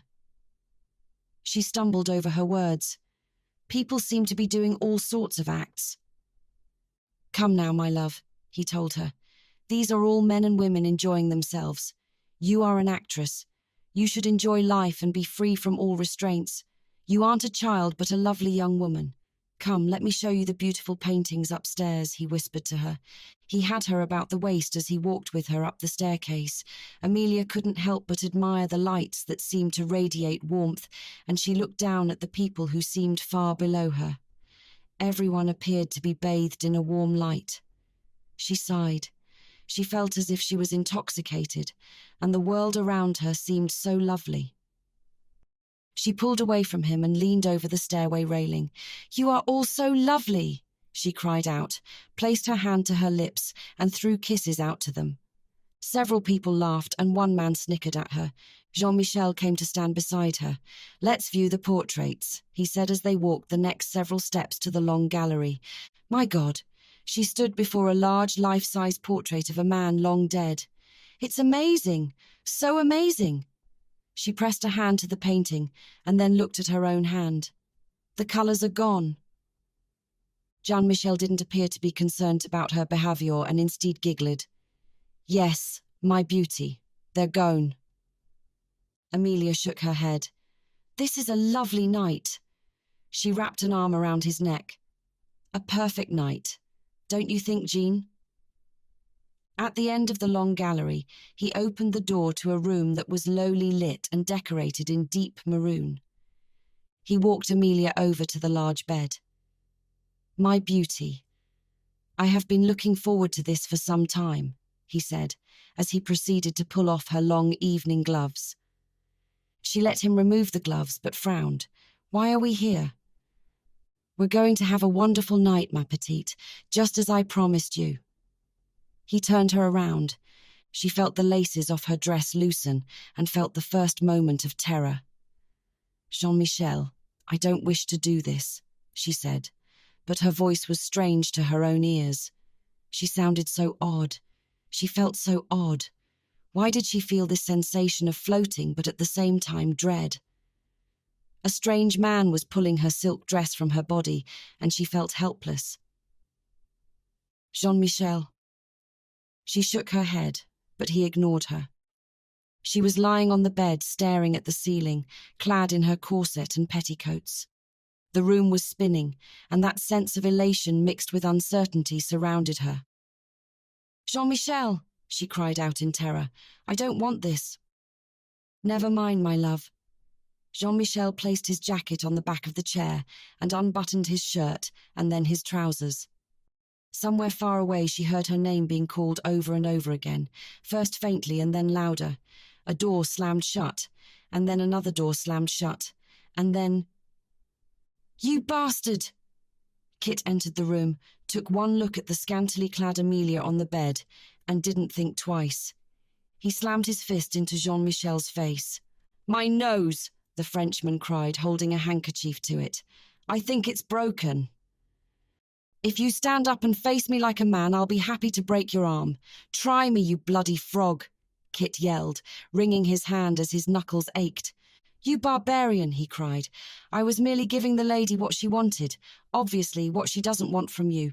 What crime is that?" "She's almost passed out," Kit growled. "And I'm the barbarian?" "Non, she's not passed out." Jean-Michel shook his head.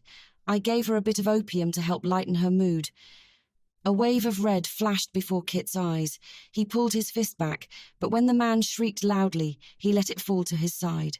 "Resign from the theatre tomorrow morning, or I'll alert the police that you tried to have your way with an unconscious woman." Jean-Michel cowed in front of him, while Kit pulled Amelia into his arms and picked up her dress as well. She was half naked, but it couldn't be helped. He had no time to dress her as he carried her down the stairs and out of the house. Kit rapped twice on the roof. He was not going to make the trip back to Paris in the night, and had seen a small inn where they could stay. The carriage swayed as the horses pranced along, and Amelia was far from asleep. "Kit!" She smiled and, without another word, flung herself at him, wrapping her arms tightly about his neck. "When did you arrive?" A wave of desire spiraled through him as he tried to pull her arms from around his neck. Had she ever used his name before? So intimate. "Amelia, sit back." He could feel her pressing her breasts against his chest, and his throat was so dry. "Kit, I feel so wonderful." She sighed in his ear. "Like I'm floating." Kit closed his eyes. She breathed into his ear. "I'm going to bite you." Kit almost shuddered. "Be still, Amelia." "I am. I'm going to bite you." She giggled like a schoolgirl. "Where should I bite you?" He tried to say something, but the next thing he knew, she had bitten his ear. He felt such an intense rush of desire. He grabbed her arms and pulled her from him. "Amelia," he said roughly. But in the darkness of the carriage, he could see her auburn hair falling down her back and her eyes watching him. The corset barely covered her breasts. This was so dangerous. The carriage slowed to a stop, and he was able to secure a room. Wrapping her in his long coat, he took her upstairs to the room and closed the door behind them. "Where are we?" she asked, completely unaware of the havoc she was wreaking. "We're going to spend the night here," he said lowly, bringing her over to the bed. "Go to sleep." He watched as she walked lazily over to the bed, pulling off her corset and petticoats, kicking off her shoes, and standing before him in an almost sheer white chemise. "We're going to bed?" she asked, and then pulled him by the arm to tumble onto the bed with her. Normally she would be no match for his strength, but she caught him by surprise. She smiled at him in the dark and blinked once and then twice. "You're very handsome." "Very." Her hand strayed to touch his face. Kit said nothing as her fingers traced his cheek. "What about me?" She smiled coquettishly. "You're irresistible," he said hoarsely. "Am I?" She seemed pleased, turning on her side to face him. Again he said nothing.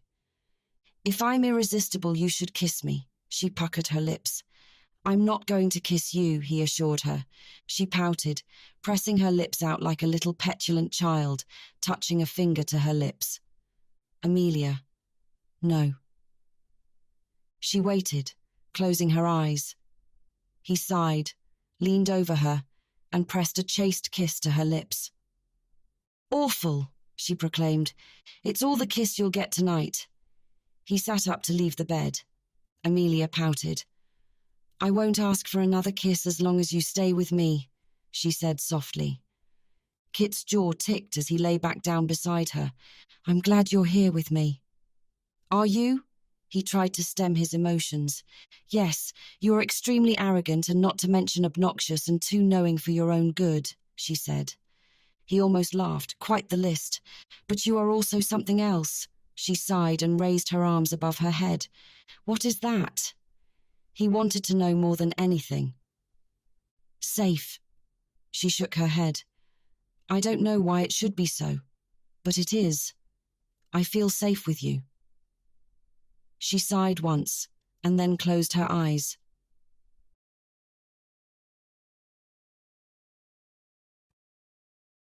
Chapter 12. The Belle of London. Kit almost laughed. The little temptress felt safe with him. He should be flattered. He was a gentleman and honourable, but he didn't feel any of those things right now. Right now, he wanted to strip her body bare and press her underneath him. He wanted to press her legs apart and grate. Now he had given himself a hard-on. Her eyes were closed and her breathing was even. In the night, her pale oval face was soft and peaceful in sleep. Amelia Westcott was many things, but it seemed a good judge of character was not one of them. He had thought Jean-Michel would be another admirer of hers to dangle after her, but then he had heard whisperings about him. The man was a womanizer. Most of the men he knew liked women and chased after them. Then he'd heard other whisperings. Jean-Michel was a member of a small group of people who visited a certain house in the countryside to take their pleasure. Apparently, the men and women switched partners during the weekend, and sometimes the evenings turned into orgies. He was also known to drug his women to achieve his means. It was an underground sex club that had been around for several years. He had been following Amelia whenever she went out with Jean-Michel, and had followed them that night. He had been outside in his carriage, waiting. Growing tired, he had entered the chateau through the servants' entrance. He easily fit in, and though several women eyed him with interest, he was only there for Amelia. When he couldn't find her, he had stormed the second floor and begun calling her name and opening doors. He found several couples engaged in the sex act, but none of the women were her. Finally, he had stumbled upon Amelia on the bed half naked and Jean-Michel about to... Kit saw red. He wanted to pummel him more, but Amelia was more important. He watched Amelia sleeping, and his heart twisted in his breast. She was irresistible. It was the truth. He had been drawn to her even when she had been engaged to his friend. Even when he knew she loathed him, he was drawn to her. It was a slow burn that utterly consumed him. He stood up, walked to the low-burning fire and stoked it. He had given the Frenchman a broken nose, and if it messed up his pretty face, so much the better. But Amelia, she was a problem he couldn't fix. She was a lovely entanglement that he wanted, but it was not to be. He took off his coat and shoes and walked back to the bed. Lying still on the bed, with her hands folded over her chest, she looked perfect. He had never gone to bed with a woman only to lie beside her and never touch her. It was a strange sensation. "I'm going to bite you." Desire pulled through him again as he lay down beside her. She was a strange woman. She had risen from a lowly dance corps to the leading actress on the London stage. The Prince of Wales was an admirer and patron, but if Kit had to guess, he knew her experience with men was limited. Had she gone to bed with Patrick? Maybe, but not many else. Because she was so inexperienced, she didn't know that men could be predatory. They could be evil. He turned on his side to study her, and his fingers moved over her cheek. What a lovely, complicated woman. It was also a new sensation to him. He usually didn't like his women complicated. He liked a pretty face, a pretty figure, a mouth that said yes and not much else. But Amelia was something different. He looked up at the ceiling. He was drowsy. It must be so late. And they would need to be back tomorrow for opening night. Sleep overtook him. Sometime in the night, Kit turned on his side, and Amelia moved into the curve of his body. Holding her felt so right. She was soft and warm, and it only took a moment before he moved his arm about her. He slid a leg between hers and heard her sigh. He wanted her, but he also relished the feeling of lying in the dark room just as they were. He wanted to hold her in his arms. It was a strange feeling. He had been with many women, but none made him feel like this.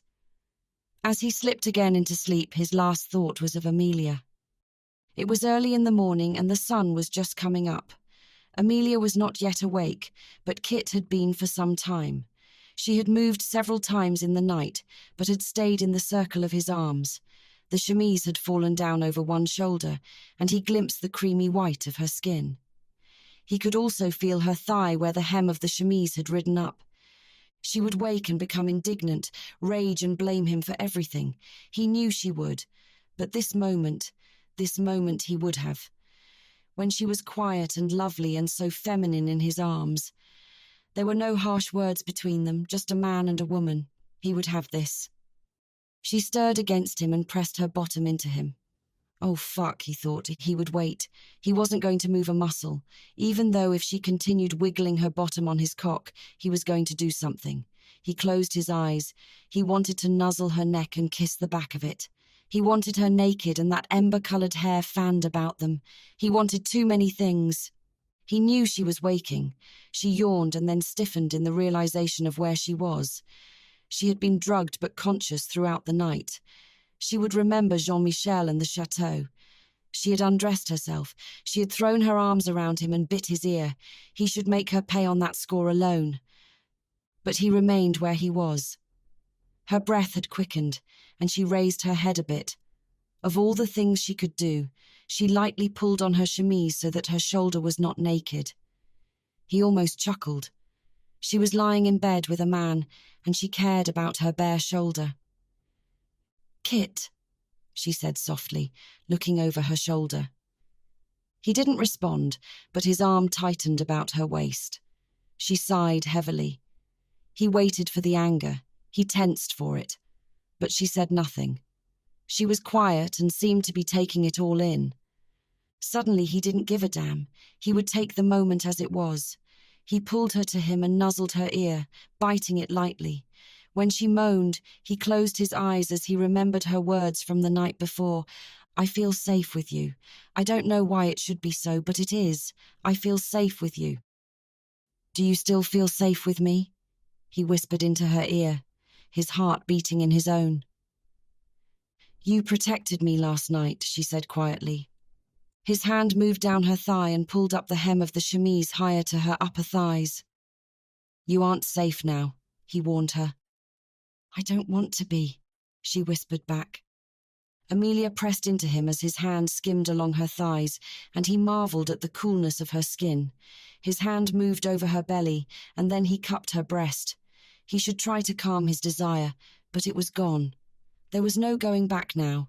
He wanted her as much as when he had first met her with Patrick. Did that make him a bastard? Perhaps. But now she would be his.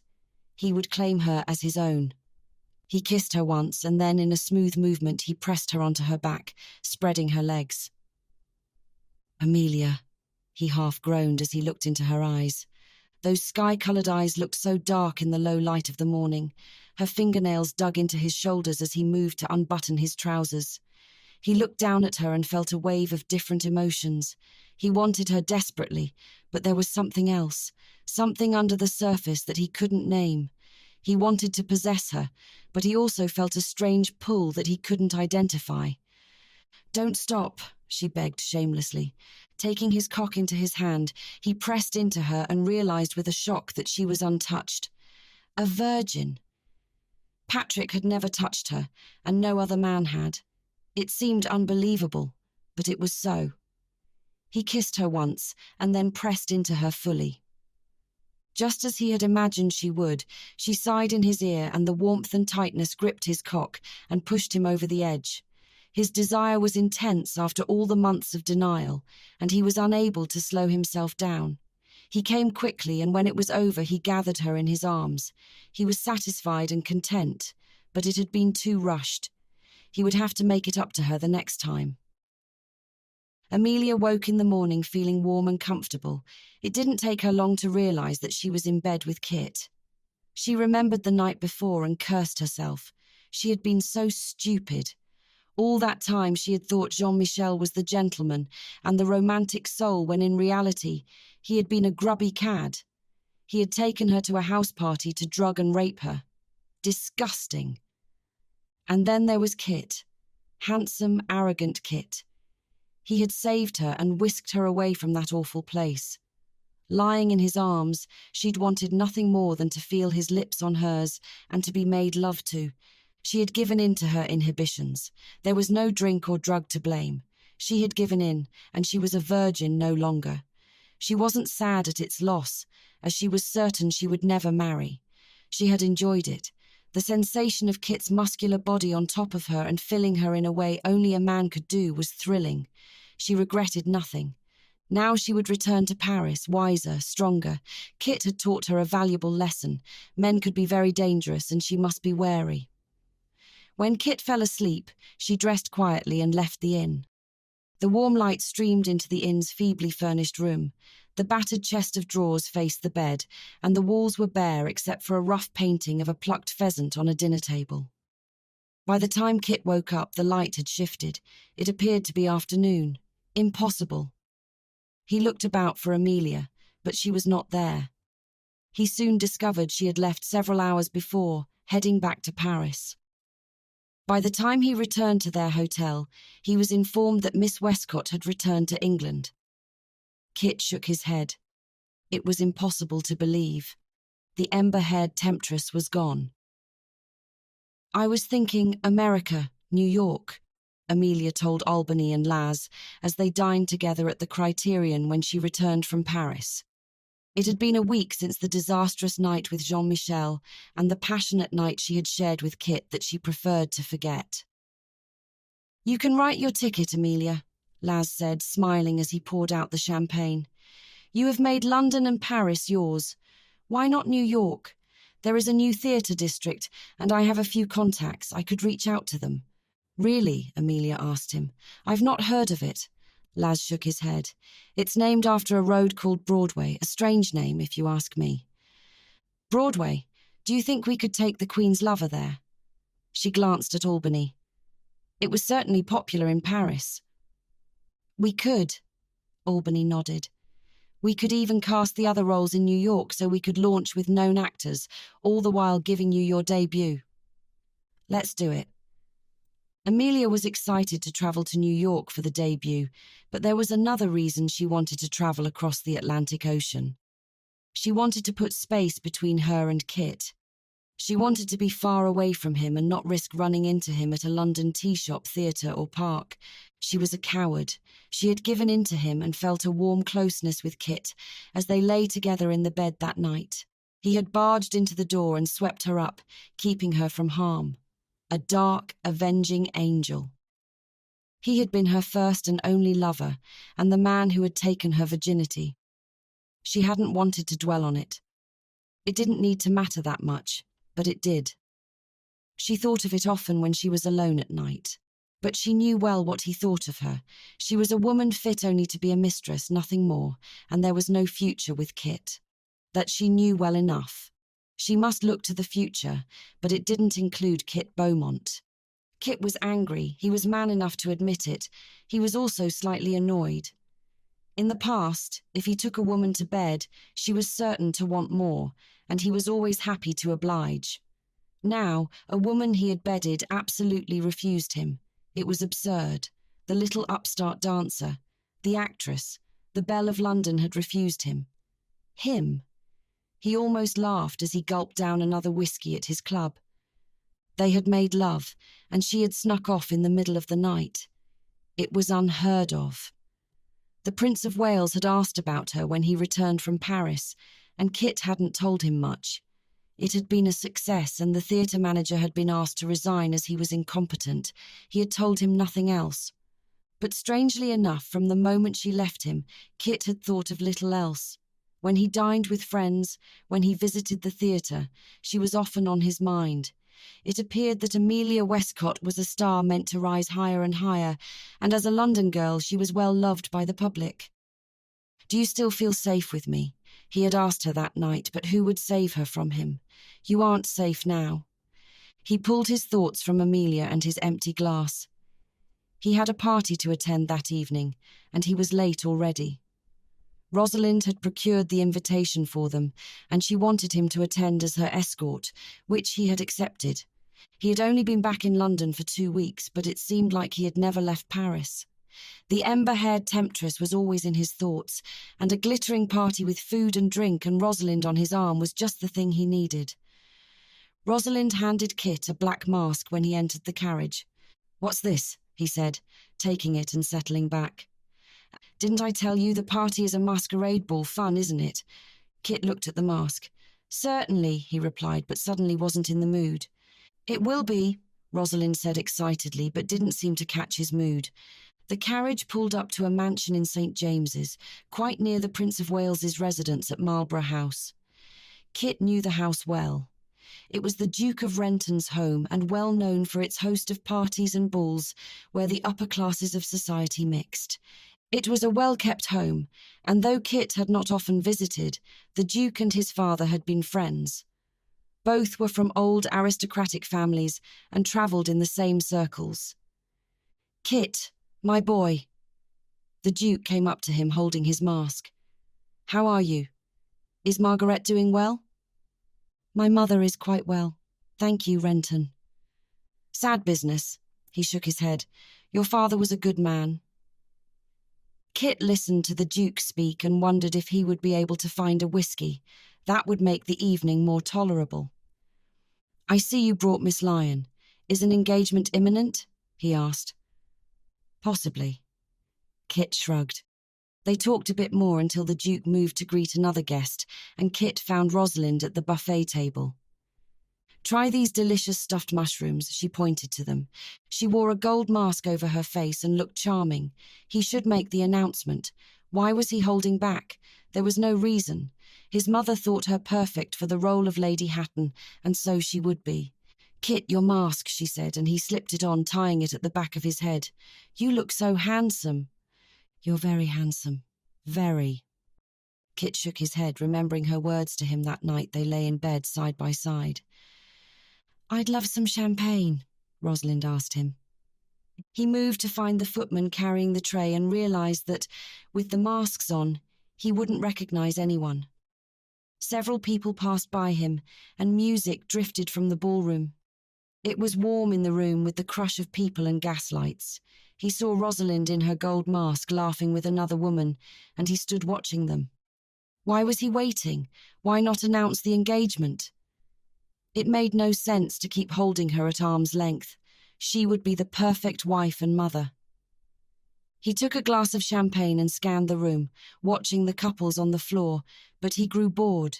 He wondered idly if the host might start a card game. That would at least pass the time. He sipped his champagne thoughtfully and watched another couple before him move to the dance floor. They moved together seamlessly. "If I'm irresistible, you should kiss me. I'm not going to kiss you." The exchange flashed through his brain, and then her puckered lips demanding a kiss. "I feel safe with you." "You aren't safe now." And she hadn't been. He frowned. The little temptress had left him. He had been blissfully asleep, unaware that she was leaving him at that very moment, leaving him wanting so much more. And he had been a fool, keeping his distance, giving her time when he should have gone to see her. And say what? He sighed. He was bored with the party, bored with dancing and drinking, bored with this life. He turned on his heel and moved onto the veranda that overlooked the garden. It was darkly lit but bright enough to see the gravel path that twisted through lemon and orange trees. He welcomed the cool night air. He preferred his solitude over the crush of people inside. He plucked a leaf from a rose bush and then tossed it aside. Sitting down on a bench, he extended his legs out. Looking up into the inky night sky, he admired the stars. How many were there? He would stay all night and count them. "Thinking of me," came the soft voice in his ear. He jerked back, turning his head to stare at the woman standing beside him. She wore a gown of russet, and a white mask was in her hand. Amelia. He thought suddenly of her lying beneath him just as he pressed into her, claiming her virginity.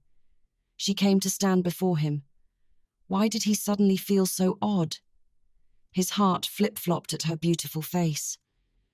"I was looking at the stars," he explained. She took a seat next to him and gazed up at them as well. While she was looking at the stars, he admired the curve of her throat and remembered how she sighed in his ear. "The stars." She nodded. "Dwell on the beauty of life. Watch the stars and see yourself running with them." Marcus Aurelius, he guessed. She turned a brilliant smile to him. "Yes." There was a long stretch of silence between them. "You left suddenly," he said lowly, not needing to explain the context of his words. "Don't tell me you missed me," she asked coyly, "badly." "Did you really?" she said flippantly. "I was certain I would be another notch on your bedpost." Kit shrugged. "You are so glib, but you forget I know the truth." "What truth is that?" She turned to stare at him. "I was your first." Amelia seemed to ponder the words. "You were. I'm grateful." "Grateful?" Kit almost spat out the word. Amelia sighed. "We were never going to be married, Lord Hatton.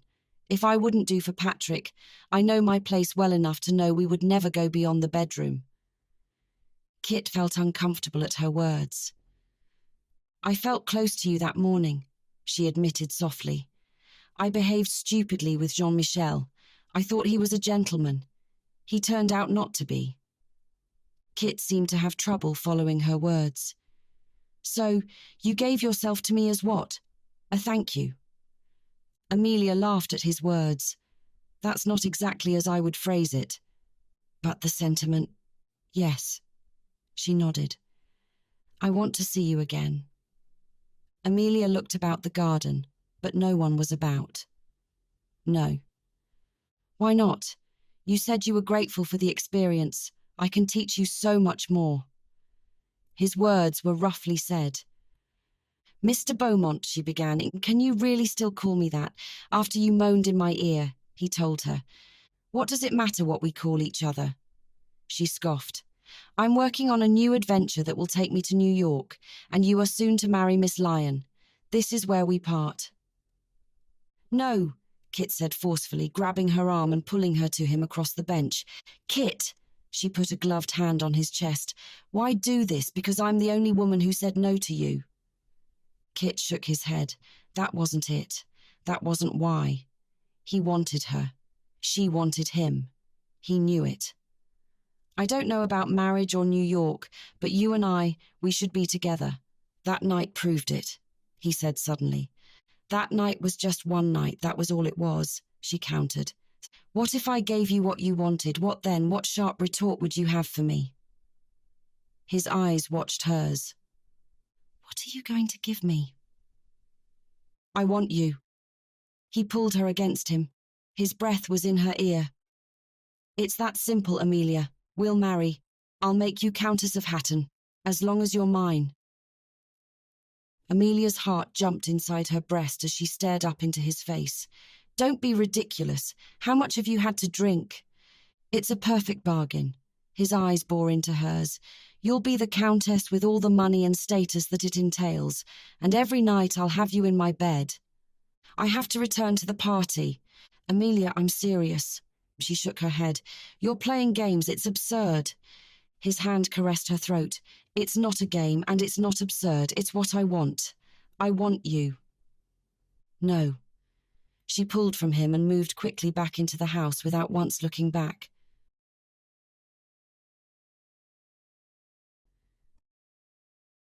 Chapter 13. The Belle of London. The woman watched Amelia move back into the house, and then Kit followed her like a long-lost dog after a bitch in heat. She seethed with anger and remained in her hiding place behind the trees before coming out. So, they were lovers. It had been the truth all along, and now Kit wanted to make the little whore his countess. She almost giggled in the night air. Absolutely not. That would never happen. She would never allow it. Kit would never belong to that cheap actress. Amelia moved through the throng of people, and when she encountered a footman holding the silver tray in his gloved hand, she snatched a champagne glass from it, almost startling him. She gulped half of its contents down before she steadied herself. Marry Kit? It was absurd. He'd had too much to drink. What he meant to say was mistress. Her hand shook as she took another sip from the glass. Why did she feel so warm at the thought of being Kit's wife? Why did it feel safe and secure to be his? In his arms, by his side, in his bed. She shook her head. Where had Laz disappeared to? She wanted to leave. This was ludicrous, and she wouldn't be pulled into another one of his games.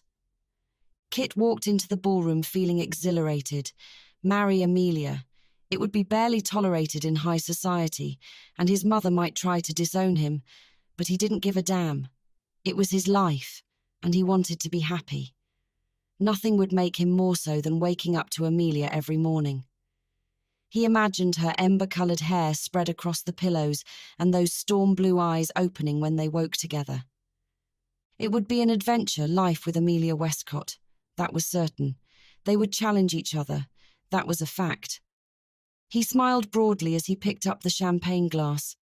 A challenge and an adventure, an exciting life with Amelia by his side. He felt blissfully alive. He wanted to find her and announce it to the room. They were to marry. A footman came towards him and asked that he visit the library. A young lady wished to speak to him. His heart thudded heavily in his chest at the thought of seeing Amelia again. She had given it more thought. She had agreed. He drank down the rest of the champagne and walked quickly to the library. It was dark inside, and it took a moment for his eyes to adjust to the surroundings. She was seated with her back to him. He came behind her. "Have you decided then?" he said lowly in her ear. "I have," she said, turning to face him. He was stunned. Rosalind." He frowned. "I'm sorry, I wasn't expecting—" "Yes, I know. I'm sure you thought I was that trollop, Amelia Westcott," she said smugly. "Rosalind, don't." She stood up and faced him. "As your wife, Kit, I could easily understand you being drawn to her. She's lovely and has a bluntness that I suppose men find fascinating." Kit shook his head. "Rosalind." "But make her your countess, that's ridiculous." She laughed. "A slut who spreads her legs becoming Lady Hatton. That name will be mine alone," she said softly. "Most assuredly." Kit frowned. "How did you know about—" "I overheard you in the garden," she said simply. "I am fascinated with her. I won't deny it," he said, a light smile on his face. "And I won't deny that the attraction has gone beyond mere—" "Please," she raised a hand to stop him. "I don't need to hear the sordid details. As a wife, I understand that there are duties we women don't wish to fulfill beyond that of begetting heirs, and men can be so animalistic." He shook his head. "Don't you see? There won't be an engagement or marriage between us. My affections are elsewhere engaged. I'm sorry, but it is so. I won't have a marriage of convenience. That would never be acceptable." Rosalind sighed heavily. "I am too, very sorry." Then she did something strange. She grabbed the sleeve of her dress and wrenched on it until the fabric ripped apart at the seam. Kit stood staring at her in shock, wondering if she had gone mad. He took a step from her just as she moved quickly towards him and threw herself into his arms. "Darling," she cried dramatically in his ear, her arms tight around his neck. "My darling Kit." Kit frowned and his hands came about her waist. "Rosalind, stop this. You're making a scene." Suddenly, the door to the library was flung open and their hostess was there watching them. The gossip spread through the party like wildfire. It was whispered about behind the ladies' fans and then openly discussed. The footmen were quick to spread the gossip to the kitchen maids, who told the ladies' maids until everyone downstairs knew. Upstairs, the well-bred women were in shock. Christopher Beaumont, Lord Hatton, had been so enamoured of his desire for Rosalind Lyon that he had made a secret rendezvous in the library with her. In a fit of passion, he had ripped her sleeve and was about to do irreparable damage to the young woman when the hostess came upon them. The couple had sprung apart, and when the Duchess took Rosalind by the shoulders to calm her down, the Duke had taken Kit outside for a smoke. Kit blew out the cigar smoke into the air. He wanted to laugh at the situation for its absurdity, and then he wanted to cry and smash his fist into the concrete wall. "Kit, you know what you must do," the Duke told him coolly. "Marry a woman I don't love," Kit thought wryly, but instead muttered, "Yes." "Obviously you have a passion for the woman. Some marriages have started off with much less," the Duke pointed out. Much, much less. Kit felt an anger brew inside him. "Her reputation is in my hands," the Duke said quietly. "It happened at my party, in my home." "Have no fear, I'll do the right thing," Kit assured him. Lazarus ran headfirst into Amelia as he was leaving the ballroom. "Amelia, dearest, you'll never guess what's happened. Everyone is talking about it," he told her as they moved out of the ballroom and into the smaller drawing room. "What?" Amelia asked him, as she had no idea what he was going on about. "What's happened?" Laz looked about. "A tryst in the library is what happened," he whispered conspiratorially, and Amelia knew he had been drinking. "A tryst in the library? What is this? A novel you're writing? A new libretto?" Amelia thought he was joking with her. "No, it's quite serious. Apparently they were caught together in a heated embrace by the Duchess of Renton. It's a scandal." Laz shook his head. Her gown had been wrenched from her shoulder. The man was so besotted with her. "Really?" Amelia wondered who the couple was. "Do we know the couple?" "I don't know the woman, but we both know the man. That friend of the Prince of Wales, you know." Amelia felt a light-headedness. "A friend of the Prince?" "Yes, that good-looking fellow. Arrogant, even," he described. Arrogant and good-looking. She felt sick to her stomach. Of course she was light-headed. It had all been a game, a joke. She was bed sport. She was the dirty secret to be kept hidden, and Miss Lyon would be the Countess. He had been cruelly taunting her in the garden. It had been a jest. She meant nothing to him. "You know, I don't feel at all well, Laz. Do you mind if we leave?" she asked, the smile on her face wiped clean. "What's this?" He eyed her intently. "Not well. Of course, my dearest. We'll leave this instant." By the time Amelia arrived home, the immediate pain she felt at the news was replaced by anger. She had fallen for his sweet lines and his honey-coated words, and she was the bigger fool. All the time he had wanted her in his bed and nothing more. She threw her dresses, corsets, stockings and chemises into the trunk in a haphazard manner. When her shoes followed, she heard and felt the satisfactory clunk of them hitting the sides of the trunk. He had lied to her. What did it matter? She had always known him for what he was. An egotistical man used to getting what he wanted. What she hadn't counted on was that she had fallen for him. She hated that more than anything else. She refused to stay in London for a single night longer than necessary. She would sail on the first steamer bound for New York, and there she would stay for the time being. She had been stupid to fall for his handsome face and his soft words. She would not make the same mistake again. The Duke of Renton smiled brightly as he looked across the room at Kit and Rosalind. His wife had retired to bed after the last guest left, but he had remained downstairs to wish the couple much happiness and goodwill. "My dear Kit." He shook hands with the young man and kissed Rosalind on the cheek. "I'll give you a few minutes, and then we must all retire. The servants are probably exhausted." After he left them alone, Kit looked across at Rosalind, who was seated on the sofa with a torn sleeve and a haughty look on her face. "You've planned it all so well, Rosalind," he said admiringly. You might be a better actress than even Amelia." "Don't compare me to your whore," she said bluntly. Kit licked his lips. "But she isn't my whore." "Mistress, then." "Nor that." "Have it your way, Kit. But you would do well to remember the lengths I would go to have you. And now I do." She smiled gleefully. "Yes, Rosalind," he agreed. "You will have the name. You will be the Countess of Hatton. You will have the grand estates and servants at your beck and call. You will have jewels and frocks and everything else you desire." Rosalind beamed. "But you won't have me, and that is a promise I intend to keep." Rosalind's grin faltered. What do you mean? What are you saying?" "I will be your husband." He looked down at her as she sat primly on the couch. "You will have your wish, but it will be in name only. I won't harm you, I won't hurt you, but I will never touch you, and I will never love you." "Name only." She repeated the words, and her face flushed. "Yes, I won't allow it." She stood up to face him. "How will you change it?" He frowned. "Will you divorce me?" Rosalind seemed to be confused. "You'll want a son. You'll want an heir," she said triumphantly. "Yes. Then you'll have to take me as your true wife." "I won't. I don't believe you." Kit came to stand before her. "You chose to roll the dice. You chose to try and bend a man to your will. You knew me, and yet you still chose this path." "I want you. Doesn't this show you how much I want you? How could I stand by and let you ruin your life with that slut? It's unthinkable." Her face was red and angry.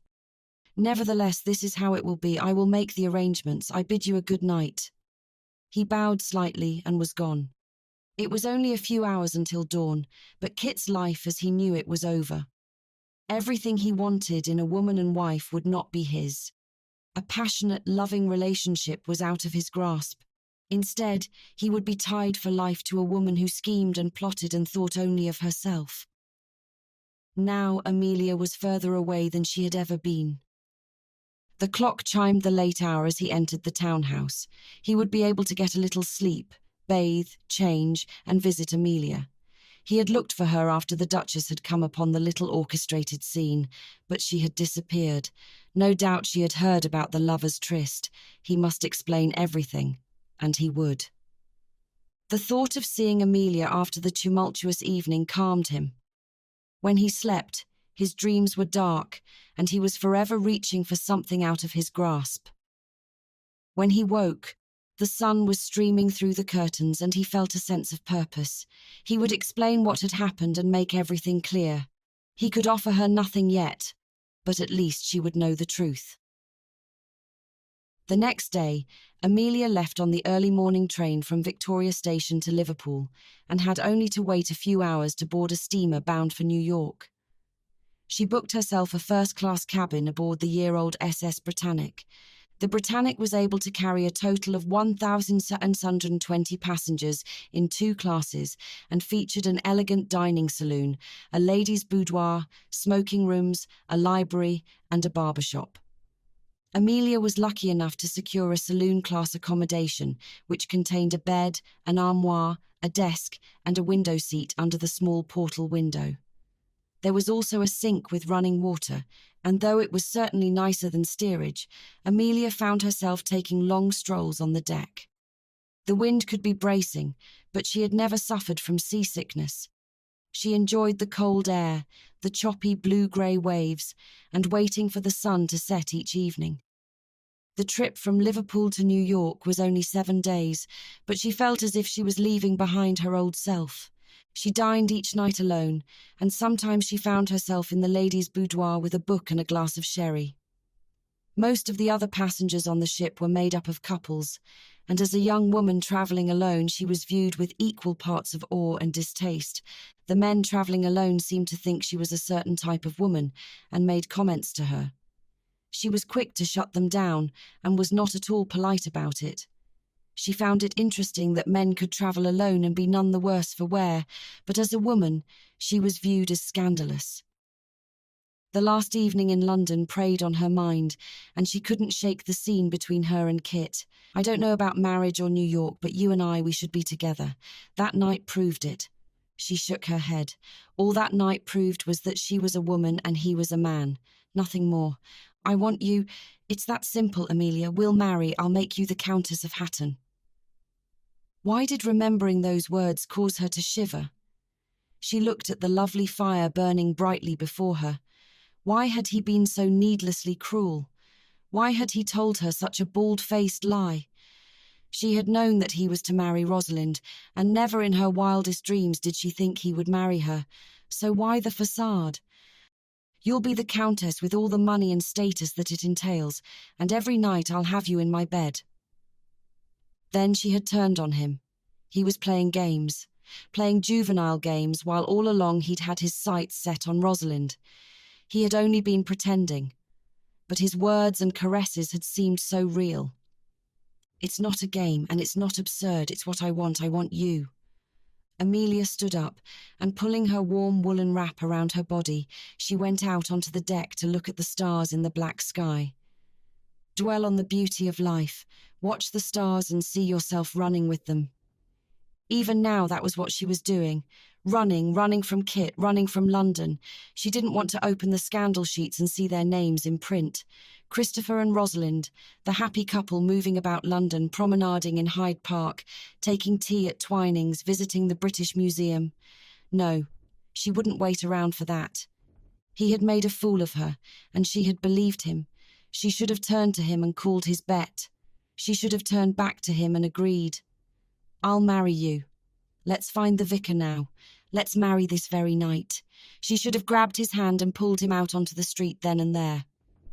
She sighed, her breath forming a cloud in the cold night. It was no use. This was all over and done with. She had never thought that she and Kit were destined for the same path, as they had always been at cross purposes. So be it. She would soon be in the bustling theatre district of New York, leaving Kit and his wife far behind. It was early in the morning in the family townhouse as Kit looked down into the amber liquid in his glass and swirled it about. It slopped onto the sides of his glass and his hand, but he didn't care. It was 10 in the morning. A new dawn, a new day, and it was grimmer than the darkest night. It was all over. He had woken up refreshed and invigorated to speak to Amelia and find some way out of this mess, but she was gone. Her housekeeper informed him she had travelled to Victoria Station. He'd contemplated going after her, but he didn't know if she had set out for Southampton or Liverpool, and it seemed doomed already. He had returned home and downed one whiskey and then another. The glass in his hand was his third, and he had no plans to stop any time soon. He could hear the sounds of the servants moving about in the townhouse, the cook and the kitchen maid preparing the midday meal, the downstairs maid humming in the hallway, and his mother above his head moving about, all of them so blissfully unaware, so ignorant of anything wrong with the world, which was funny since his world had crumbled. He was miserable. Could he be the sort of man to shirk his duties? Could he disappear to France, leaving Rosalind behind and all the societal rules be damned? No, he could not. Could he laugh in her face and say he didn't give a damn about her reputation and good luck to her? No, he could not. That was the strange thing about society's rules. What applied to Rosalind would apply to his sister and mother, and he would not have them snubbed for his mistake.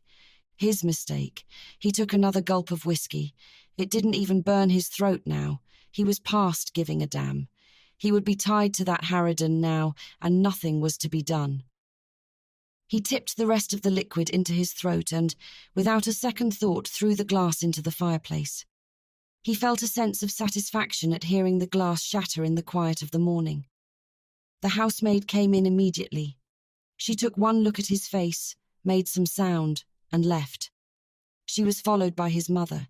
"Kit, my dear, what on earth was that sound?" She looked about the room. "I imagine it was the glass shattering in the fireplace," he said smoothly. She frowned, coming to sit beside him. "The glass, how on earth did that happen?" "Because I threw it, Mother." She smoothed back his hair and made a small sigh. "Kit, darling, you don't look well." I'm not well, he agreed. Has something happened? Her face was full of concern. Not much, but you'll be happy to know that I will be marrying Rosalind Lyon as soon as can be arranged, he told her. Kit! She clasped her hands together. Is it true? Really? It's true. His gaze was still fastened on the fireplace. My darling, such news for a celebration. She stood up, smiling down at her son, and then stopped. Kit? He was deep in thought, but turned his face up towards her. Yes, Mother? You aren't... This doesn't please you, she stated, and no, it does not. Well, my darling, I thought she would be suitable, but she's to be your wife. If you don't want her, we'll find someone else, she said simply. Someone else, Kit thought sadly. Someone else with ember-coloured hair and eyes like... Rosalind Lyon is whom I will marry, it's settled, he said coldly. But Kit, you needn't marry her, no one is forcing you. She shrugged. Kit stood up. But that is precisely what they are doing, so I must abide. A shadow crossed his mother's face. Kit! She called out to him, but he was already walking down the hallway and out the front door.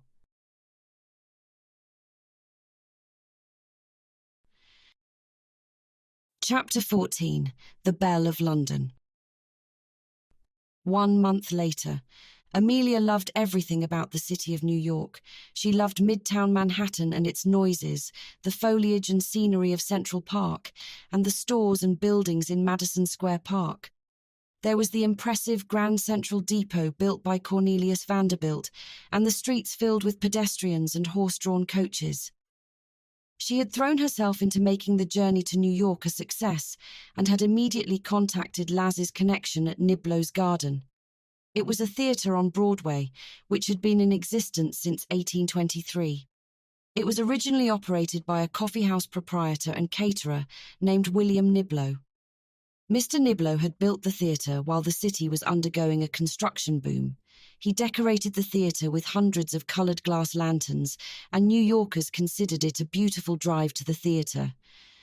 Niblo decided to offer more than just refreshments and erected a grand saloon. And on the programme were musical selections, and admission at the time was 50 cents. His theatre began to attract star quality, and they hosted P.T. Barnum's first ever exhibition. In 1837, a vaudeville company formed, and soon the theatre was considered New York's most fashionable theatre. A fire destroyed the original theatre in 1846, and a new building took its place in 1849. The theatre seated an impressive 3,200 people and had the best-equipped stage in the city.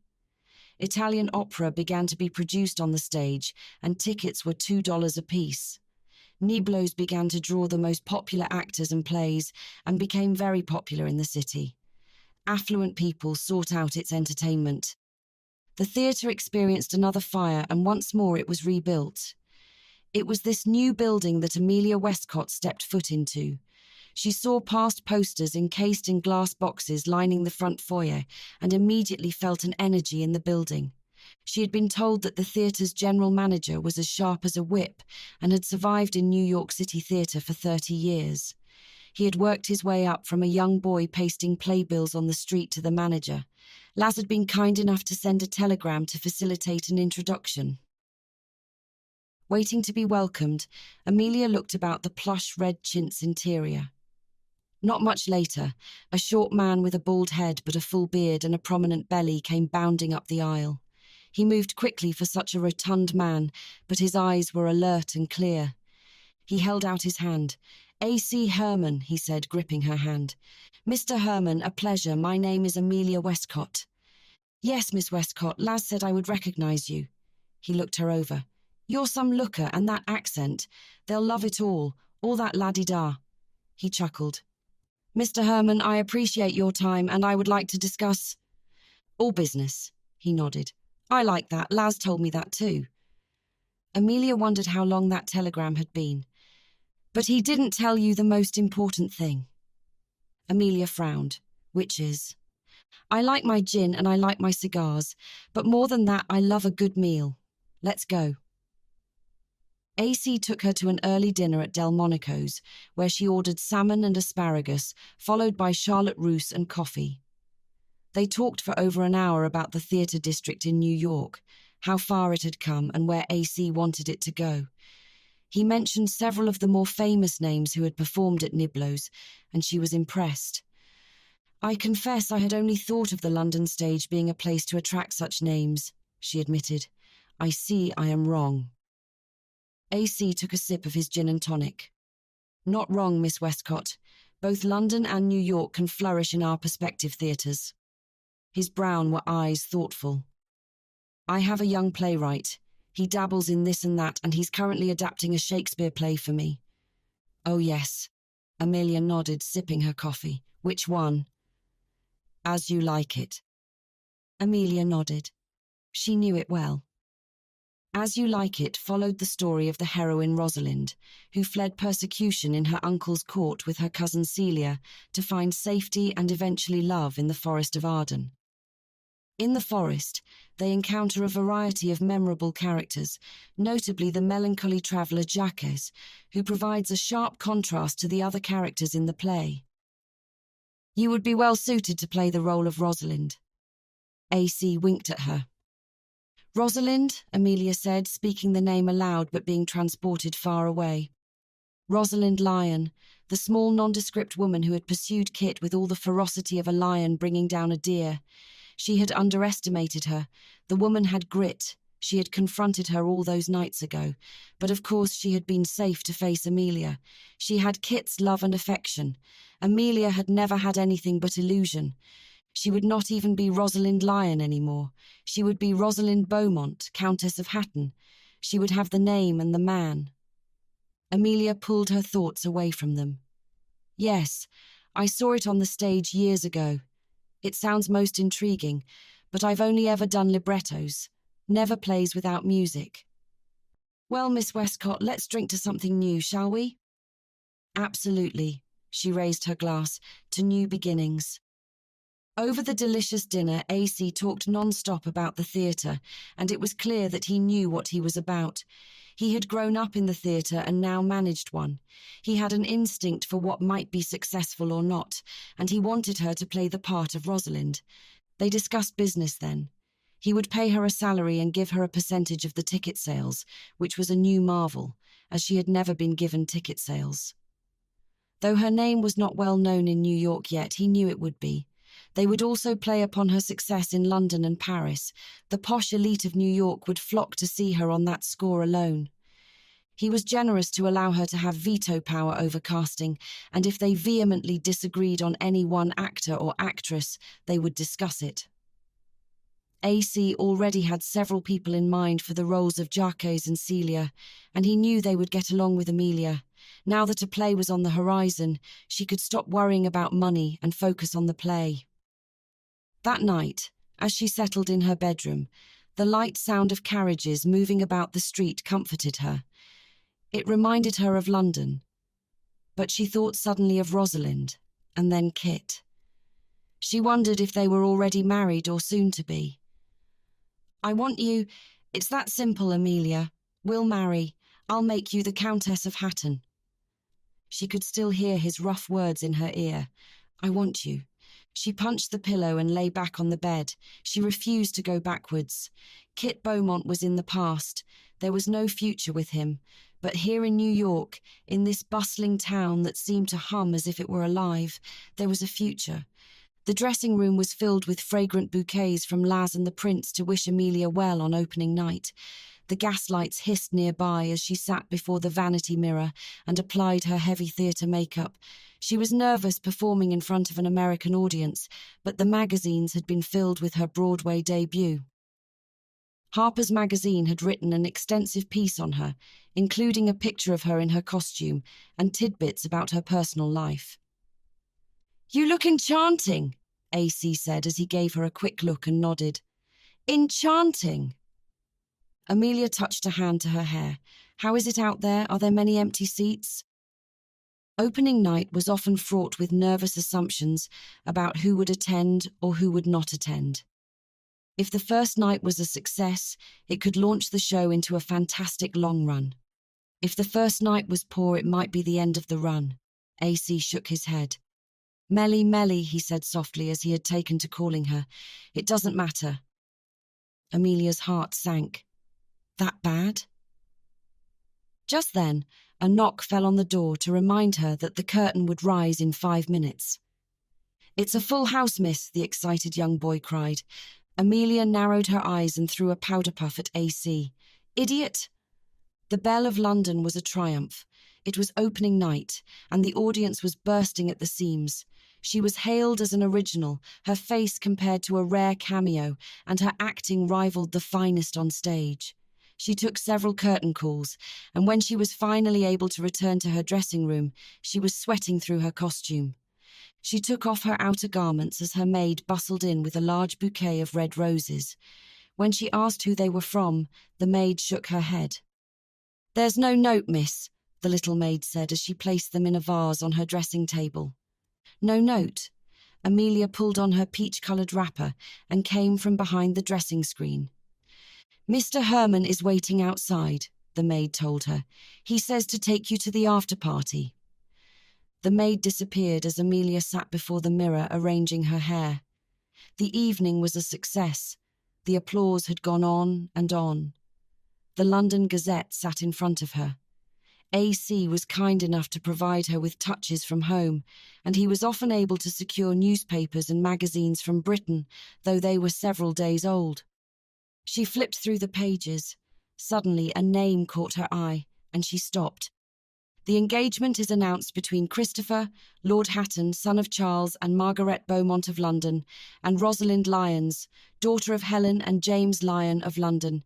The couple will wed on—" She closed the magazine and stared at herself in the mirror. They were most likely already married. Rosalind was lying in his arms each night, and they were the fashionable couple in London. She wiped the rouge from her mouth and resolved to shake herself from this feeling. She must let him go and think about him no more. The success of the show enabled Amelia to move to the luxurious Fifth Avenue Hotel. The hotel employed 400 servants and offered private bathrooms, which was unprecedented at the time. She secured a suite and spent her afternoons at the grand stores that were springing up in the city, including Alexander Turney Stewart's Marble Palace, which resembled a Renaissance palazzo and sold dress goods, glass and china. AC had recommended the hotel over the small apartment she had been leasing, as the hotel afforded her more safety and amenities. As the show grew more popular, she became recognized and needed the safety of a luxury hotel, which Amelia didn't mind at all. Bored and restless outside of the performances, Amelia began to drift from the balls and card parties to the seedier side of town. The first nightclubs appeared in the city in the 1840s and 1850s, including the popular McGlory's. They supplied live music, dance and vaudeville acts and tolerated liquor, sex and gambling. Amelia was a skilled card player, and faro was the game she excelled at. Gambling was illegal in the city, and Amelia had heard that regular payoffs to political and police leadership were necessary. McGlory's featured an upscale audience, and Amelia was not only readily accepted, but welcomed. As a beautiful new actress in New York, she was catered to and admired. One of her favourite places to go was the dance hall known as the Moulin Rouge, a brightly lit cabaret called the Haymarket. Haymarket was at the edge of the more fashionable districts with Broadway to its east, and it drew respectable crowds like Amelia looking for a respite or an escape. Haymarket was the Tenderloin Jewel, a 3-story dance hall illuminated like a legitimate Broadway theatre and named for an even more legitimate British theatre district. It had briefly been called the Argyle before the name change and a dance hall in its place. It was located on West 30th Street at 6th Avenue, placed a few blocks from legitimate society, but its mass of amusing entertainments was miles outside New York's traditional morals. Amelia looked in awe at the high-kicking saloon girls swirling about the floor. Any innocent couple wandering into the Haymarket might be entirely unaware of what was going on around them. The dancers were often prostitutes, and Haymarket was a veritable shopping mall, with ladies luring men to buy them champagne, shower them with presents, and quite often making their way to curtained rooms on the balcony and upper floors. Amelia often spent her time at Haymarket, enjoying a drink and watching the show.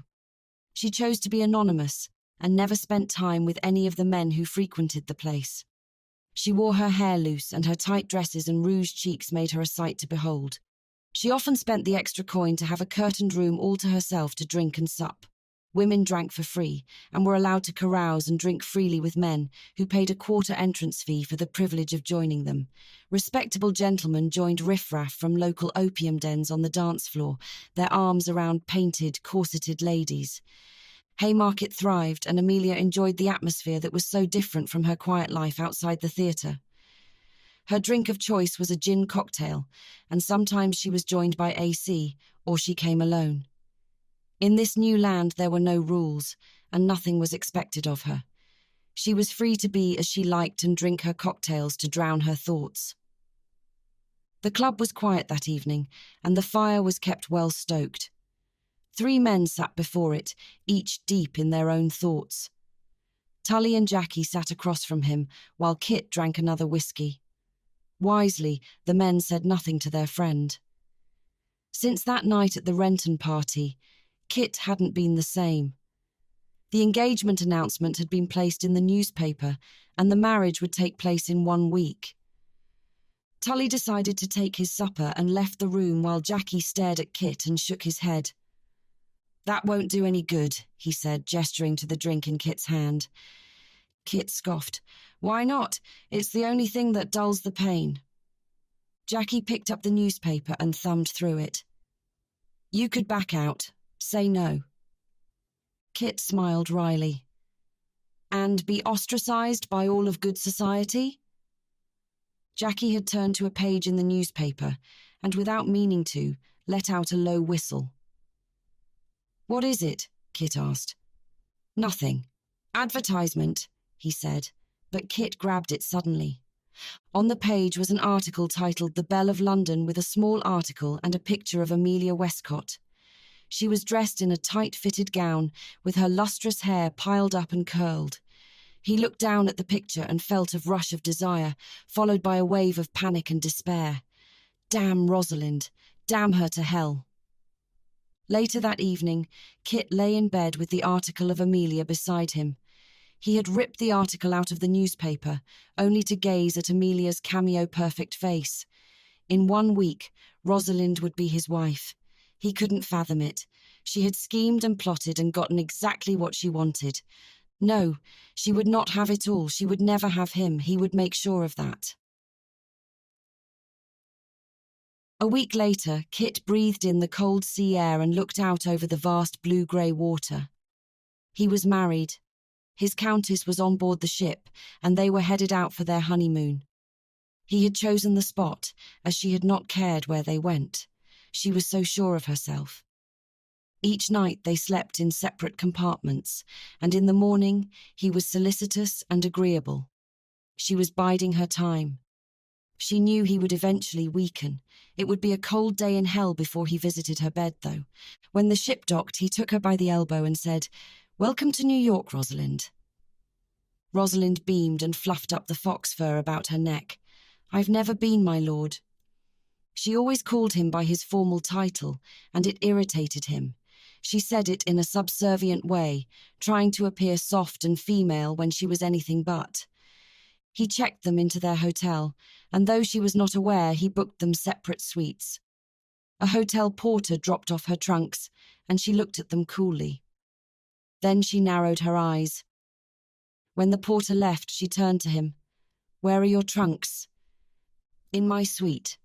He turned to leave. She took several quick steps and blocked his path. I thought we would be in the same room." No." Rosalind's nostrils flared and her face reddened. "You haven't touched me, not once," she accused. "Nor will I." Rosalind fumed. "I'm your wife. You made a vow to me." "I did. And now you break those vows?" He smiled and looked away. "You are Lady Hatton. That should be enough." He scoffed. "It must be enough." "And if it isn't," she said, raising her voice, "then we will do what others have done before us for centuries. You can retire to the country, and I will take a mistress," he said simply. "No," She shook her head and grabbed his arm. I can give you whatever you want, Kit. You don't need another woman. But I don't want you, Rosalind. You've forced me into this position. He shook his head. And I'm not a man to grow softer with time. I'll only become angrier at you. Kit stormed out of the room, changed his clothes, and went downstairs to look about the streets for a hansom cab. He asked to be taken to the theatre and was dropped off at Niblo's. The play was not engaging, and outside a young man was handing out leaflets for a nearby dance hall. He asked the cab driver to take him to John Allen's dance hall, the advertisement he had just been given. The driver raised an eyebrow. On your head be it, the man said before taking up his whip for the horses. When Kit stepped out of the cab, a 3-story green building greeted him. He knew the company was savoury, as several dishevelled men outside eyed him warily. As he entered the hall, he heard music and saw several dance floors and an orchestra pit. Small private booths were set up for sexual encounters. Kit smiled. This was just the place to drink and get into a brawl. It would suit the anger that had simmered inside him for weeks. The women about him wore low bodices of coloured silk, scarlet skirts and stockings. Their boots were topped with bells, and they twinkled as they moved about the hall. He wouldn't mind taking one of the women into a booth. He wanted one with auburn-coloured hair. No ember-coloured hair, he told himself, and ordered a whiskey at the bar. The piano music was loud. All about him, people were dancing and singing, and couples were engaged in amorous activity. He took the whiskey once it was delivered and sat down at a small wooden table. Before him was a woman with her back to him. She was dressed in a deep pink gown and her hair was pinned back.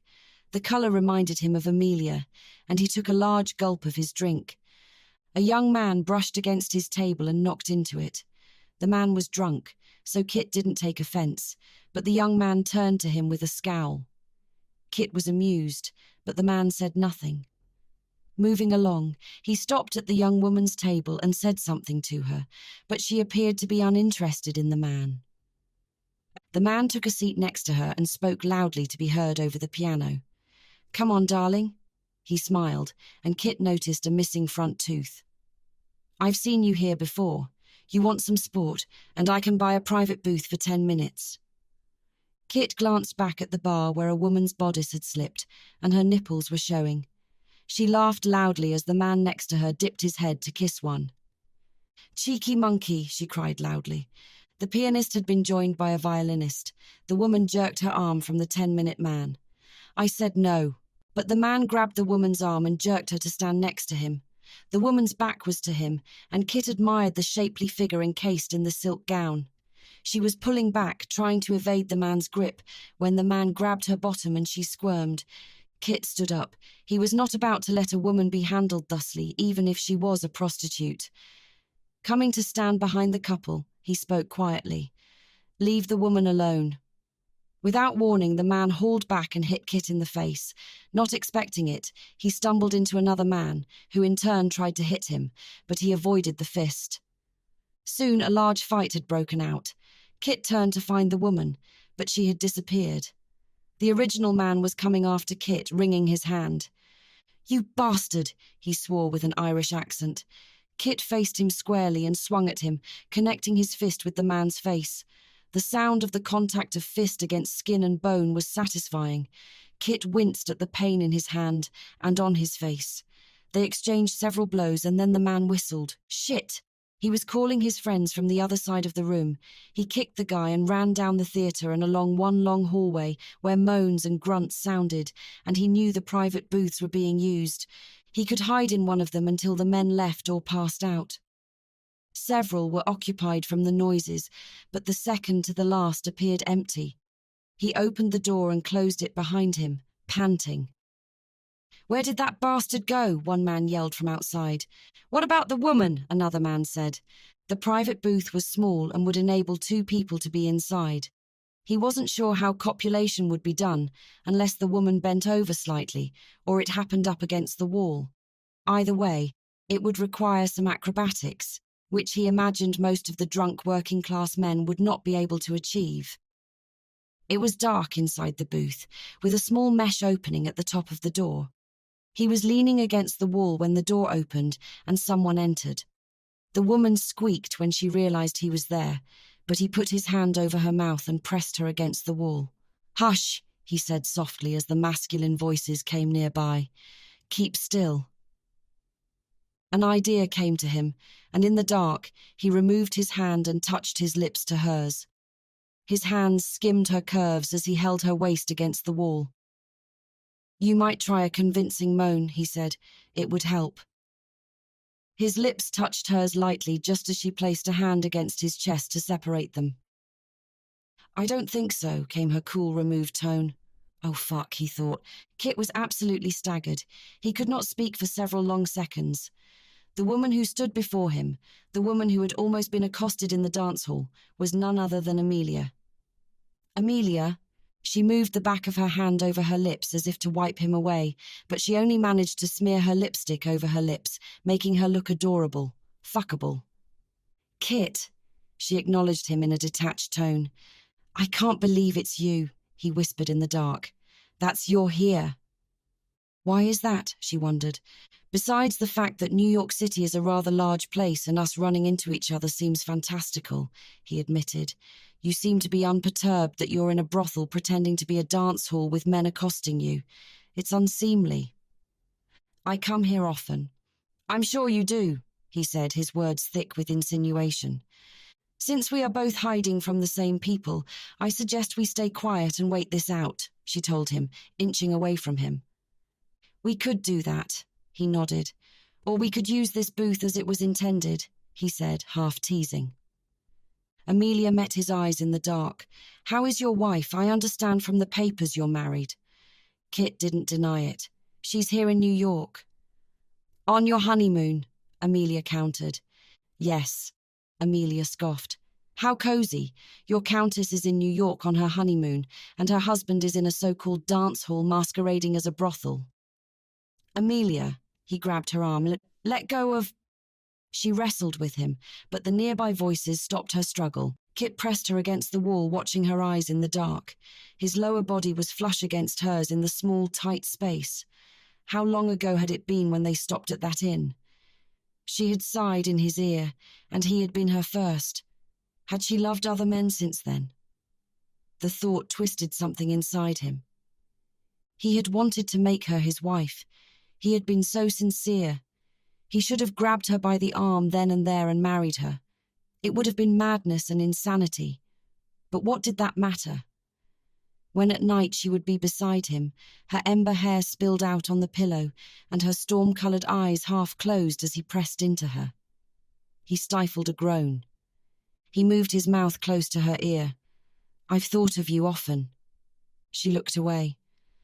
"I haven't thought of you at all." "You left suddenly." "I wonder why?" she asked. "You should have given me a chance to explain," he argued. "Why?" She shrugged. "There was no need. You played a good game and won." "Humph," he said lightly. "What did I win?" Amelia seemed to remember suddenly who he was and pushed him away, but it was only a step. "You think I've forgotten already? That your sweet words will sway me? All your false promises and insincerity? You can save them all." He grabbed her arm, pulling her back. "Don't, they might be out there still." "I'd rather them than you." She swore and wrenched the door open. He followed her outside, but she had already caught a hansom cab back to town. By the time he returned to the hotel, he was exhausted. He was sexually frustrated, and being with Amelia after all this time had been tortuous. It had been shocking to see her in the low-class dance hall, and even more to find her in his arms. Feeling her in his arms made him realize that he wanted more now than ever before. In his room, he undressed quickly and fell into bed. His dreams were fragmented and filled with Amelia lying underneath him, and her sighs echoing in his ears. Chapter 15. The Belle of London. Amelia quickly undressed and flung herself onto the bed. She had made her decision. That evening she had attended the dance hall because she wanted to shed herself of Kit once and for all. She would take some man, any man, as her lover and cleanse Kit from her system. How wrong it had all gone. A drunkard had come onto her, and then suddenly she was hiding in a private booth with Kit Beaumont. Life was cruel. He was the same, handsome and arrogant as he had always been, with his honeyed words and phrases. "I've thought of you often." She could have so easily given in to him. She could have lifted her skirts and let him take her right there in the booth. But then she remembered London. He had played with her, made her promises, and then, in the same hour, took his lust out on the societal lady he intended to marry. She was that cheap to him. She had been nothing but a game. Let Kit and his countess be happy. It had nothing to do with Amelia. The next morning, Amelia made plans with several of the theatre crowd to meet at the lake in Central Park to go ice skating. The pond was open to ice skaters, and it was a popular attraction. She dressed in a cobalt blue woolen gown with matching gloves and a hat. It was a clear day with freshly fallen snow on the ground. She rented skates and was lacing them up when AC joined her. "Hello, dearie," he said cheerfully. Sheridan Blake, her leading man, had pale blonde hair and brown eyes. He stood next to AC. Known to his friends as Sherry, he portrayed himself as a ladies' man, but behind the scenes, he preferred men. Sherry caught her by the waist and kissed her cheek. "Darling Melly," he said loudly, "don't you look quite fetching this morning?" "Thank you, Sherry." She surveyed his bright yellow trousers and red coat. "As do you." "I'm in a festive mood," he said dramatically. "I must dress the part." Minnie Howe was an actress, but in a lesser role than Amelia. She nodded to the group, but mostly she followed Sheridan about, making doe eyes at him, though he seemed oblivious. Amelia stepped onto the ice as several couples passed her by. She was skating on the ice by herself when several people linked arms to form a skating line. Over 10 people joined the line, with Minnie and Sherry at the end. When they flew by her, they grabbed her arm. "Come on, Melly." Sherry held onto her tightly as they gained speed. "Let me go," she cried out. As the long line of people made a sharp curve in the ice, several people tumbled down, and they were forced to release Amelia. She skittered across the ice and into a male form standing a few feet away from her. Her speed knocked him off his feet, and they tumbled together onto the snow-covered grass on the bank. The man was quick to react and on his feet in an instant, extending a hand to her. But when she looked up to see his face, she ignored his helping hand. "Ah, Miss Westcott." A sly grin was on Kit's handsome face. Amelia rose unsteadily as she was wearing skates on the grass. "I didn't expect to see you again so soon." He brushed the snow from his trousers. "An unexpected pleasure." Amelia swore she had the worst luck in New York. With close to 1 million people in the city, she still managed to run into Kit twice. "Melly!" She heard her name being called and looked to see Minnie and Sheridan coming towards her. "We all fell into a crumpled heap." Minnie laughed. "Did you see us?" Sheridan eyed Amelia and the man standing beside her, but Amelia didn't bother to introduce Kit. "Kit Beaumont," he said, his hand extending towards Sheridan and then Minnie, who both introduced themselves. "And how do you know our leading lady here?" Sheridan said, smiling. "In the biblical sense," Kit wanted to say but refrained. "I knew Mr. Beaumont briefly in London," Amelia allowed as she cast a swift glance at Kit, daring him to say more. "Exactly." He nodded. The foursome moved to the covered area where warm cider and hot chocolate were being served and took a bench. They all removed their skates. Minnie looked at Amelia as she took her one skate off. "We're all travelling down to Brighton this Friday and staying the weekend. You promised you'd think about it." Amelia moved the hair from her eyes. "I have thought about it. I am going to join you." "Splendid!" Sherry grabbed her about the waist while Kit looked on with narrowed eyes. In the giddy moment, Sherry turned to him with a smile. "You're welcome to join us, Beaumont. It's just a few of us from the theatre, but any friend of Mel's is a friend of ours." "No," Amelia said sharply. "He couldn't possibly." "Why couldn't I?" Kit asked her. "You said you had other engagements," she said, as both Minnie and Sheridan looked from him to her. Kit paused. "Brighton Beach, I've read of it, by the water with many diversions to enjoy." Exactly so, Sherry smiled. Amelia glared at him. But your wife doesn't enjoy the beach, does she? Kit ignored her. We'd love to join you. Sheridan gave him the name of the hotel and when they would be arriving, and then he set off with Minnie for some refreshments. Amelia turned furious eyes on Kit. I forbid you to come. You forbid me? His grin was lopsided. Yes. Why? What would be the point of you coming? She asked him. To take in the sea air, she scoffed. With your wife? Certainly. Rosalind would enjoy the sea air just as much as I. Amelia gave him a long, searching look. Very well, then I will decline, and you can enjoy the sea air together. No. He caught her arm. Amelia looked down at his grip on her. You made a fool of me once before, Kit Beaumont. You'll not do so again. He frowned at her words as he released her.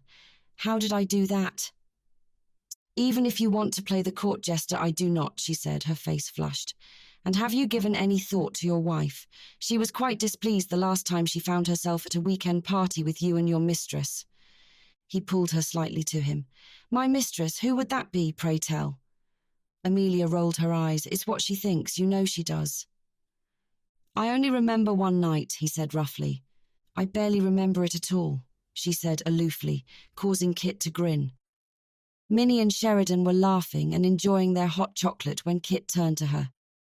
I recall I offered you much more than that, he said lowly, his eyes on her lips. Amelia tried to hold back a sneer. Yes, your offer, entirely at my expense. He frowned. What was at your expense? I remember your candied words in my ear as if it was yesterday, she told him solemnly. We'll marry. I'll make you the Countess of Hatton, as long as you're mine. I meant every word, he said, holding her eyes. I'm sure you did. Did you hope I would allow you to bed me there and then, or merely a jest before you announced your true engagement? She shook her head. I had already bedded you, he said thickly, and that's not what happened.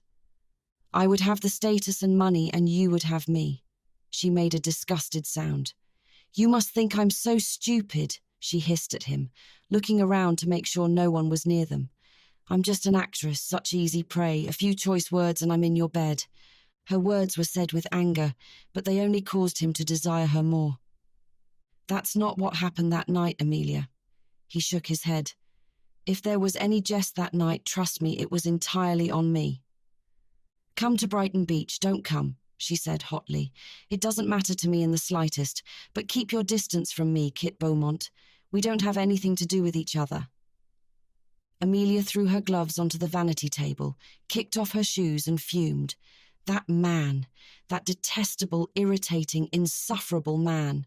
How dare he assume to bring his wife to the seaside resort and try to make love to her on the sly? He was nothing but a cad, a sweet-tongued, handsome-faced cad. She refused to play his game. Let him parade the new countess about in her jewels and furs and try to make love to her on the sly. Let him try. She would make certain he played the fool this time. Amelia opened the window of her room at the Ocean Hotel and leaned out slightly. The air was salty and crisp, and she breathed it in. She had not travelled to Brighton Beach before and wanted to make the most of her time at the seashore. That evening, she enjoyed a splendid dinner with AC, Sheridan, Minnie, and a young man who worked on the sets named Callum, who was clearly in love with Minnie. Minnie only had eyes for Sheridan, and Amelia wondered why everyone was in love with the wrong person. After dinner, she walked alone on the beach with her shoes in her hand. The sun was slowly setting, and it was peaceful. Several couples walked hand in hand for a romantic evening, and a tired-looking nurse was trying to get a young boy to come back to the hotel. She sat down on the beach, placing her shoes aside and stretching out her legs. She wiggled her toes in gritty sand and breathed in the salty air. The evening was perfect. Nothing could make it better. She had everything she wanted. She was a success on the London stage and now in New York. Hello, Amelia. Her name was spoken so lowly that she thought she had heard it on the wind. When she turned, Kit was standing there alone. She sighed deeply. You just can't leave well enough alone, can you? I wanted to see Brighton, he said simply, sitting beside her. I must say it doesn't at all compare to Bournemouth, which I prefer. Though she didn't want to, she agreed. I like Bournemouth as well. Do you? He turned his head to stare at her. Yes, she nodded. And Blackpool. Amazing. We agree on something. She shrugged. It had to happen eventually. They sat together in the sand, looking out at the waves. Amelia, She turned to look at him, and the words failed him. In the slowly setting sun, with the waves glittering against the light, she took his breath away. Her ember-coloured hair and pale blue eyes were mesmerising. He remembered that night as if it was yesterday. You aren't safe now, he had warned her. I don't want to be, she had whispered back. He closed his eyes. Rosalind was at the hotel this very moment. She thought they were having a romantic seaside getaway. Little did she know. The only reason they were in Brighton, the only reason they were in New York was Amelia. He wanted to see her and be near her. He wanted her. His heart beat heavily in his chest. His hand delved into the sand and he touched her fingertips. Without thinking, he laced their hands together and pulled her to him. Kit. She pressed her hand against his chest, but his other hand touched her neck and then lifted her chin slightly. With no other words, his lips touched hers. It was a sweet, searching kiss until it deepened. He pulled her to half sit in his lap. His hands were in her hair and she moaned against him. He wanted her so badly. He could take her right here on the sand. He could rock into her as the waves crashed on the beach and... No. Amelia pushed against him and stood. You need to stay away from me, Kit. She shook her head. You're married. It's an end. There's nothing else. You have to stop this. Without another word, she picked up her shoes and ran back to the hotel. Back at the hotel, Kit closed the door to his room behind him. It was dark and the waves crashed outside. He opened up the window just as a knock fell on the door. Amelia. His heart raced and he jerked the door open and Rosalind entered. I won't stand for it. Her normally pale face was bright with red splotches. Kit looked her over. You won't stand for what? That disgusting display I saw on the beach only half an hour ago, Rosalind said indignantly. I won't have you parading your whore about. She's not my whore, he said coldly. It's unseemly, Rosalind cried. This is our honeymoon, our time together. Yet you spend it mooning over her. It's disgraceful. I'm your wife. I'm the one you should be spending time with. I'm the woman you should kiss and want. She took a step towards him and her arms went around his neck. Kiss me, Kit. He tried to grab her arms from around his neck, but she locked her fingers together. Rosalind, he admonished her, and when he grabbed her arms to wrench them from him, she winced. Kit, she said softly, I'll give you anything you want, whatever you want. Kit closed his eyes. I warned you, Rosalind. I told you, you wouldn't listen. I don't feel anything for you. I might have before, but... Before what? Before that whore gave herself to you. The cheap tart. Spittle flew from her mouth as she spat her words. I'm in love with her, Kit said suddenly. No, Rosalind gasped. You can't be. But I am. I want you to stop seeing her. I demand it, she said suddenly. I demand you stop seeing her. That won't happen. I'll sully her name, Rosalind said sharply. I'll... She grasped for the words. I'll go to the papers and say she had an illegitimate child. In England. A bastard. Rosalind's eyes were glazed and bright. Why? Kit shook his head. Why do this?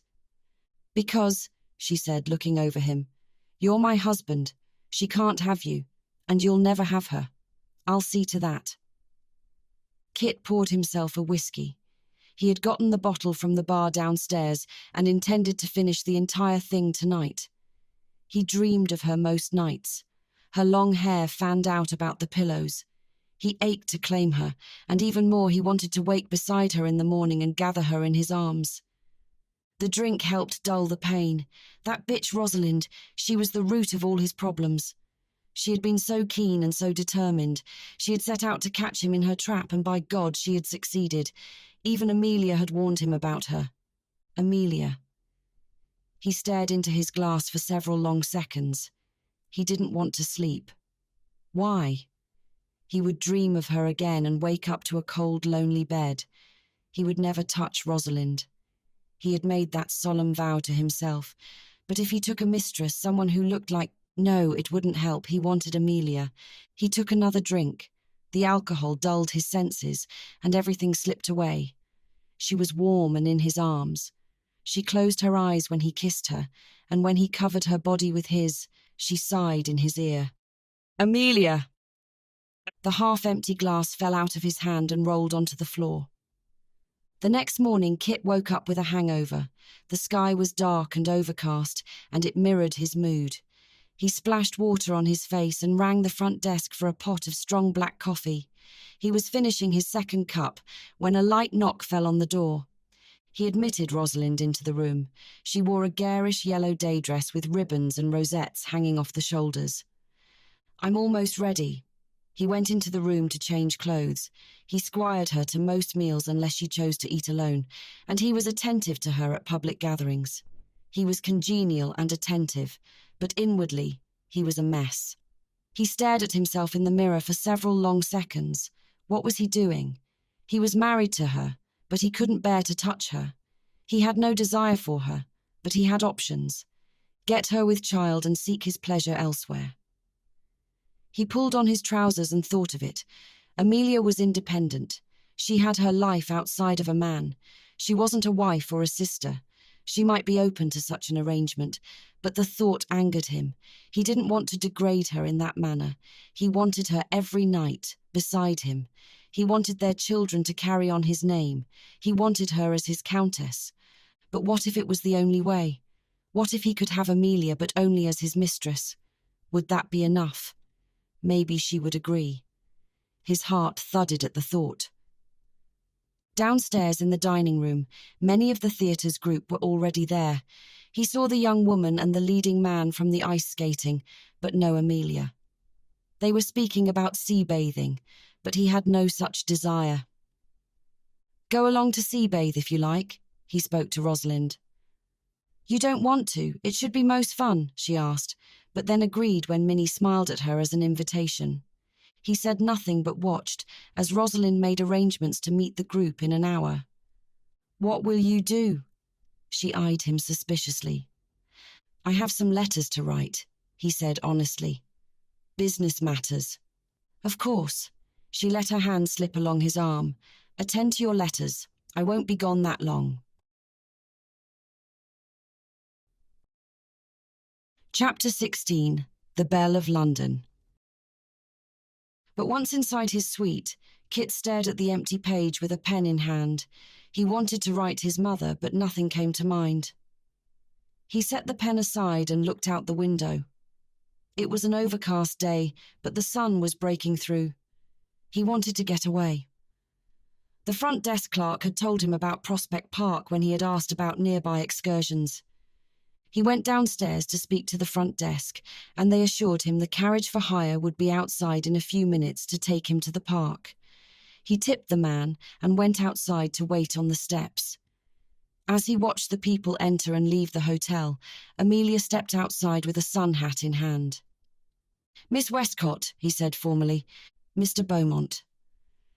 "Where are you headed?" he asked politely. "To join the others sea bathing." "No." She smiled lightly. "I'm going for a walk." He studied her thoughtfully. "I've hired a carriage. I'm going a short distance to Prospect Park. Have you heard of it?" "Yes." "Come with me," he said softly. "Isn't 3 a bit crowded?" she said tartly. "Rosalind wanted to go to the sea. I'm travelling alone." "Then no, thank you." She picked up her hem to descend the steps as his carriage was brought around. "Amelia," he caught up with her. "I'll be a perfect gentleman," he swore. "We'll walk, eat. I'll bring you back the moment you say." Amelia's eyes met his. "Why, Kit?" "I want to be with you." Amelia thought of his ask. It was dangerous. She was attracted to him, and he desired her, but she allowed herself to be swayed, though they didn't speak on the ride to Prospect Park. When they arrived, the expansive green lawns were laid out before them, and they walked along side by side. "Why didn't you bring your wife? Do you think you are man enough to handle 2 women?" she asked tartly. He glanced at her. "Hardly." "Ah, I see." She nodded. "You want to have your fun on the side and then return to your wife's bed at night?" Kit laughed sharply. "Is that so funny?" "No, but it's not the truth either." "Then tell me the truth." A vendor passed by selling hot chocolates, and he purchased 2. Amelia sipped the delicious brew and licked the chocolate from her fingers that had spilled onto the cup's rim. When they finished their drinks, they returned the cups to the vendor. They found a small wooden bench and they sat together facing each other. Kit sighed. "That night I saw you at the Duke's party. That night I told you I would make you my countess," he reminded her. She bristled. "I remember. I meant every word of it," he said with resolve. "Of course you did. And then you were found in a heated embrace with Rosalind not 20 minutes later, and voila, you 2 were married," Amelia finished for him. "Was I to be a second wife? A concubine?"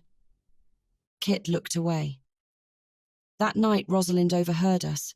She was in the garden. She heard what I had said to you. You were right about her. She was intent to be my wife whether I liked it or not." Amelia frowned. "I don't understand." "She created a scene that appeared as if I had forced myself on her. It was not the truth, but no one would believe me. I was forced to marry her." He sighed heavily. "You're joking." Amelia could not believe it. "I'm not. And since she has seen fit to force me into this arrangement, I have refused to be a true husband to her," he told her honestly. "A true husband," she said softly. "I won't touch her, and if it means that I'm the last Lord Hatton, so be it." "Kit!" she breathed out. A crash of thunder tore through the sky and a smattering of raindrops followed. "Damn!" he swore. A small shed was nearby and they both ran to it, getting soaked in the process. Shutting the door behind them, they were greeted by a little room filled with tools and pottery for plants.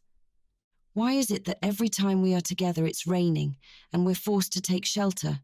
Kit asked. Amelia smiled and stepped into the small room. "Have we angered Zeus in some way?" "Impossible. We're favored." His voice was husky. "Are we?" She turned to him. "I don't think so." Suddenly he pulled her into his arms and his mouth took hers in a hungry, passionate kiss. All the time spent apart because Rosalind was selfish and domineering, he wouldn't deny himself this. He wanted Amelia and he would have her. He kissed her frantically, pressing her against the wall. "You've never been out of my thoughts, Amelia," he said lowly. "I ache for you." His mouth was on her neck. One hand held her against the wall while the other was in her hair. A comb clattered to the ground, causing several long curls to fall out of place. Pressing her into the wall with both hands, he placed a kiss on one perfect breast exposed over the neckline, and then the other. She gasped in pleasure. He began to push up her skirts and undo his trousers. Using the wall to anchor her, he moved her up slightly and then sank into her as she cried out. "Kit!" she said breathlessly in his ear. It had been so long since he had been with her, and there had been no one since. Knowing that the woman he wanted was in his arms was absolute bliss. He continued to make long strokes, and the tight, slick passage was heaven. He felt his climax building, and when she sighed loudly, he emptied himself inside her. "Amelia."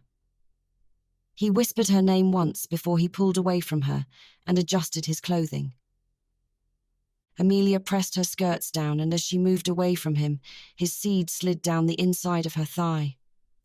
Looking about the small garden shed, she felt ashamed. "We can't do this," she said softly. "We can't do this again." "I've told you how it is," he frowned. "It's the truth. And the truth is, you're married, Kit. she said angrily. Whether it's a love match or arranged, you're still married. Rosalind is your wife. What can you offer me? I can give you a comfortable life, a Mayfair townhouse or somewhere of your choosing, jewellery, servants. A few seconds ticked by. So we're not so far from where we started, she said, a sneer on her face. What do you mean? Isn't this what you've wanted? What you've always wanted? Me as your mistress? Even when Patrick was alive? She asked him. Amelia, no, everything is different. Everything has changed. I don't see that anything has changed. Amelia looked up. I was a fool to give in to you. Just because we're attracted to each other, it means nothing. I want you in my life. That hasn't changed, he countered. No, that hasn't changed. But I don't have to give in to this, she said, frowning at the situation. I am attracted to you. I'll admit that. But that's it. That's all this is. And I won't do it again. He grabbed her arm. I won't let you go.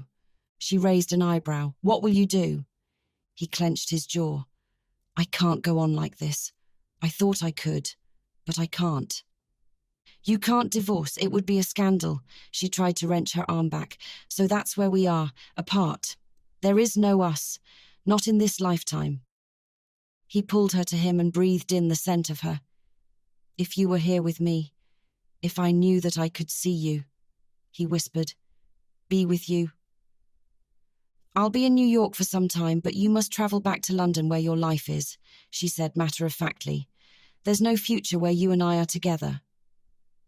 But he pulled back to look at her. I couldn't get you out of my head when you were to marry Patrick, though God knows I tried. Do you think an ocean separating us will matter? He scoffed. It won't. I've no place in your life. You've made your choice. She sighed heavily. We both must live with it. She pulled away from him without looking back and spent the afternoon with Sheridan and Minnie playing cards in the drawing room of the hotel. When Kit returned, Rosalind was waiting for him in the foyer. Where have you been? She asked, searching his face. I took a ride in the carriage to see the local scenery. He walked down the hallway and came to his room. Did you? She followed him inside. It seems you can't stay away from her. You want to force my hand to do as I said I would. If you think we're wretched now, just wait, he growled, aching for a drink. He closed his eyes as the door slammed behind her. At dinner, they spoke very little. When a card table was set up, Kit joined them. He loathed to spend his free time with Rosalind, who had ventured outside to watch the sun set into the horizon. Amelia was breathing in the sea air when someone stepped out onto the veranda. She wasn't aware who it was until Rosalind stood next to her. You're a much better actress than I gave you credit for, Rosalind said, surprise in her voice. Have you seen one of my plays? Amelia wondered. Plays? She turned to face her. Goodness, no, I wouldn't want to waste good coin on trifles. I was referring to your dramatic protestations so long ago, of you not being my husband's mistress when you so clearly are. You're mistaken now as you were then, Amelia clarified. Is that so? Rosalind cocked an eyebrow at her. Just remember, Miss Westcott, you may spread your legs easily enough for my husband, but all you will ever be is a whore. I have the name, and I have the man. You have nothing.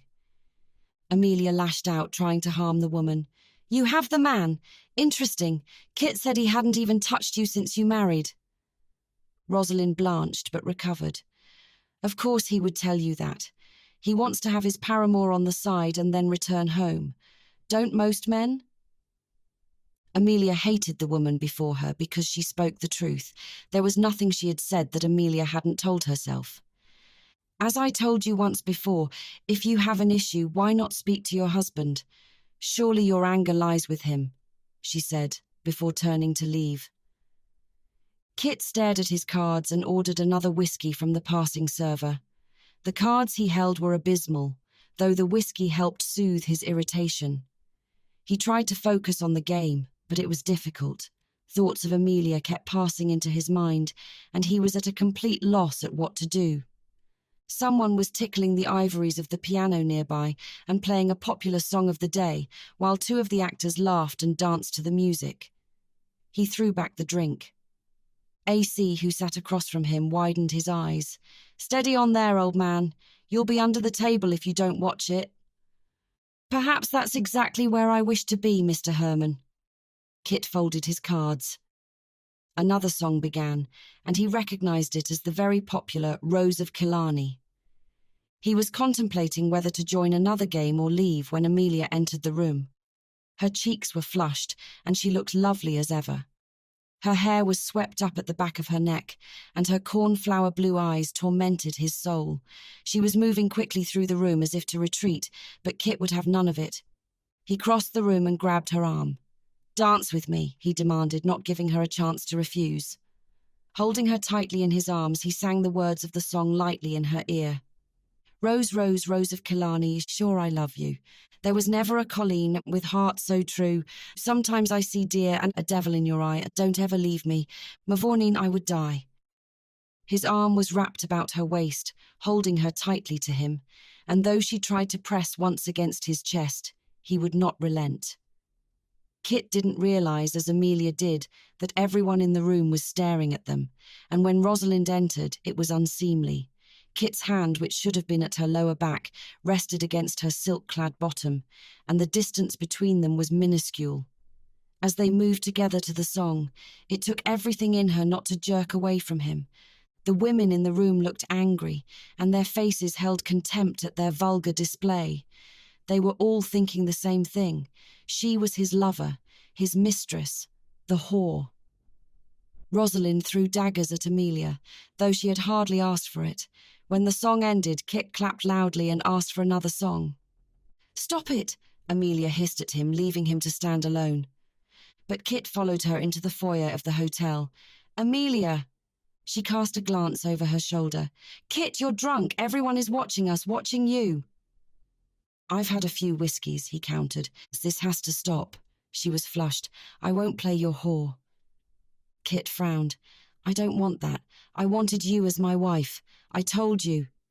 "But I'm not." She tried to calm her breathing. "I'm not. Am I?" The door behind them opened and Rosalind appeared. Amelia met her gaze and then looked at Kit. "If you'll excuse me." She picked up her hem and practically ran down the hallway to her room. Kit breathed in deeply as he faced his wife. "I hope you're pleased with yourself." Rosalind's face was tight and pinched. "Fondling your whore on the dance floor in front of everyone, making a fool of me. You're disgusting. You flaunt her but won't give me the slightest attention." Her voice broke. "You forced this," he said coldly. "I warned you." "I see, so if I was out of the way, if I was dead," she nodded, "then everything would be picture perfect. You could marry your precious slut." "Rosalind, no." She stalked off to her room. "Not the best night for you, huh?" Sheridan said as he walked past him. Rosalind's hands shook as she added laudanum to the whiskey. She didn't like the taste of whiskey, but laudanum was extremely bitter and helped mask it. She took several gulps of the tincture and set the glass down. She had used laudanum occasionally for her female issues and headaches, but more recently. She had made a dreadful mistake marrying Kit. Forcing a strong-willed man to bend to her will had not turned out well. Kit was in love with Amelia. It was clear. But the damage had been done, and there was no going back. Taking the whiskey in hand, she added more laudanum to the alcohol. She drank it down as she peered out of the window at the dark sea before her. It was quiet except for the sound of the waves crashing upon the shore. She placed the glass down, picked up her favorite yellow silk shawl, and walked resolutely down to the beach, where she took her shoes off on the sand. The water lapped over her naked feet as she peered out into the inky black water. She would make Kit rue the day he had married her. He may love the actress now, but she would force him to see what mattered. She giggled as she stepped away from the water and then into it. The water danced around her ankles and then her calves. When she stepped farther into the sand, her foot sank in deeper. Suddenly the water was up to her thighs and she looked about for her shawl. Where had it gone?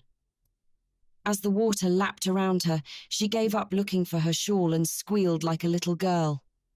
She flipped onto her back and floated on top of the water. It was delightful as she looked up into the pitch-black sky that matched the water she floated in. Where was that scarf? She tried to stand up in the water but realized with a fright that she couldn't touch the bottom of the sand. What had happened? To her left, the lights of the hotel glittered, but it looked much farther away now. A wave came over her, and she gulped in water. Feeling lightheaded, she turned onto her back. She would rest a while, and then she would swim back. She would teach Kit a lesson. Her eyes narrowed. He would rue the day he played with her feelings. Kit was intolerable. How dare he touch and hold Amelia in public as if she were his property, in front of the theatre group and in front of his wife. It was unseemly and vulgar. He gave no thought to anyone else and touched and fondled her in public with no care for her reputation. She leaned her head against the window pane. Even that very afternoon she had given in to him. Allowed him to touch her and take her once more. It was impossible. She flushed with embarrassment at her weakness for him. The entire matter was impossible. She would return to the city this very evening. Chapter 17. The Belle of London. Kit woke to the sound of knocking on his door, followed by the pounding of his head. Rolling onto his back, he bit back a moan. His head ached. How many whiskies had he consumed? He had lost track. His only memory had been dancing with Amelia, holding her tight, aching for her, and then Rosalind. Rosalind making her accusations and demands. "Mr. Beaumont," called a crisp voice outside his room. "One moment." Kit swore and glanced at the clock. It was barely 6 in the morning. After putting on his dressing gown, he wrenched open the door. The hotel manager and a policeman stood on the doorstep. "We're sorry to bother you, Mr. Beaumont, but we need to speak with you most urgently," the hotel manager said. Kit sat before the two gentlemen, stunned. Rosalind was dead. She had washed ashore on the beach that morning in an apparent drowning. I'm shocked," Kit admitted. "There might be an investigation, but it does seem to be straightforward," the police officer explained. "I'm not sure how much time you need, but I will want to take her back to England as soon as can be arranged," Kit told them. "Her parents will certainly want that." "Of course," he said, "my deepest condolences." Closing the door behind him, Kit felt an array of emotions. He was sorry she was gone. He had never wanted her dead, but a small part of him was relieved. Ashamed as he was to admit it, he was. She had forced him into a marriage he had not wanted, and it had ended badly. He had funeral arrangements to make, and he needed to telegraph her parents so they would not be shocked when he returned to England without her. He looked at the clock. It was still so early in the morning, but he wanted to see Amelia. He needed to see her desperately. He threw on his trousers and shirt and walked down the hall. He knocked on the door, but she didn't answer. He called her name several times, but there was no response. Taking the steps down to the first floor 2 at a time, he went to the front desk to leave a message for her. "I'm sorry, Mr. Beaumont. Miss Westcott left our establishment late last night." She had returned to the city. Of course she had. He wasn't surprised. He had behaved like a university lad out on the town for the first time, drunk and groping her. It was embarrassing to recall, but he would make it up to her. After this business was finished and he had buried Rosalind properly, he would make it up to Amelia. Amelia met briefly with AC to inform him that she was returning to England. Though the run had been a success, she felt adrift in New York and wanted to return home to familiar people and places. After saying goodbye to Sherry and Minnie, she booked her passage home. The first several days aboard the ship, Amelia knew she had made the right decision. She spent large amounts of time sleeping, and when she woke, she had no appetite. On past trips, she hadn't suffered from seasickness, but tea and toast helped settle her stomach. She enjoyed the nightly music by the ship's band. When they finally docked in Liverpool, she decided she would not return to London just yet. She sent a brief telegram to Lazarus that she would return to London, but not before she stopped over in Scotland. Her energy level was very low, and she needed to spend some time recuperating. Having read up on Scotland some years previous, she took the train from Liverpool to Braemar, which was 58 miles west of Aberdeen. The porter took her bags as she entered the Fife Arms Hotel. The lady who checked her in gave her an assessing look and smiled. "Has anyone ever told you that you resemble the actress Amelia Westcott? I saw her in London, and she's quite an attractive girl. It's a compliment." Amelia pinked at the woman's words and signed the registry. As the woman handed Amelia the key to her room, she glanced at the registry and saw her name and signature. "Oh my goodness," she laughed. "It's you." "It's me," Amelia agreed. "What a treat to have you here," the woman said genially. "Are you doing a new play? In Glasgow or Edinburgh?" "No, there's no new play. I'm a bit worn down. I need some quiet time," Amelia admitted. The woman called out to the porter, "Please take special care of Miss Westcott. She's in the suite." The porter nodded, and Amelia followed him down the hall. Her room was warmly decorated in rich green and red, and the plush bed beckoned to her. Her trunk remained untouched as she undressed quickly and crawled into bed. She was asleep within 10 minutes. Kit rubbed his chin with the 3-day growth of facial hair. It had been hell. The police had believed that he had killed Rosalind and had detained him for questioning. Several times he had answered their questions and given them the same answers over and over again. Several people at the hotel had gone to the police and gossiped that he had been all over Amelia Westcott the night Rosalind died. It had come to their attention that Amelia and Kit were perceived lovers, which he had admitted to. Coupled with the fact that Rosalind had been overheard to say to him the night she had died, "If I was out of the way, if I was dead, then everything would be picture perfect." Kit argued vehemently that he had not drowned his wife. Certainly they were not on the best terms, but he had been seen playing cards and then had gone upstairs to his room. He might have been charged with her murder had the front desk clerk not declared that not long after Kit retired, he had come back downstairs to the front desk asking for a bottle of whiskey. Several people saw him. Kit shuddered to think what might have happened had he not requested the bottle. The police finally ruled the death an accidental drowning, and he made arrangements to send Rosalind home. Returning to New York City, he discovered to his irritation that Amelia had also returned home. He felt everything rushing out of his grasp and control, and it irked him. There would be many items that would require his attention when he returned to London. He must see the final funeral arrangements and attend to family business that he had put off for some time. He would make certain Rosalind was buried with all the privileges as befitted a countess, which included the family plot. He had to attend to his mother and the Hatton estate, which was competently run by his estate manager, but he had not been there in some time.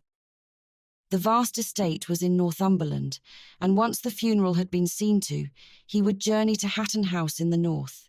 He rubbed his eyes. The sooner he set out for England, the sooner he could attend to the matters and finally speak to Amelia. Amelia had dressed warmly in the lilac woolen dress. She wanted to walk around the small town and see the natural Scottish beauty.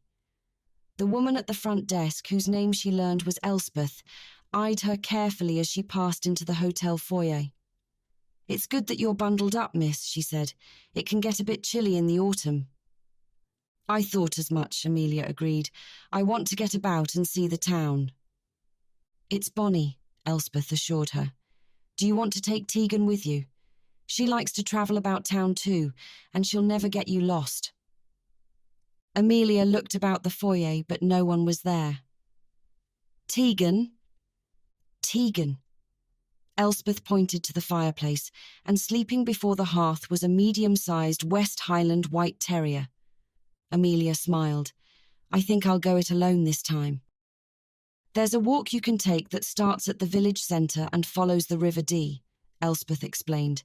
"It takes about 2 hours to finish, and you'll see the mountains and Braemar Castle."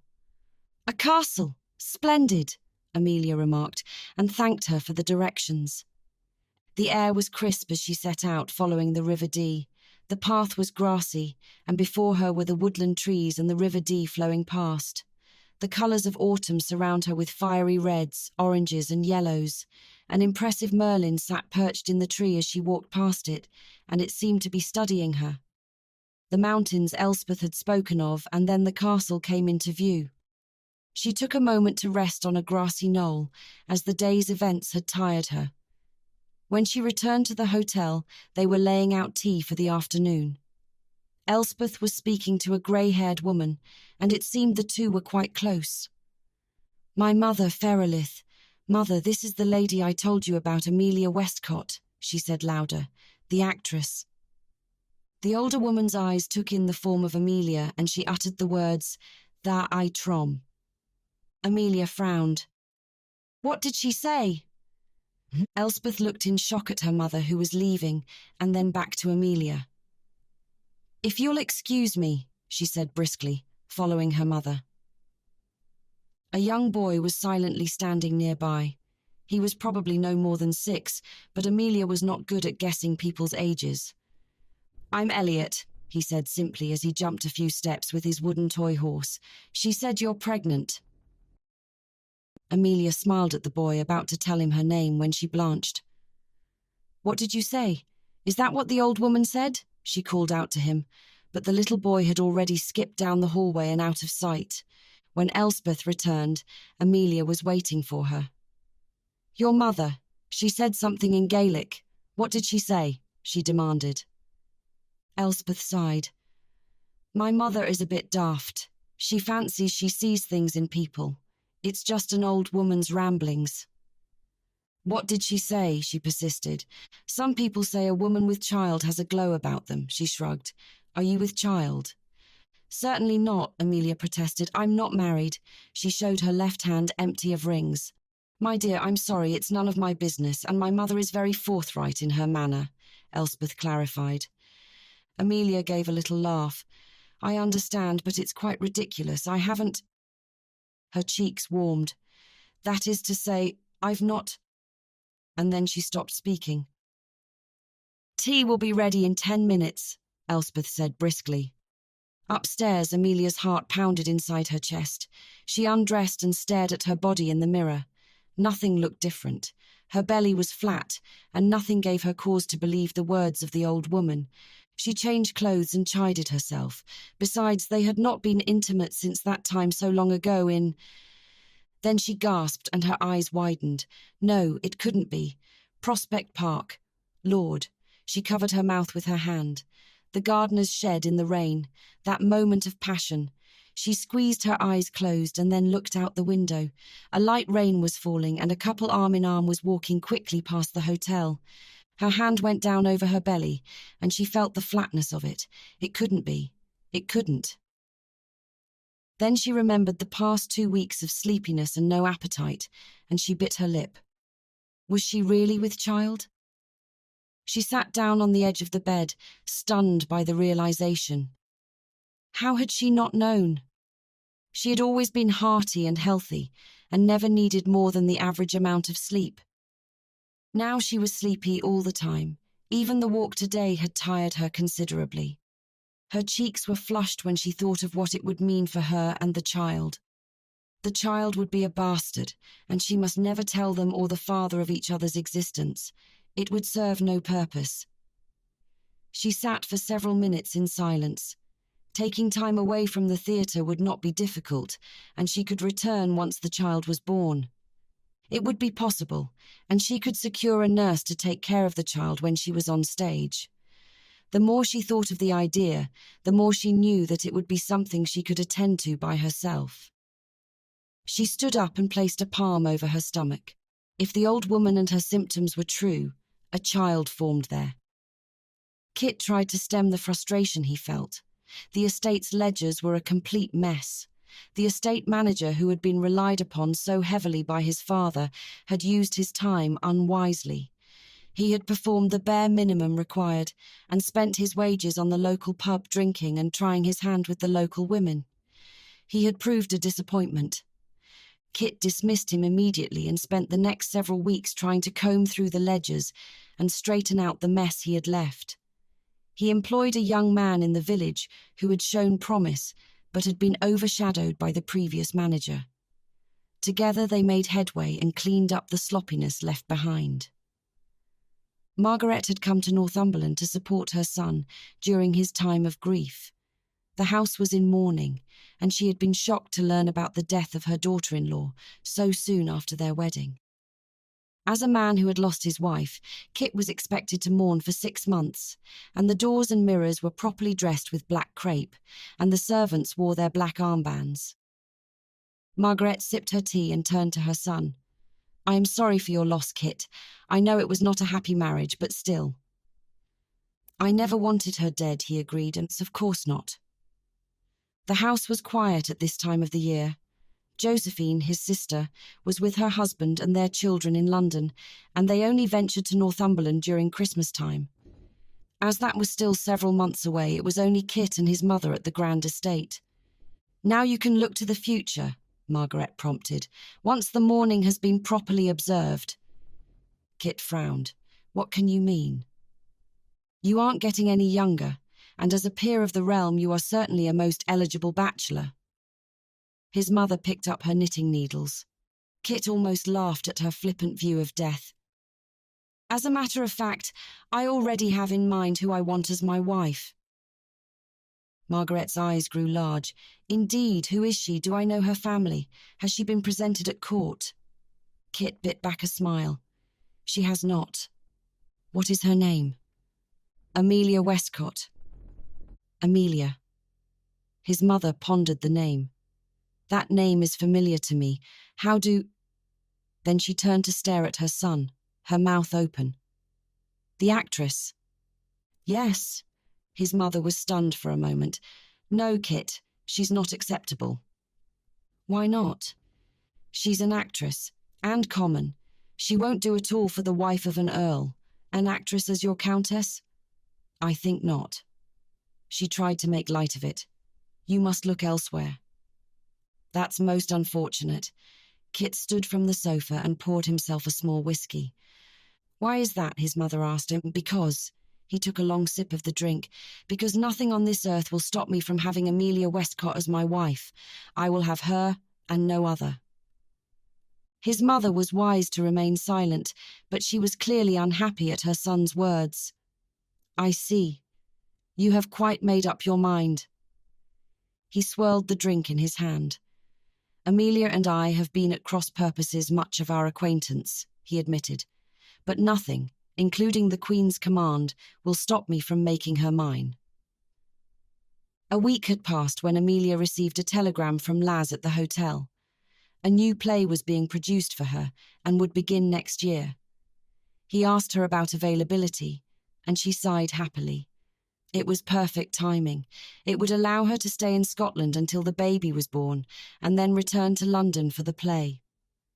In the morning, Amelia sipped coffee before the fireplace and looked out over the Cluny water that flowed quietly past. She had been in Scotland for a month, and it was a peaceful existence. With her upcoming situation, she would need to look for longer accommodations, but the hotel would do for the time being. Elspeth recommended a delightful cottage nearby, and Amelia was contemplating taking the lease when she heard a commotion outside and several carriages pulled up to the pub. She rubbed her hands before the fire and started when she heard her name being called. "Amelia Westcott." Turning, she saw none other than the Prince of Wales coming toward her. "What a sight for sore eyes you are." He kissed her cheek. "You've been long away, have you not?" "Your Royal Highness."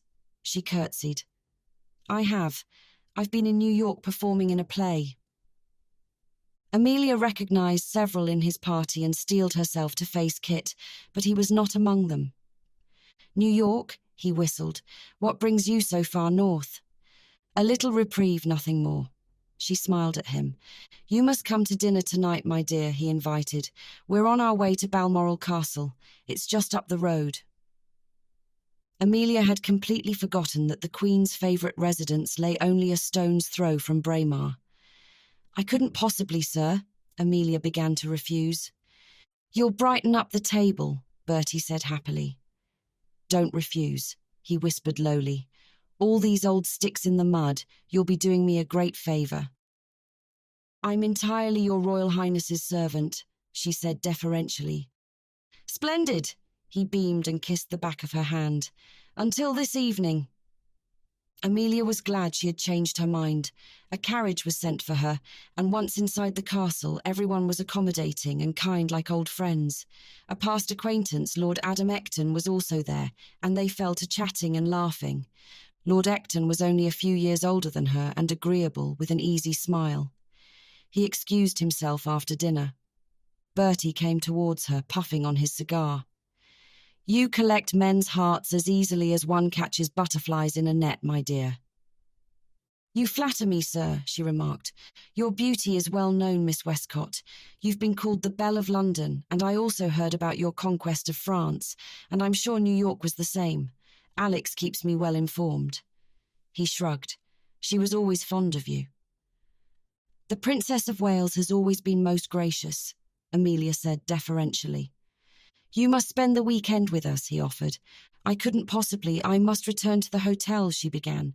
"Nonsense. We have a weekend planned of games and hunting. Several of the ladies will be down, so you won't be alone," he explained. "How can I refuse? But I must collect my items from the hotel, so I'll join you tomorrow morning," she relayed to him. "Superb," Bertie smiled. "We'll see you tomorrow."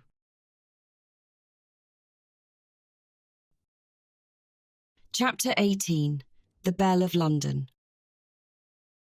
The Prince of Wales sent the carriage for Amelia, and Lord Ecton took the initiative to join the carriage ride with her to Balmoral. He was an easygoing man, quick to smile and compliment. He was quite taken with her, and she relaxed in his presence. He took her arm when the carriage deposited them at Balmoral, and they were laughing together like old friends when they entered the main foyer. Looking up at Adam, smiling, she turned her attention to the larger room, and her heart leapt inside her chest. Kit Beaumont was leaning against the fireplace, watching her coolly. It had been some time since she had last seen him, and she remembered their last meeting in New York and the garden shed. She hoped her cheeks weren't flushed. "As always, your servant, Miss Westcott," Adam said, turning to the room. "I've persuaded the Belle of London to join us for the weekend. I think you know most of the people here."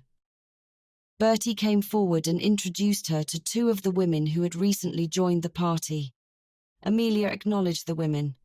"Ecton took it upon himself to meet you with the carriage, though the journey is less than 30 minutes, he teased the young man. "Steady on," Adam replied, though he was not angry. "And Hatton, I recall you have met before," Bertie said as Kit came forward. "Miss Westcott," his voice was smooth and low, "as always a pleasure." Amelia bit back a sharp retort. "Always a pleasure?" She pretended to think. "I don't recall even one." Bertie laughed and clapped Kit on the back. "She's got a sharp tongue. I recall you two didn't get along. Let's not have that. This weekend we're all friends, and we need to be especially nice to Beaumont here." "Do we really?" Amelia asked the prince and then turned to Kit. "Why especially?" "Not especially, but we all are friends," Kit agreed. "Excellent, let's breakfast," the prince announced. At the large grand table, Amelia was seated next to Adam but across from Kit. His handsome face was a complete mask of emotions, and she couldn't tell what he was thinking. Adam chatted with her about the time she spent in France and then asked about New York. "Is it a barbaric country?" He smiled. "Were the people quite civil?" Amelia laughed. "The people were welcoming, and I enjoyed my time there." She took a bite of toast. "Weren't you recently in New York, Beaumont?" the prince asked. "I was," Kit said, his eyes never leaving Amelia's. "Did you see our dear Miss Westcott whilst there?" Bertie asked and winked at Amelia. "I did have that pleasure." Amelia gritted her teeth at his double entendre and his warm eyes on her the entire time. "And how did you find her?" the prince prompted. "Her performances are always very enticing." His words were spoken like warm honey. In a flash, Amelia remembered him pressing her against the wall and lifting up her skirts. As she sighed in his ear, he undid his trousers and... "Are you unwell, Miss Westcott?" Adam wondered beside her. "You're flushed." "It's nothing. The room is a bit warm for me." She picked up her coffee cup, and when she looked back at Kit, a small smile was playing on his lips. Damn him. We've a sailing race planned on the River Dee and then a picnic, the prince announced. So, dress accordingly. Amelia pulled her warm gloves from the dresser and resisted the urge to curse aloud. She had thought she would be safe in Scotland. Away from everyone and everything connected to London, she could spend the next 8 months in seclusion and no one would know. But now she had been invited to Balmoral Castle for the weekend, which she could not have refused, and he was here. She turned in front of the full-length mirror in the room and brushed a hand over her belly. She was overreacting. She looked unchanged, and Kit knew nothing. She must get through this weekend and then find a secluded cottage to spend the next few months. Nothing had changed. When she went downstairs, several of the older men were milling about with their wives, and 2 of the younger women were speaking lowly to each other. Carriages were waiting to take them to the River Dee. She realized she'd forgotten her hat. She ran quickly upstairs to retrieve it, and when she came back down, the butler directed her to the lone carriage waiting. Stepping inside, she saw Kit seated alone. She looked back at the door, but it was clear they were the last 2. She settled into the carriage and smiled. Did you plan this? Plan what? He asked innocently. She had no desire to engage with him, so she looked outside at the freshly clipped lawns and trees, ignoring him. I wouldn't advise teasing young Ecton, he said suddenly. He's young and innocent in the ways of the world. He won't understand your shameless flirting. Amelia rose to the bait. Shameless flirting, you have your nerve. I'm doing it for myself, really. He shrugged nonchalantly. Okay, I'll give in. Amelia rolled her eyes. How are you doing it for yourself? I don't want to have to save you again, he said softly. Chasing after you is exhausting, and you'll recall how that ended in France. Ah! Amelia's eyes widened and she was speechless. How it had ended indeed. The inn and... You aren't safe now at her lost virginity. And please don't drink, Kit said absently. We both know you can't hold your liquor. Amelia became instantly furious. Nor you your tongue. You're so quick to anger, he admonished her, a smirk on his handsome face. You were much more agreeable in New York. Very much so, as I recall. Amelia tried to regain her composure. He was doing it on purpose, trying to goad her. That was New York, she agreed. Surely you can be agreeable again, he purred. Can I? I suppose I can, but not with you. Never again with you, she said tartly. He moved swiftly from sitting across from her to sitting beside her. How long has it been since we've seen each other? A month at least. His eyes traced the lines of her face. And yet I can remember in perfect detail the colour of your eyes. Can you? She tried to seem disinterested. I can. And did you know, he leaned in close to her ear, that in moments of passion the colour darkens to a deeper blue? Amelia moved away from him, taking his seat across from her as he chuckled. Come now, he said, smiling. It's not as if you are an innocent maid. We both know that's not true.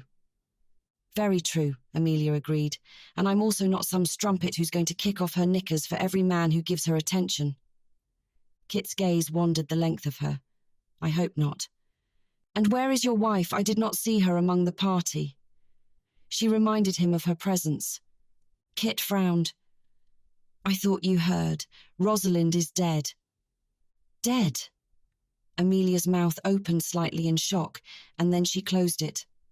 No, I had not heard. How did she die? Accidental drowning. The night you left the hotel, he said quietly. She remembered that afternoon in the garden shed with Kit, and then that evening he had held her tightly while dancing with her, his hands possessively all over her body. I'm sorry she's dead, Amelia said softly. I know she was unhappy.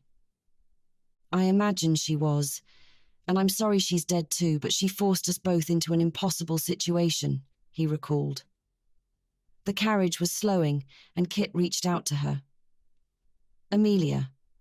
She looked back at him just as the driver opened their door. Last to arrive, Bertie said as she stepped out. Adam Ecton was at her side, smiling. It was an irritating afternoon. There was a short sailing race down the River Dee, and Amelia was paired with Adam. He was very attentive, and her laugh tinkled out over the water, driving Kit insane. He had not expected to see her. He had been invited by Bertie to come to Balmoral, as he was in the north at the family estate. Wanting to escape the ledgers and numbers, he had jumped at the chance to relax with Bertie and the others he normally associated with. But nothing could have prepared him for seeing Amelia walk through the doors on Ecton's arm, so laughing and full of life. He had wanted to pull her into his arms and kiss her senseless. But they had ended on bad terms in New York. After the garden shed, Kit had gotten drunk and groped her, and then gotten drunker still until he passed out. She had left before he could apologize, but she had been under the impression he was still married. Now he was a widower and everything had changed. He was free. And he intended to have Amelia Westcott. Seeing Amelia laugh and throw her head back in delight at Ecton's words made him want to thrash the man. "You look quite angry just now, old man." Bertie came to stand beside him. The race had just finished and several boats remained in the water, including Amelia's. Bertie followed his gaze. "Ah, the Belle of London." Kit's stomach clenched, but he said nothing. "She's really something," Bertie allowed. "Though you haven't always been her favourite, if I remember correctly." Kit scoffed lightly. Bertie turned sharp eyes to him. "What's this?" He searched the other man and then laughed. "Ah, I see." "There's nothing to see," Kit said too quickly and reprimanded himself. "Isn't there?" Bertie patted him on the back. "Just remember, a woman that lovely won't stay on the market long." A light breeze picked up as the party settled on the river's edge for a picnic lunch. Cold chicken and ham was served along with sweet apple tarts and coffee. Amelia was seated at the edge of the clearing, with Ecton entertaining her. When Bertie called Ecton over, Kit's eyes were drawn to Amelia. She appeared tired, and when she closed her eyes and stretched her arms out, he was overwhelmed by a desire for her. The garden shed. It had happened so quickly, and he had taken her in a most ungentlemanly-like manner up against the wall. But it didn't help. He wanted her again. He was drawn to her, and nothing had changed it. Even time had not lessened it. When she was with Patrick, he had desired her. He had been jealous of them and wanted her for himself, though he had not been man enough to admit it. Then, when she was brought low, he had thought she would come running to him for help. She had not. Amelia was a woman quite capable of looking after herself, and now they were both in Scotland. After returning to the castle, he walked quietly down the hallway behind Amelia. She stopped abruptly before him and then pressed a hand against the wall, almost sinking to the floor. "Amelia," he called her name once, walking quickly to her side. "Are you all right?" She looked very pale in the low gaslight of the hallway. "I'm fine." She gazed up at him and then away. "A moment of dizziness is all." "You hardly ate anything at luncheon." "I ate a large breakfast," she lied. "Do you need anything? I can call the maid," he offered. "No, I just need to rest." She moved past him and into her room. Amelia breathed in a sigh of relief when she was alone in her room. She shouldn't have come to the castle, but how could she have refused the Prince of Wales? She was so tired, and her appetite was very poor. She must endure one more day and then she could retreat and no one would be the wiser. She poured herself a glass of water and it helped calm her stomach. She would try to eat something bland at dinner and unsweetened tea, which seemed to help. Another evening would certainly be achievable. After dinner, they gathered together in the large parlour, while two of the men went to play billiards. Amelia played cards with the others, and then she sat by the fire next to Adam. They were speaking in quiet tones like two close friends. "When you are next in London, I would like to take you to the theatre," he offered. Amelia smiled, flattered by his innocent attentions. "I'll be in London late next year. My new play is opening and you must come see it. I'm sure anything you are in would be perfection," Adam told her. This is too much flattery. Enough, sir, Amelia teased him. Does anyone care for brandy, coffee? The prince asked his guests. Might I have a cup of chamomile tea? It helps me sleep, Amelia told him. But of course, my dear, the prince directed the footman. Kit resisted the urge to punch Adam in the throat. He had never minded the chap. He was younger than Kit by several years, but agreeable. But since coming to Balmoral, the man seemed intent on spending every waking moment flattering and admiring Amelia. Kit knew well the feeling. She was the type of woman who got under a man's skin. Making love to her twice had not dampened the desire for her one bit, but increased it by 100-fold. It was maddening. The butler moved about the room with a tray of brandies and coffees, and Kit took a brandy for himself.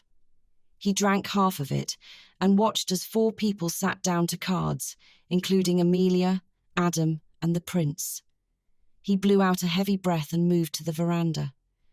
Moving around the large column, he looked up at the night sky, enjoying his brandy, when a noise alerted him that someone else had joined him outside. He was hidden behind the column in the dark and unseen to the interlopers. There's no denying she's attractive, Carlotta, came a feminine voice. She has all the men dancing attention to her. That's true enough, Madge, said a second voice. Lord Ecton, the prince, even the stoic Lord Hatton are all quite taken with the actress. Have you seen her at the table? Carlotta whispered. No, what atrocious manners, Madge said excitedly. She's off her food. She had a bite of toast at breakfast and pushed her food around at supper just now. Carlotta sounded conspiratorial. I watched her. What does that matter? Madge asked. Humph, came Carlotta's sharp retort. Did you see her at the picnic? Not really. She seems tired. Perhaps she's indisposed, recalled Madge. Indisposed. Carlotta let out a chuckle. That's another word for it. What are you saying? Asked an exasperated Madge. Can't you put 2 and 2 together? She's an actress, which means she's very free with her charms. She's off her food. She's tired. Carlotta let the words fall into place. Madge said nothing and then gasped. No. Yes, she can't be. It would be a scandal, Madge exclaimed. A scandal? She's not the Queen of England. She's an actress. I'm sure she would drop the whelp in between acts of her play. She giggled nastily. The 2 women moved back inside while Kit stood in the exact spot where he had been during the entire exchange. His throat felt dry, and he looked down at the glass he held. It was not possible. Those 2 viper-tongued women were jealous, that was all. Amelia was young and beautiful, and they were not. The first thought that flashed through his head was rage. If Amelia was pregnant, who was the father? Was it someone he knew? Was it Adam Ecton? He narrowed his eyes at the thought of them here together so innocently, and yet perhaps they had planned it. Of course they had planned it. She's very free with her charms. The thought of Amelia lying in some other man's arms caused him to see red. The women were lying. He could not take their word for anything. So what if she was tired and had no appetite? Then he remembered her in the hallway, overcome with dizziness.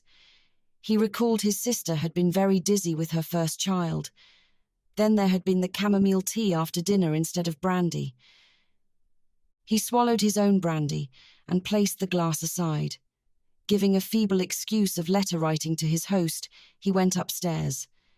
It had been an enjoyable evening. Amelia took the stairs to the 2nd floor.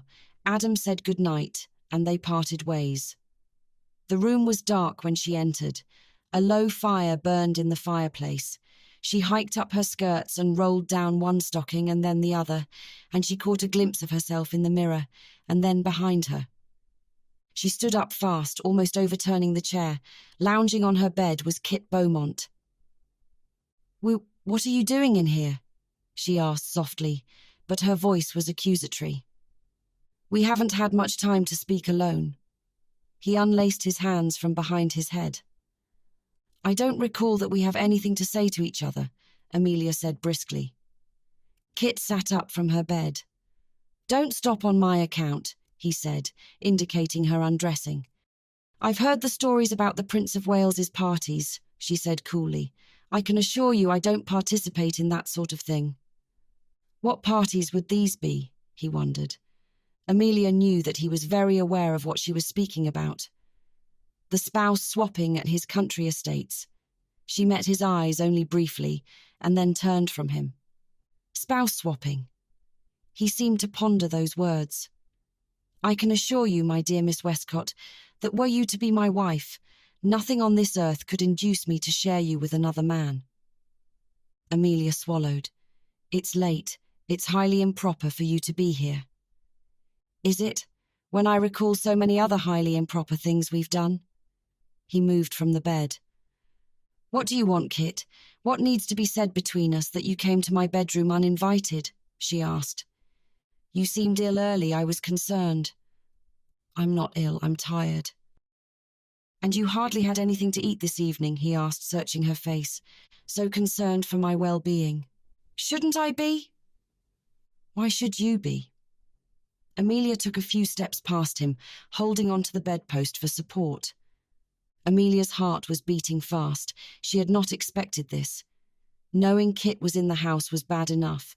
She was on guard and careful of her behaviour. But now he was standing before her, asking questions that worried her. He had no way of knowing. It was not possible, but she was concerned nonetheless. We've not seen each other for several weeks now, he said, since New York. That's true, she said warily. Did you see anyone else while you were in New York? He asked. Amelia frowned. No new acquaintances, and then I returned to England shortly after. Ah, England. He seemed to come upon an idea. Are you close to Ecton? He said abruptly. Adam? She asked. Kit clenched his teeth at the warm and kind way she spoke his name. Yes. Not especially. He came to her then and grabbed her arms in his hands. Why are you in Scotland, Amelia? Did you plan a rendezvous with Ecton? Amelia almost laughed, breaking his grip on her. How much brandy have you had? You're being ridiculous. I came to Scotland to relax. Nothing more. You like flirting with him in front of me, he said lowly. Is that it? What are you to me or me to you? Nothing. She swiped at his hand. Nothing? I told you that night I would make you my countess. I meant it, he said quietly. And then you married Rosalind. But now she's gone. I'm very tired. You should go, she said, trying to move past him, but he blocked her way. I will, but I want you to tell me the truth, he said, a steely glint in his eyes. What do you wish to know? He eyed her for several long seconds. His gaze wandered down the length of her and then back to her face. Are you with child? Amelia was so shocked at his question that she barely had time to react. Child? She stalled for time. She was breathless and sick. What are you saying? What child? I overheard gossip just now. They were speaking of you, he admitted. Were they? They said you were tired and off your food, and even I saw that you were dizzy earlier, he pointed out. I am tired, she countered. I've been in play after play. I see. And since when do you listen to gossip? I don't generally, but then I remembered my sister. She was dizzy with a poor appetite early on, Kit began. It was no more than a month. He let the words hang in the air, saying nothing more. Kit turned away from her and walked to the window. It was dark outside, and the moon was low. When we were together in Prospect Park, how long ago would you say that has been? But he already knew the answer. I honestly don't remember, she lied. He glanced at her face in the window's reflection and then turned to face her. Then you're a liar, he said angrily. But what else you might be remains to be seen. You are an actress after all. Are you finished? I'd like to go to bed. He moved toward the door and then turned back to face her. I only have one more question for you, Amelia. If you are with child and it's mine, he said lowly, where exactly do you think you can hide on this earth that I won't find you?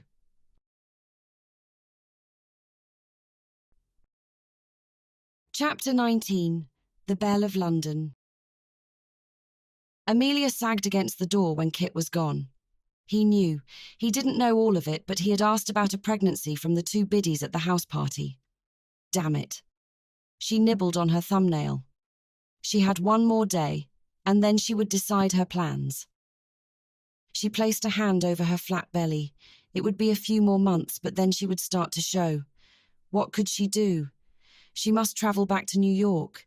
She had wanted the peace and tranquility of Scotland, but it wouldn't be safe, especially when news might travel to the prince and then to Kit. She couldn't run the risk. At least in New York she could move more freely about, and no one would be the wiser once she gave birth. She should not have left in the first place. Kit had been the reason she had left New York, and it was fitting he would be the reason she returned. It was decided. Kit slept very little that night. He didn't know what was the truth, but he knew Amelia was hiding something. They had always had such a rocky relationship. First, there had been Patrick. She had been a dance hall girl then and unsuitable for his friend, or so he'd thought. Then Patrick died. Making a deathbed promise, Kit swore to look after her. He gave a sarcastic grin then. Look after her. Ha! The last thing Amelia Westcott wanted was anything from Christopher Beaumont, but then they had been thrown together several times, and then France. France had been an anomaly, a strange night full of drink and fighting, and then Amelia in his arms. You aren't safe now, he had warned her. I don't want to be, she had whispered back. Wasn't that just like her? She was an unmarried woman in the bed of an unmarried man, and she threw herself headlong into his arms. He breathed out. Maybe that was when it started. The feeling that she was creeping under his skin, the sky-blue eyes and ember-coloured hair. It must have started then. No, he wouldn't lie to himself. It had started long before. Even when she was with Patrick. She was so elusive, so out of his grasp, unattainable, and her wit and beauty so mesmerising. Then New York, being forced into that closet, hiding from those ruffians, and Prospect Park. The garden shed, and his heart skipped a beat. He didn't know when it had happened, but it was so clear to him now. He was in love with her. Kit stayed up most of the night. Then he had a plan. It came to him so easily he was surprised at it. He would speak to Bertie that morning. He grinned, but there was no mirth in it. He would need the prince's help.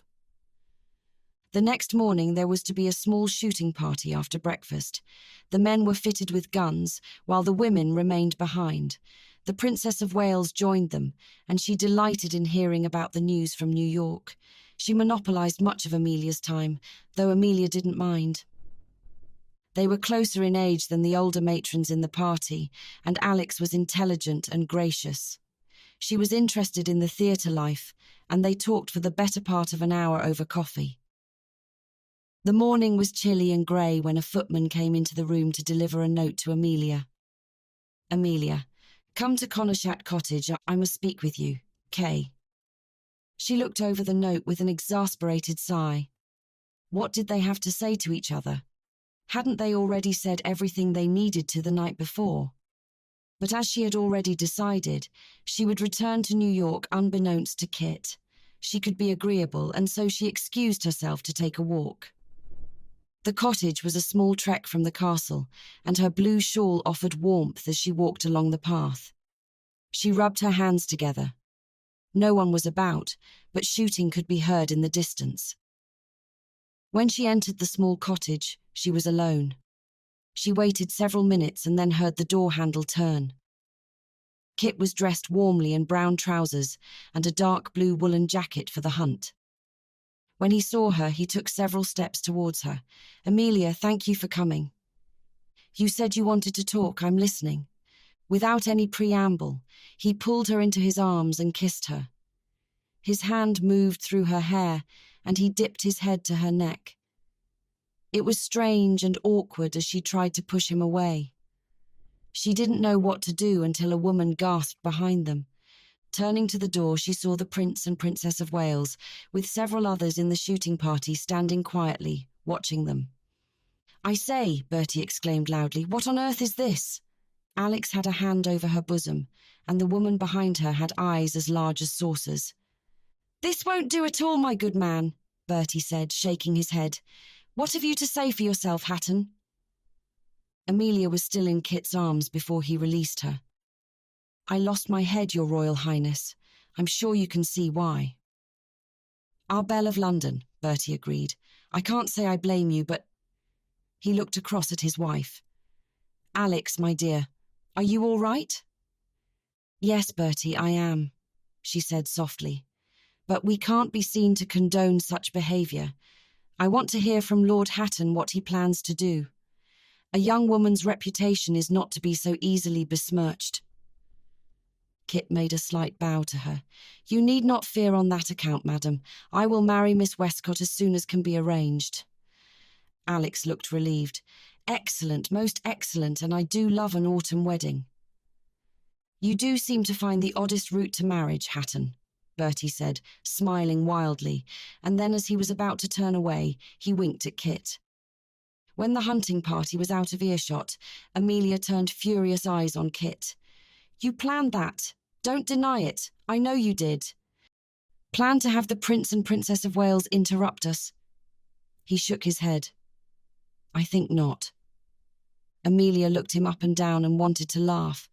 I won't do it. You can't force me, she said, almost childishly. Kit made a tisk-tisk sound. Since you seem intent to remain unmarried, or at least not to me, I offer you an alternative. An alternative? She asked warily. We can have a long engagement. I think a year is best.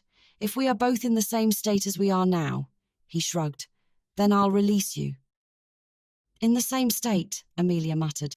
However, if you don't agree, then we marry as soon as possible, he said lowly. To protect your virtue, of course. Oh, of course, she said coolly. Why are you doing this? Kit looked down at the floor. If you're pregnant and it's my child, a boy will be the next Earl of Hatton. You didn't think about that, did you? Amelia made a sound. I wasn't good enough for Patrick. You hated the thought of us together. Don't deny it. And now you want me? She scoffed. As your countess? I've always wanted you. Very well. She nodded. I concede to marry you, as soon as can be arranged. Kit's heart flipped. But I want what you gave Rosalind, a marriage of convenience. His first instinct was to say no. He would never agree to such an arrangement with Amelia. But he nodded. It would be the only way to have her. As you wish. And I will perform next year in London in the play as I already planned, she told him. Kit's lips turned up. A countess on the stage, singular. You won't keep me this way, she said sullenly. I won't bend to your will. He pulled her into his arms, and this time the sexual tension was there just under the surface. I don't want to bend you, Amelia, he said truthfully, but I want you by my side. I want you in my life, in my bed. Just as I said that night, nothing has changed. His voice was low and rough. She bristled. I won't be in your... A marriage of convenience, yes, I know. He tipped up her chin and kissed her once. Just convenience. The old matrons of the party were shocked at the news. Bertie was thrilled, while Alex wiped away a tear at the thought of a wedding. Adam appeared jealous, though he was gracious enough to wish them well. After Balmoral, we must visit Hatton House in Northumberland, Kit said offhandedly. My mother is there to act as chaperone. I want you to meet her. Chaperone? Amelia's eyes slid to meet his. He just grinned and winked at her. For appearance's sake. That afternoon, Kit and Amelia arranged to travel to Northumberland, which would take much of the afternoon. In the carriage ride, they didn't speak too often, and arrived late in the evening at the country estate. Amelia had fallen asleep halfway to their destination, and Kit watched as she slept. He couldn't blame her for being angry, but if he was right, she might be carrying the next Earl in her belly. It staggered him that it should be so, even more so that she would want to leave him and live apart. Didn't she know that he would never allow that to happen? Her face was so peaceful in sleep, and he found it disconcerting. With everything that had happened and through it all, he knew with absolute certainty that he was in love with her. The sexual tension and their heated banter had been exciting and inflamed him. He liked that she was feisty and strong, but then there had undergone a change. When Rosalind forced him to marry her, it had been unbearable. Amelia would never be satisfied with a purely sexual relationship, and neither would he.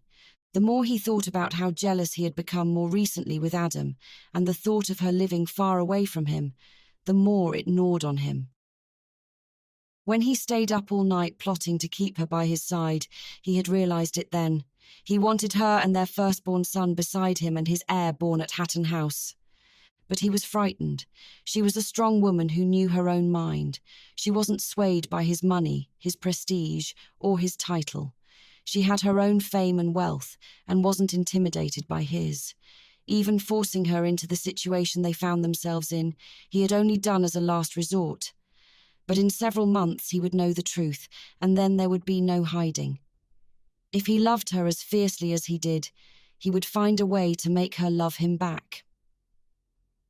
The carriage rolled through the large iron gates at the edge of the property and began its long trek to Hatton House's front double doors. He moved to sit beside her and gently brushed a lock of hair that had fallen across her cheek. He touched her hand and called her name, Amelia. She stirred and stretched her arms out. "We're there." "Almost. It's late, though. I'll have the butler show you to your room so you can rest. Tomorrow I'll show you the grounds and you can meet my mother," he said softly. No sooner had Amelia entered her room with the low-burning fire and the curtains drawn than she fell promptly asleep. The next morning, Kit's mother was seated at the breakfast table, sipping on her tea and reading Punch, the weekly British magazine of humour and satire. She didn't look up when Kit entered the room and helped himself to bacon, eggs and coffee. He took the chair opposite his mother. "My maid tells me we have a visitor," Margaret said quietly. Kit placed the linen napkin over his lap. "We do." "Kit," she began softly, "it's unseemly that you should bring such a woman here, an actress no less." She scoffed. Kit looked at her coolly.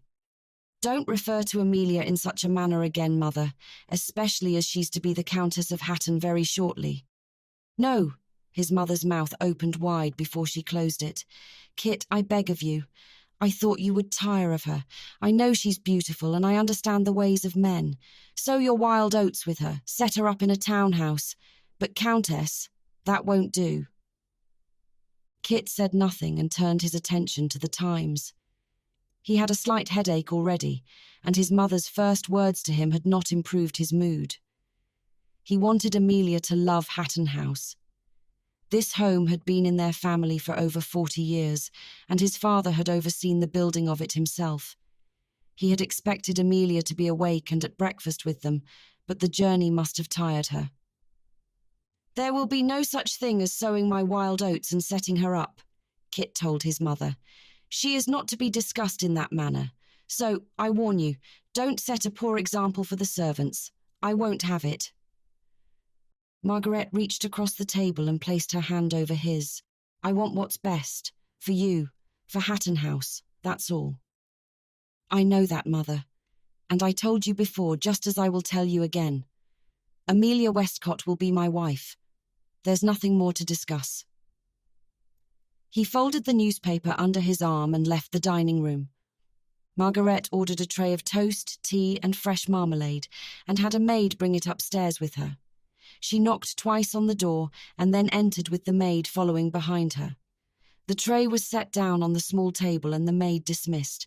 She faced the young woman seated in the window seat overlooking the grounds. It was easy to see how her son had fallen for the actress. Her hair was a mass of auburn curls, and her eyes were the colour of aquamarines. Her figure was lithe and her face lovely. "I'm Margaret Beaumont," she said simply, "Kit's mother." Amelia smiled then, and her face lit up. "Amelia Westcott." "You look tired, my dear." Margaret poured out a cup of tea for her. "I am. I know I overslept. I apologise," she said softly. "I shouldn't lie about." Margaret handed her the cup. "You're a guest. You must do as you please." "Thank you for the tea," Amelia gestured. "Come down when you're ready and I'll show you the grounds," Margaret offered. When Margaret departed, Amelia finished her tea and dressed in a blue and green tartan woolen frock. Walking into the hallway, she had her first glimpse of Hatton House. The walls were decorated in peach wallpaper with moulded ceilings, and a grand staircase with a red runner going down the middle dominated the foyer. The dining room contained a large table that seated 12 and 4-foot-high windows that looked out to the wooded parkland. The walls were covered in a rich red brocade wallpaper, and various paintings of, she assumed, prominent Hattons decorated the walls. She felt overwhelmed as she touched the silverware set on the table. The small grandfather clock in the corner chimed the hour of 10. She thought suddenly of Kit. She was attracted to him, but their past was tumultuous, and to offer her the role of countess was ridiculous. She could not fill those shoes. But then she recalled her state. The pregnancy, of course, it was the only reason a man like Kit would marry someone with her background. "There you are, my dear." Margaret entered the room wearing a silk peach-coloured day dress.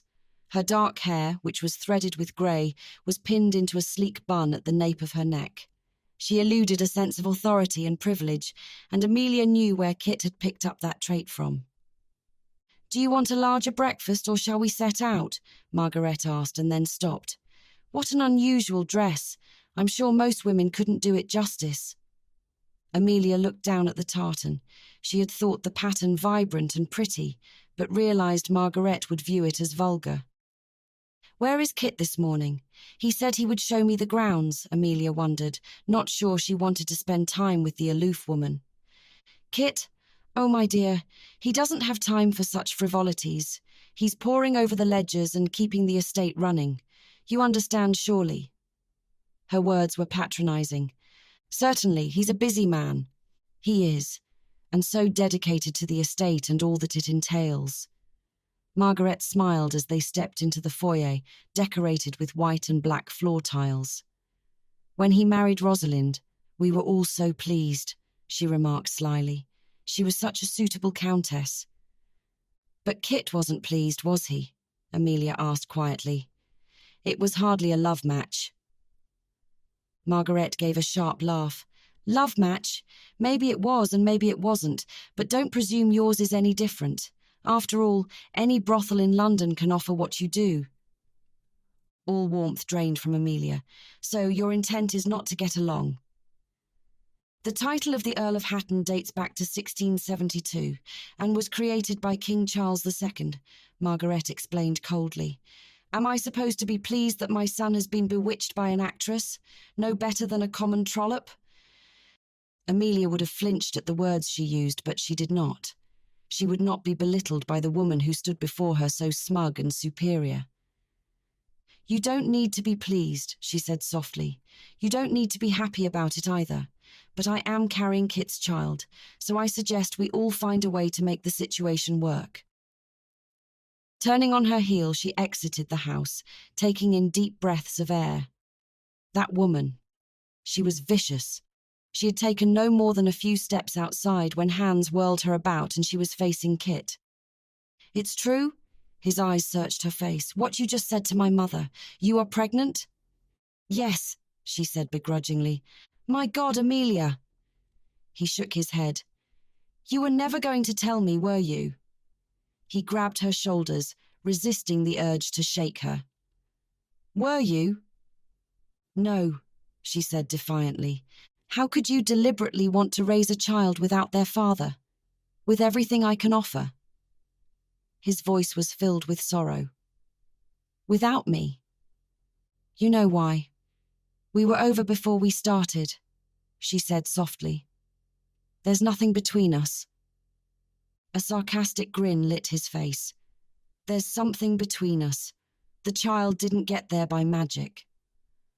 "That's all that we've ever been," she told him. "You know that's true." He released her. "I'll have the banns read. We'll be married a month from now." "As it pleases you, my lord," Amelia said sarcastically. "I don't think I'll ever be able to forgive you, Amelia." He sighed. "You should have told me," he told her, and then returned to the house. His mother was exactly where they had left her. She clutched at his arm as he walked past. "Tell me it isn't true. Tell me that actress isn't pregnant with your—" "Hold your tongue, mother. The next time you speak ill of Amelia will be the last time you are welcome at Hatton House. Do you hear me?" He raised his voice slightly. she gasped. Kit, I'm only looking out for... Yes, so you've told me. Again and again, he said coldly. She is pregnant. It is my child. We are to be married within the month. If you want to be of help, contact the vicar, make the arrangements, and send out invitations. Margaret collected herself.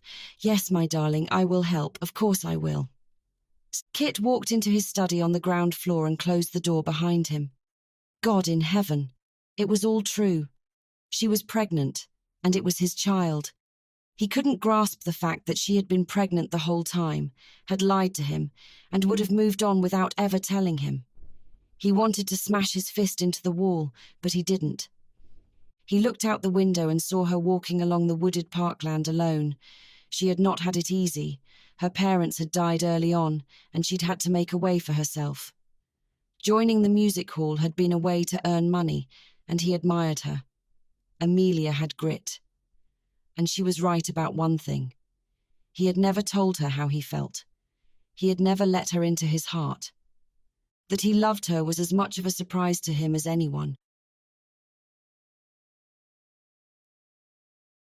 Chapter 20. The Belle of London. Amelia walked along the wooded parkland, drowning in her thoughts. Margaret was spiteful and thought her entirely unsuitable to Countess. She agreed. Were things different, she would refuse Kit and find a way to remove herself from the situation. But that was not possible now. She was pregnant, and he was the Earl of Hatton. If the child was male, he would inherit all the lands before her, the title and the wealth, and she could not deny her child that. The father was another matter. Her feelings for Kit were complicated and messy, even when he had tried to bribe her and seduce her to stay away from Patrick. Patrick, she sighed. It seemed so long ago when Patrick had asked her to marry him, and now she was about to be a countess. But she didn't want Kit's title. She could walk away from it all if it weren't for the child. Thunder sounded through the sky, and she turned to start back to the house. Kit had every reason to be angry. She had deliberately lied to him, but now she would pay the price. She would marry Kit no matter that she didn't love him, and he certainly didn't love her. Dinner was terse. No one even tried to make small talk, and Amelia was grateful for it. She was tired enough, and the thought of trying to get along with Kit and his mother seemed exhausting. When they retired to the smaller drawing room decorated in pale lemon and cream, Kit avoided eye contact and left the women alone. Brushing her skirt as she sat down, Margaret took the teacup and saucer in hand from the footman. "We have a vicar on the estate, and I'll contact him in the morning to read the banns," she told Amelia. "Once you've set the date, I can send out invitations, so you must let me know whom you wish to invite." Amelia turned wide eyes to Margaret, who seemed to understand. "As you and my son seem to have jumped a step or two in the process, we must all work together and make do." She took a sip. "I'm a sensible woman, Miss Westcott. We don't need to be close friends, but we need to work together for the greater good." Amelia said nothing, but she did agree. There was no use fighting Margaret and Kit every moment of the day. She had no energy for it anyway. "You must let me know what flowers you prefer for the wedding banquet and bouquet," she added. "Our nursery grows quite a few, unless it's something exotic." "I prefer roses," Amelia said quietly. "And lilies." "Excellent. Any particular colour?" "Pink." The next few weeks flew by, and Amelia found her mother-in-law to be a capable woman. She had run the household for 30 years and was meticulous and detailed. When Amelia needed a bridal gown, Margaret sent word to London, and 3 days later a renowned seamstress was at the house taking measurements and supplying different materials to choose from. Once the two women seemed to come to an understanding, Margaret looked after Amelia and fussed after her. Amelia knew it wasn't out of love for her, but rather the child she carried. Everyone in the household seemed to find out about the situation, and a baby was a welcome addition. Margaret was almost giddy at the prospect of becoming a grandmother, and remarked several times that she was pleased with the impending birth. But just as the servants and Margaret seemed to coddle and pamper her, Kit kept his distance. He was removed and detached, and though she found him looking at her at times, he only spoke to her when necessary. It was as if the passion and desire he had for her was only an illusion. A week passed and then another, and the arrangements for the wedding and banquet to follow at Hatton House were secure. Margaret made certain to have orange and yellow flowers to fit the autumn time. Though they asked Kit's opinion, he gave none, and said that whatever the women decided was fine. Amelia felt Kit's withdrawal keenly, and knew that this was his true face. He didn't care for her at all. The only thing he wanted was the child she carried. She knew that a male child would be the heir and extremely important to him and his family. She was merely the vessel through which the child would arrive. His mother didn't approve of her, and she was certain Kit realized the mistake he had made. She often thought about a way out of the situation. Perhaps they could live separate lives after the child was born. If the child was a girl, maybe she wouldn't matter as much, and they could return to London to live. But she didn't want to approach Kit. He was busy with the estate and business matters. At night, her dreams were vivid and chaotic. She dreamed of Patrick alive and happy, and when he died, she sobbed. Her heart was heavy, and she was brought low. Then someone came to comfort her. Their arms were strong and warm, and she was shocked when she looked up into the face. It was Kit who held her tightly. Seated in the study behind the massive oak desk, Kit faced Ian Powell, who was seated before him. He had worked on the estate for 10 years but had never been allowed to shine due to the older estate manager's need to have everything done in his name and receive the credit. Kit liked Ian. They were closer in age and both had progressive ideas. He had asked Ian a question about a portion of land that he was considering selling. It would not affect the overall estate and would fetch a hefty sum, but he wasn't paying attention. His mind had wandered, as it so often did, to Amelia. He was at a complete loss as to what to do. They were to be married shortly, and it was a travesty. He had always known he wanted to marry for love, but he had never thought that his wife-to-be would not care for him at all. He was civil to her at mealtimes, but avoided her otherwise. His feelings for her had deepened, and he hated to think that she was only marrying him because he had forced the situation upon them. He hoped that, as the pregnancy advanced, she might fall in love with Hatton House, the estates, and her life here, and might come to see life with him as pleasing. But he knew too well her mind and what she thought of him. They had never been on easy terms, and now it was positively glacial. "My lord?" Ian said, staring at him. "Yes, Ian." Kit frowned. "What is it?" "I answered your question, but you didn't seem to hear it," he said slowly. "Yes, I think we've had enough for today." "My lord." Ian stood up and disappeared into the hallway. He thought he might take his mother and Amelia into town. They would enjoy a jaunt into the largest town near them for some shopping. He found his mother and Amelia in the small drawing room. His mother was reading a magazine while Amelia was reading a book. "Ladies, I've had an idea," he said, sitting next to his mother. "Why don't we visit Cramlington? It's our nearest town," Kit explained to Amelia. "We could take tea, shop. What do you think?" "Marvellous idea, Kit," his mother beamed. "Amelia and I have been overwhelmed with invitations and banquet preparations. I welcome the chance to go to town." "Amelia," Kit asked. Amelia placed the book on her lap. "Certainly." "Yes, my dear," Margaret said suddenly. "You've not purchased any items for the babe." Amelia flushed at the mention of the word. Though everyone knew she was with child, she was still unmarried, and it was embarrassing to have it said aloud. "That's true," Amelia said, not meeting Kit's eyes. "You'll need clothes, nappies, blankets." Margaret checked off the items from a list she had used so long ago. "Excellent," Kit smiled. "We'll head out early tomorrow morning." Cramlington was only 30 minutes by carriage, and as they went, Margaret pointed out the local landmarks while Kit silently watched them. When they reached the centre of the village green, Kit helped both women down and tucked Amelia's arm into his. She frowned and then realised they must appear to be what they were, an engaged couple. Several men passed them and doffed their hats. They called Kit "my lord," and he knew their names. She was impressed by his knowledge. They entered a large dress shop with several ladies seated and shop assistants attending to them. Margaret took a seat on a plush pink chair, and Amelia next to her. Kit disappeared, and when they were next joined, a woman wearing a garish pink gown with her hair threaded with pearls came out to greet them. She wore an extreme amount of rouge and had a beauty patch on her cheek. Amelia thought she looked like a character on stage. "Dowager," the woman exclaimed and kissed both of Margaret's cheeks. "What a pleasure."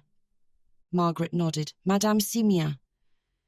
"Madame Simeon," Kit said, standing at the door.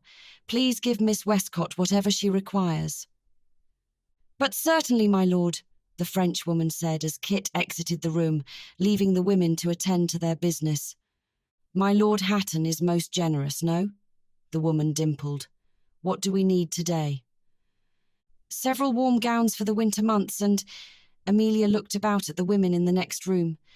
"Separates would be best, as they would help with my—" She didn't know the best word to use, but they would be easier to manage with the baby coming. "Ah," the woman seemed to understand. "Yes, we can design separates. Let me bring some swatches so you can choose the fabrics." Madame Simeon disappeared. "Margaret," came the cultured, crisp tones of the woman in the next room. "It's been at least 6 months since we last saw you. You are hardly ever at Hatton House anymore." The two women greeted each other, and Margaret said smoothly, "Maria Graveton, may I present my son's fiancée, Amelia Westcott. Amelia, this is my dear friend Maria Graveton." "Oh," Maria exclaimed loudly. "So it's true. I received your invitation the other day and could scarcely believe it." "It's true, they are to be married shortly," Margaret said. Maria looked Amelia over. "What a beauty! I'm sure hearts are breaking all over England as Lord Hatton is finally marrying." Madame Simeon returned with the fabric swatches, and Amelia watched the two women talk in quiet tones before Maria turned away from them, but not before casting one last glance at Amelia. "What were you saying?" Amelia wondered. "She was asking about the wedding," Margaret said. Amelia smiled. "If my mother-in-law-to-be doesn't approve of me, I don't expect anyone else to. You don't have to protect me. I'm used to people thinking of me a certain way." Margaret had picked up the fabric swatches but turned astonished eyes on Amelia. "Of course I must protect you. You'll be my daughter-in-law soon, Kit's wife, Countess of Hatton." She sniffed. "I won't have a baron's fourth daughter looking down her nose at you." Amelia bit back a smile. "Besides, you've been quite a surprise to me," Margaret divulged. "And I'll admit, though I had my reservations, you have all the grit and grace to be a fine countess." Amelia said nothing but was quite touched. It was the closest Margaret would come to an apology. Another shop assistant came out holding a rather large catalogue of the items they could provide for the child, which Margaret had discreetly mentioned they needed. Amelia flipped through the pages and was shocked at the illustrations of all the items she might need. They were nightdresses, bibs, nappies, long flannels, towels, woolen boots, robes, and plain frocks to be handmade for the child. Amelia was a bit overwhelmed. In an effort of friendship, she leaned over to Margaret. "What fabric do you think best, Margaret?" Margaret pinkened at the query. Well, let me see. It has been some time since I ordered such items, you know." Amelia could tell she was pleased to be asked. The shop assistant was quick with her pencil and paper, as Margaret made several suggestions, and then stopped. "For the baby's robe, make sure a fine muslin is chosen," she said distinctly. "And a christening robe. Please add that to your list. Muslin as well." The shop assistant nodded. "Certainly." "And the bibs," Margaret said suddenly. "Make sure they are well quilted with thick flannel or wool placed between the fabric and to absorb moisture." Amelia was impressed by her knowledge. "Certainly, madam." Amelia stood up and stretched her arms. Her lower back was stiff. She walked about the shop to see the wares and stretch her muscles. The shop was quite well stocked with crinolines, corsets, gloves, undergarments, and made-to-order dresses. She was about to turn around when a fan on a pedestal in the window caught her eye. It was breathtaking. It was made with mother of pearl, inlaid with silver and gold, and a hand-painted leaf with a romantic scene of love and courtship outlined in gold. It was a thing of beauty. Madame Simeon. She called the woman over, feeling foolish. She did not want to take advantage of Kit's generosity, but the hand fan was so exquisite she had to have it. This fan, it's extraordinary, Amelia breathed out. I'd like to purchase it. Madame's face fell. Oh, mademoiselle, most people in the village know the story of the fan. It belonged to my mother and was given to her by the king, Napoleon III. She was his mistress, she said, shrugging. I could never part with it. I understand. Amelia stroked it once. I would never part with it either. It's very beautiful. A month had passed. Amelia looked at the wedding dress hung on its hanger to help lessen the wrinkles and admired the light blue satin gown. Many brides followed the Queen's lead in wearing a white frock, but she did not want to. She hadn't even wanted a new gown, as many women simply wore their best dress, but Margaret had insisted. She understood. The gown was a reflection of the family, and she wanted her daughter-in-law to be dressed very fine.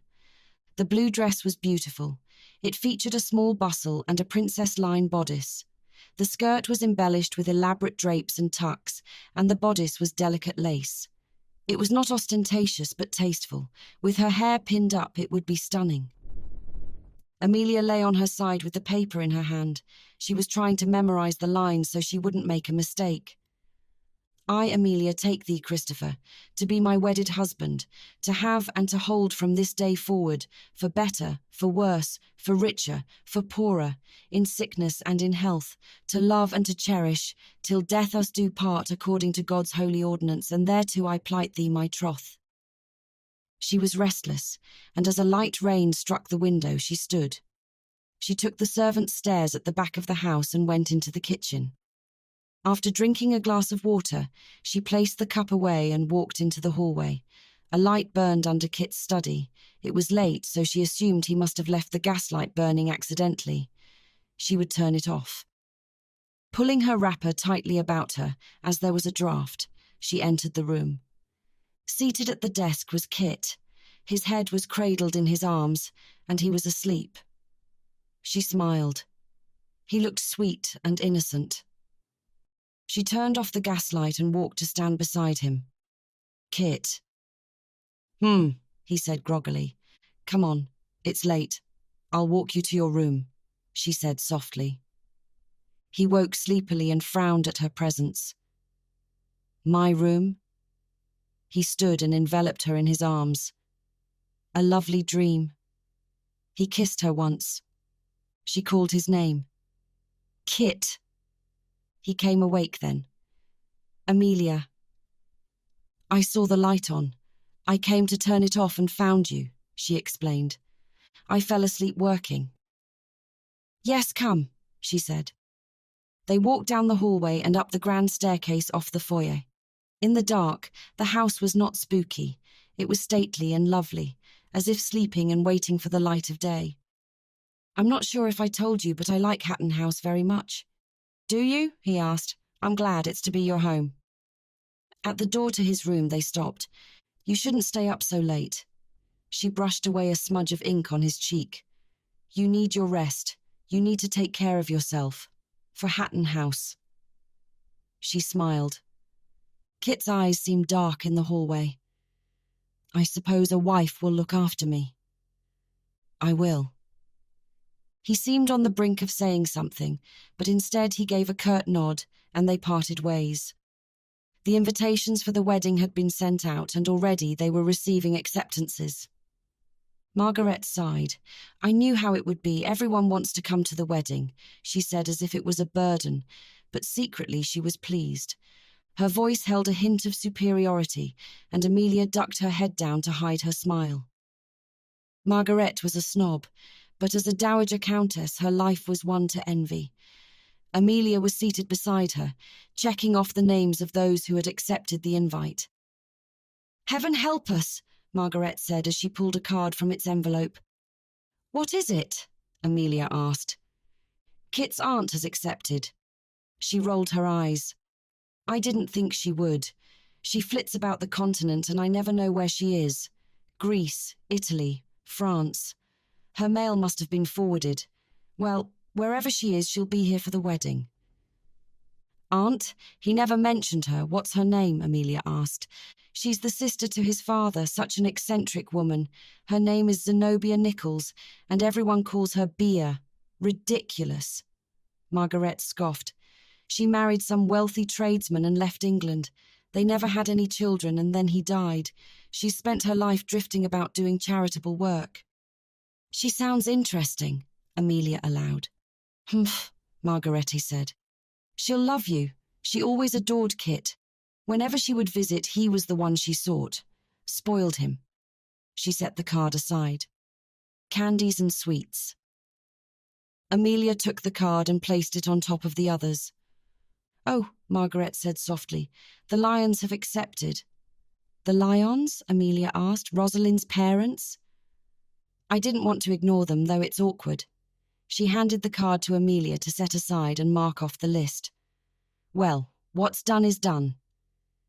Amelia nodded, though she thought they should not have been invited. They were in mourning for their daughter.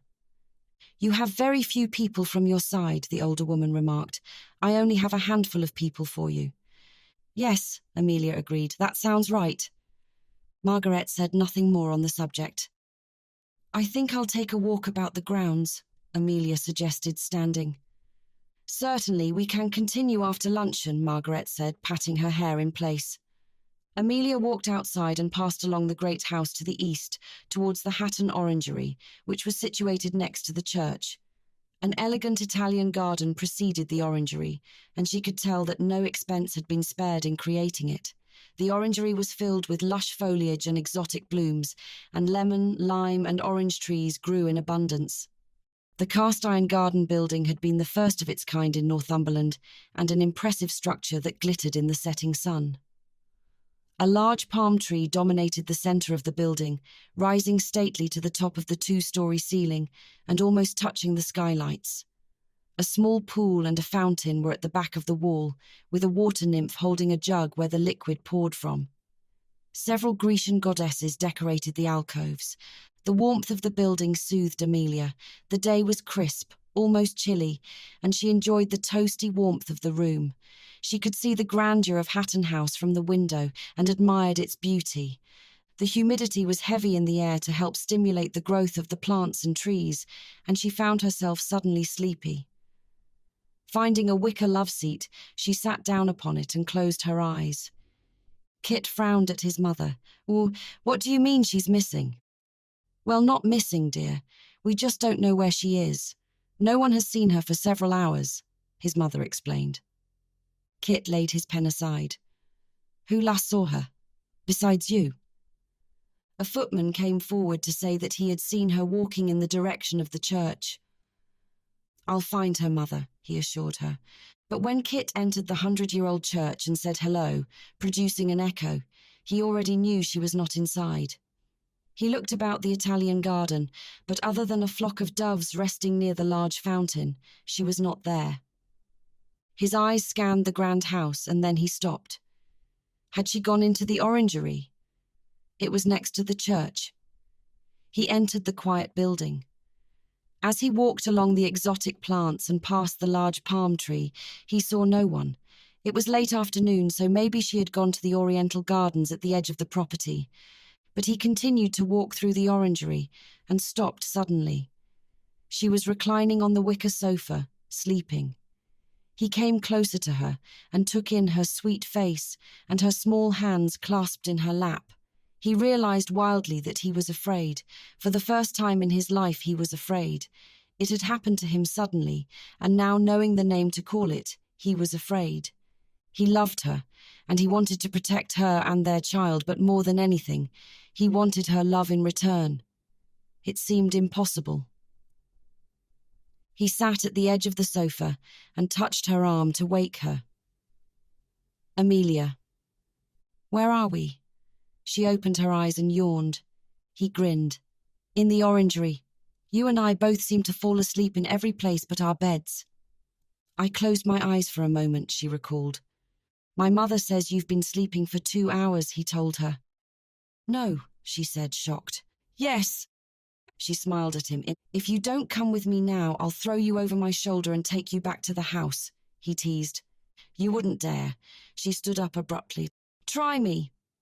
He made a movement towards her. No, she shrieked and ran the length of the orangery with Kit in hot pursuit. Stay away from me, she said, panting and laughing. I'm going to get you, he warned. You're caught. I'm not, she cried out as he caught her by the waist and picked her up. When he put her down, they were both breathless, and in a moment of unguardedness, he kissed her. When she didn't resist, he kissed her again and held her tightly against him. Then, seeming to remember her state, he looked down at her with longing and then released her. We should get back, he said softly. Your mother will wonder where I've been all this time. Chapter 21. The Belle of London. A week before the wedding, several people arrived at Hatton House amid a torrential downpour. Amelia was coming downstairs when the front door opened and 2 people came into the foyer. Let me take that, said a soft-spoken woman who was handed an umbrella. Did you ever see the likes of it? An older woman pressed a large coat into the younger woman's arms. The carriage was stuck in the mud twice, the roads were rutted, and the carriage ride was so uncomfortable. Do I have the yellow room? She asked the butler. It overlooks the small lake. Yes, ma'am, the butler assured her. Excellent. And where is everyone? The woman looked about. She was of medium height, with lavender-tinted hair and a round figure. Zenobia! Margaret came from the parlour and embraced the woman. Margaret, the woman responded, and they disappeared into the parlour. Amelia took the stairs and listened at the door. So, England's most eligible bachelor is to be married. Zenobia sat down on the sofa, took a silver lighter from her bag, and lit a cigarette. Beer, Margaret admonished her. I'm next to death and I'll smoke as I want, Beer said simply. Besides, the continent does not hold such puritanical views on women smoking. Margaretta poured out the tea and handed the saucer to Beer. Next to death, she mumbled. You'll outlive us all. So, Beer breathed out the cigarette smoke. Tell me all about her. Amelia, she's very... Amelia entered the room. Margaret gestured to her. Well, you can see for yourself. Allow me to introduce you. Which she did. Well, Zenobia said, taking the cigarette from between her rouged lips. Kit always did have an eye. Amelia took a seat opposite her. I love a good story, Zenobia said, smiling. Tell me how you met and fell in love. Amelia looked at Margaret and then back at Beer. Well, it happened so suddenly, she began awkwardly. My beautiful aunt... Kit came suddenly into the room and immediately went to the older woman to embrace her. Kit, my darling, she touched his face. It's been so long and now a wedding. I was sorry to hear about Rosalind. I hope you got my card. We all were, Margaret interjected. And now your new bride. This lovely girl, Beer said. It was love at first sight, Aunt Beer, Kit said smoothly, taking Amelia's hand from across the way and kissing the back of it. Love at first sight. But later that night, Amelia made her way to his study, resolute and determined. She was frustrated. She was well aware that the inner family knew the truth, but she didn't need to pretend to anyone else. Stepping into his study, she closed the door behind her and turned to him. You needn't embellish our situation, Kit, she said swiftly. Your aunt knows you and will see the truth for what it is. Kit looked up at her. What is the truth? That our marriage-to-be is sham. We're marrying because of a child. If anything happened to it, and it won't, she said softly. But if it did, there would be no reason to marry. Kit was silent. Then he spoke. That's your version of the truth. No, that is the truth, she argued. He stood up and came to stand before her. No. No? So, there's my truth and there's yours? Precisely. Very well. "What is your truth?" she asked, hands on her hips. His palms itched, and a thrill drizzled into him. He was frightened, but he didn't care. He was done hiding, and he was done pretending. "The child binds us together, that's true, and we must marry for legitimacy. If the child is a boy, he will inherit, and so a wedding is imminent. But that's only part of the truth for me," he said softly. She frowned. "And the other part?" Kit took a steadying breath. "The other part is that I'm marrying you because I love you." Amelia thought she had misheard. "You love me. I love you. You—" She was at a loss for words. "You love me." "Yes." "You never said." "No." "Why now?" she asked. "We've had too much miscommunication, you and I." He shook his head. "I don't expect anything from you, but nothing will change how I feel." "That you love me?" she asked again.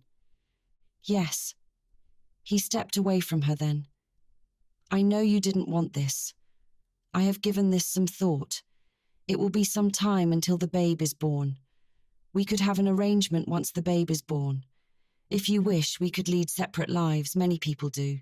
You can spend time in London on the stage, and I'll devote most of my time to the estate." Amelia's eyes widened. "You would want that?" "You know what I want." "I never expected that," Amelia admitted. "I never expected you to release me, especially after your declaration." "That's because I finally understand what love means.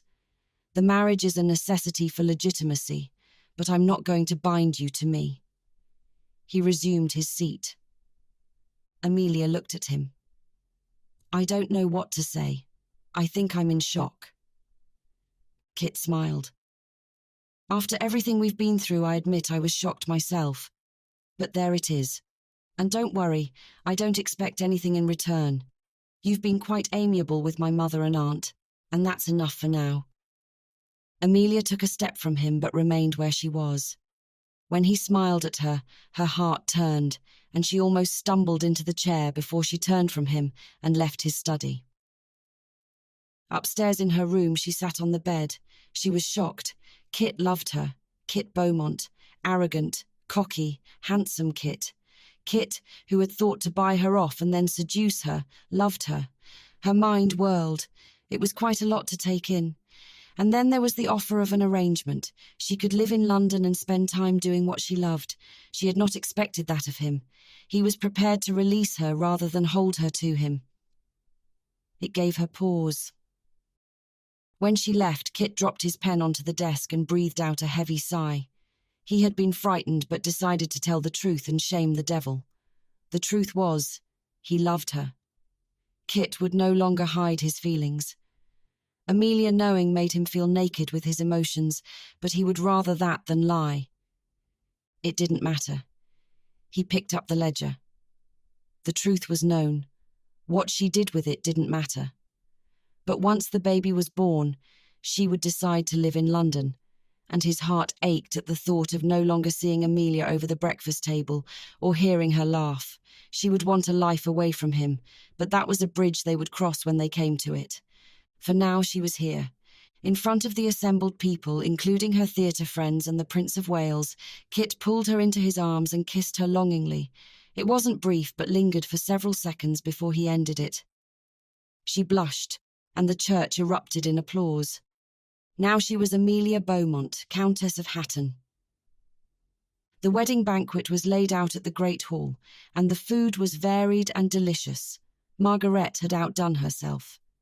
Besides Albany and Lazarus, Kit's friends Tully and Jackie were laughing and sharing in the happiness of the day. The wedding cake was impressive and followed Queen Victoria's tradition of a white cake decorated with delicate roses and flowers.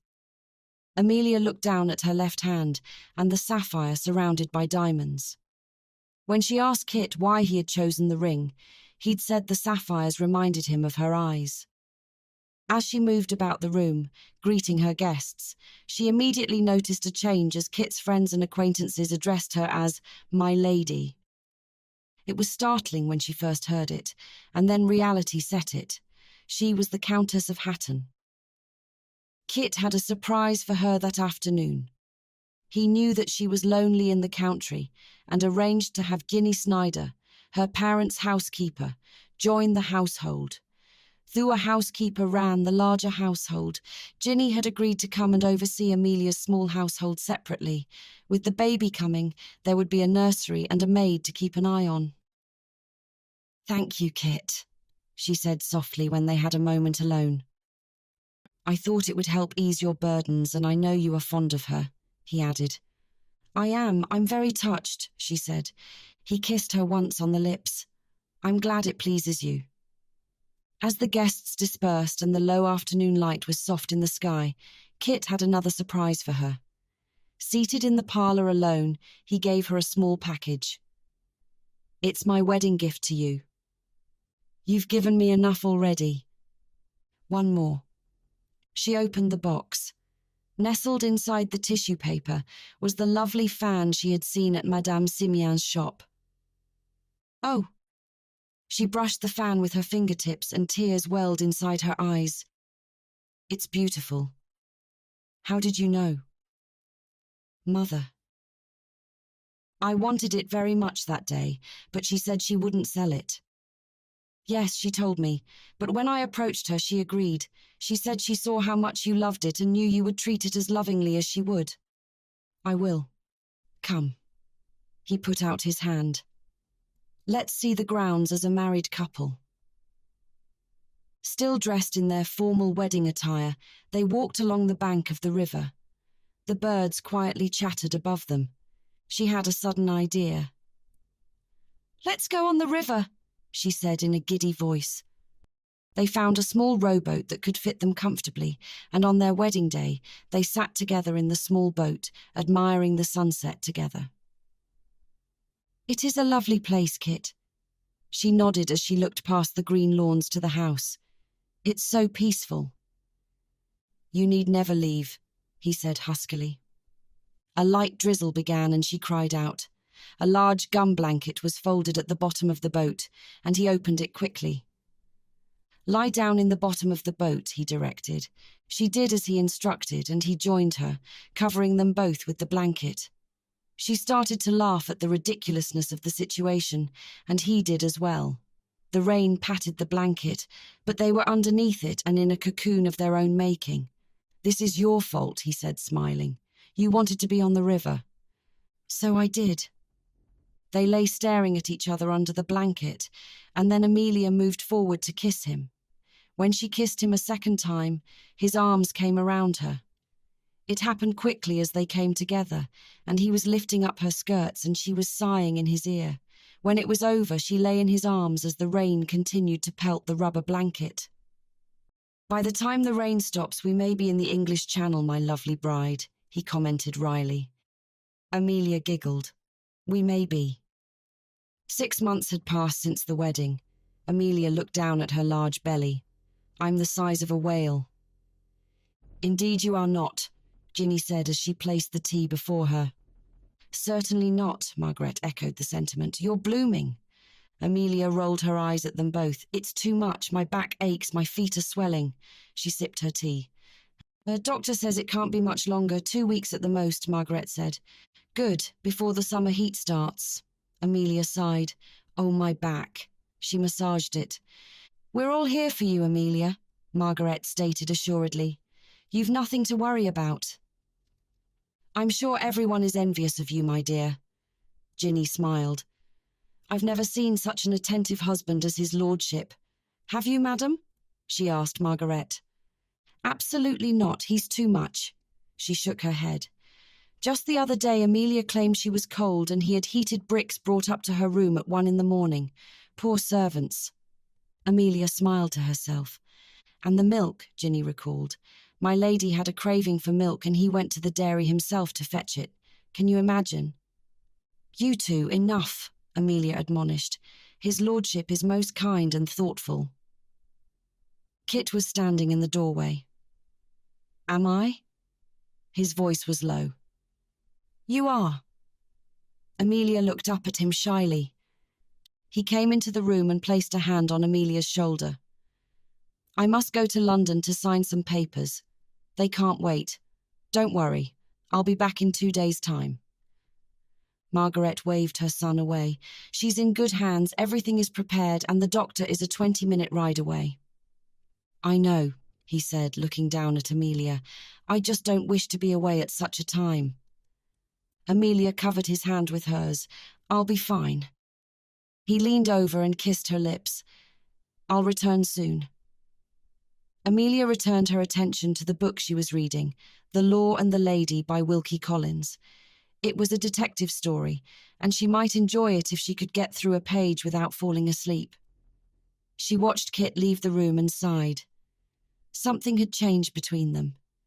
The wedding day had been lovely, filled with joy, and afterwards they had gone on that silly boat ride. But it had turned out well. They had made love, and the boat had drifted into some tall grass only a mile from the house. Walking back, she had felt his eyes on her and pinkened. That was not the last time they made love, and she found him to be an attentive, caring lover. Kit worried about her safety, and 2 months ago he'd stopped all his intimate attentions. She knew it was for the baby and tried to focus on the impending birth. There was the nursery to ready, and though Margaret wanted to employ a wet nurse, Amelia wouldn't hear of it. She would breastfeed her child. It might have been a fight had not Kit been in the room and quietly responded, "It's whatever Amelia wants." She didn't take advantage of his growing loyalty and love. Quite the reverse. She found herself growing from it like a flower in the rain.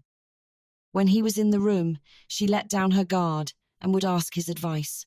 Knowing a man didn't care about the nursery wallpaper, she consulted him anyway. "I'll be the first to admit it," Margaret told her one cold winter night. "You're good for him. You bring out a side in him that's nurturing and loving. It's good to see." As the cold winter months dragged on, Amelia began to change. It was not just the added weight from the pregnancy and the sweets she gobbled down after dinner, but towards Kit. She looked forward to seeing him at the table. His kind gestures warmed her heart, and she smiled when he winked at her for no reason. She loved being in his arms and being made love to, and it came upon her suddenly that she was falling in love with him. It was strange, but Kit had changed her in a way she had never thought possible. Slowly and over time, his kindness and patience opened her heart. She loved him. Now when he entered the room or said something sweet to her in front of his mother or guests, her heart raced. Suddenly it felt like she was a young girl in love for the first time. Lying back on the sofa with her eyes closed, she heard Margaret's magazine pages turning and the crackling of the fire. There was a dull ache in her lower back, but she massaged it gently and sighed. "Are you all right?" Margaret asked, her face filled with concern. "Just a backache." "You must tell me immediately if anything happens, Amelia. I'll send for the doctor at once, no matter the time," Margaret said sternly. "I will. It's getting late. Do you want anything to drink?" Amelia looked across at the older woman. "No, thank you." Now that everything had settled in the house and Kit seemed happier, Margaret was kinder and gentler too. Amelia was grateful for the companionship of Margaret and Ginny.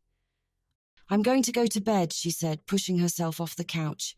"Good night, dear," Margaret said, but sleep was difficult. The backache seemed to worsen, but she didn't want to wake the servants, as it was past midnight. There was a pressure that she felt in her lower abdominals, and she tried to switch sleeping positions, but it didn't work. The pain radiated down into her legs and she stood up. Perhaps if she could walk, the pain would stop. As she stood up, she felt a wetness between her legs. She was frightened. Was it blood?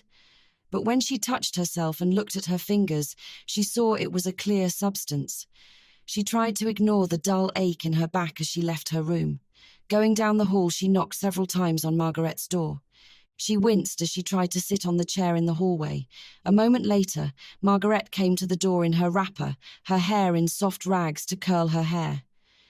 "Yes?" She peered out sleepily. "Margaret," Amelia said softly. "It's me." The older woman crossed the hallway hurriedly and placed her hands on Amelia's shoulders. "It's starting." Amelia nodded. "I'll have the doctor fetched and wake the servants." Chapter 22. The Belle of London. Margaret was a capable woman. She woke the servants and sent a footman to fetch the doctor. Ginny came to help soothe Amelia, and the doctor arrived 45 minutes later with his bag of necessary tools. Margaret directed the servants to bring in fresh linen and water, and had food prepared for the doctor and servants who were working at the late hour. Ginny tied several long sheets to the bedpost so that Amelia could pull on them when the pain became too great. Margaret went downstairs and sent for the footman. He was to fetch Kit back from London. "Tell him the birth has just started and that he should come back immediately," Margaret directed the man. Dr. Dryfe watched the servants scurrying about the hallway and smiled at Margaret. "Everything will be well handled, Dowager," he assured her. "I've done this too many times to keep count. The Countess is in good hands." Margaret looked back at the doctor. "I know that, doctor, but childbirth can be unpredictable." "Rest assured all will be well." He waved a hand at her. As the hours of labour ticked on, the servants waited for news that the baby had come. Dr. Dryfe enjoyed the food prepared for him and drank his tea with several spoonfuls of sugar. He nodded to himself and others with a patronising smile. Amelia closed her eyes. The pressure in her back increased and she felt nauseous. Ginny bathed her forehead with water, but it didn't help. Looking up at the sheet tied to the bedpost, she pulled on it hard, but it didn't matter. She cried out as a wave of pain enveloped her. Dr. Dryfe came into the room to examine her. "You're coming along fine." It took everything in Amelia not to throw the glass of water at his retreating figure. When the sun began to rise, she was still in labour, and many of the servants who had been up for much of the night went to bed, only to be replaced by those who had just woken. The kitchen was bustling and breakfast was being made, which included strong tea and coffee. The doctor preferred coffee with cream, which he sipped and then smiled to himself. Any time now. Amelia's sheets were changed and the house hummed with excitement for the birth of the new baby. As the mid-afternoon came, Margaret grew concerned. She had been seated by Amelia, trying to ease her discomfort, when she noticed the sheets stained with blood. Amelia's chest and neck were soaked with perspiration, and she was very pale. "Amelia," Margaret called softly. Amelia didn't stir. Margarete walked quickly across the hall. "Doctor!" Dr. Dryfe was dozing off in the large chair before the fire and jolted awake. "It's time." "You need to examine the Countess," she directed in her authoritarian voice. "It's been too long." "Madam." The doctor looked up at her. "It takes as long as it takes. You know that." Dr. Dryfe narrowed his eyes but nodded and went across the hallway to Amelia. Margaret took in a deep breath. She looked down at Amelia and then at the doctor bending over her.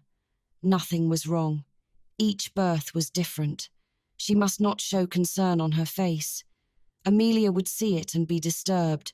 She would wait to hear from the doctor and then she could relax. But Dr. Dryfe continued to examine Amelia, and when he pulled the nightgown back down, his face was grave.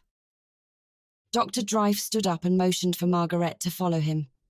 Once in the hallway, he looked about. Seeing no one, he said faintly, "The babe is breech."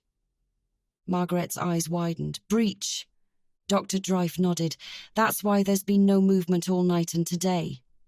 "What does it mean? What can be done?" she demanded. "Breech babies are difficult," he sighed. "We must also consider the cord. It can tie about the baby's neck. It's a difficult situation," he repeated.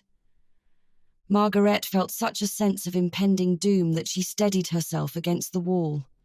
"Dowager," he called out, and she righted herself.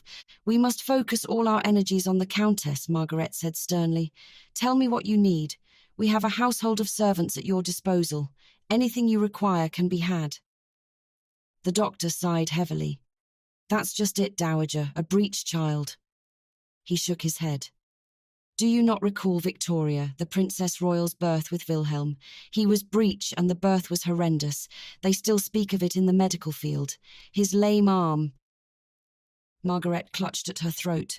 "And the Countess is slender and the babe is in the wrong position." He sighed. "Everything is..." A horrible scream rent through the air and chills broke out along Margaret's arms. Oh, dear God! Amelia had been in labour for almost 20 hours. The pain was extreme, and every time her screams filled the air, Margaret wanted to cover her ears. "Is his lordship expected back from London?" Dr. Dryfe asked. "He is. I sent a footman shortly after she started. He should be here soon." She nodded. "He would need to come back to Northumberland from London, so it will take time." "Good, he needs to be here." "Why do you ask?" Margaret wondered. A door slammed downstairs, alerting them that someone had entered the house, and boots rang along the foyer. "Mother!" a voice cried out. Margaret sighed with relief. "Kit!" Kit took the stairs 2 at a time and came into the hallway. He looked haggard and travel-stained, but a huge smile was on his face. "I had only just arrived in London before they found me. I came as soon as I could. What's happened? Is it a boy or a girl?" He smiled wildly. "Not that it matters as long as mother and child are well." He stood grinning at both his mother and doctor, and then noticed their drawn faces. "What's going on? What's happened?" His mother cleared her throat. "Kit!" Just then Amelia screamed, and they all looked at the door. Kit burst through it with his mother and the doctor watching from the hallway. Ginny was seated beside her, placing a cool cloth on her forehead. Amelia was pale, and blood stained the sheets between her legs. Pure terror seized him. He brushed the back of his hand over his lips to keep from crying out. "My darling," he came to her side. "Amelia, my love, I'm here." Amelia's eyes were closed, and she didn't acknowledge him. "What's going on? What's happening?" he asked Ginny, and then stepped back into the hallway to face the doctor and his mother. "Tell me, what's happening? What is this?" "Let's go into the room here." The doctor led him, and Margaret followed. "This has been a difficult birth, your lordship. The Countess is small, and the child is breech. It's not—" He stopped suddenly. "It's not what?" Kit demanded of the older man.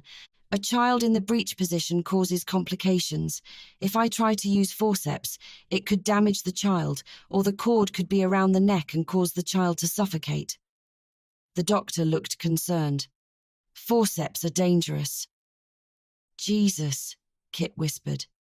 "She's been in labour almost 20 hours. I've seen longer, but with the difficulty of the babe's position and her strength ebbing after all this time, we need to—" He looked at Kit and then away. "That is to say, we must—" "What is it, man? Out with it," Kit demanded. "I need you to make a choice." The words were spoken clearly.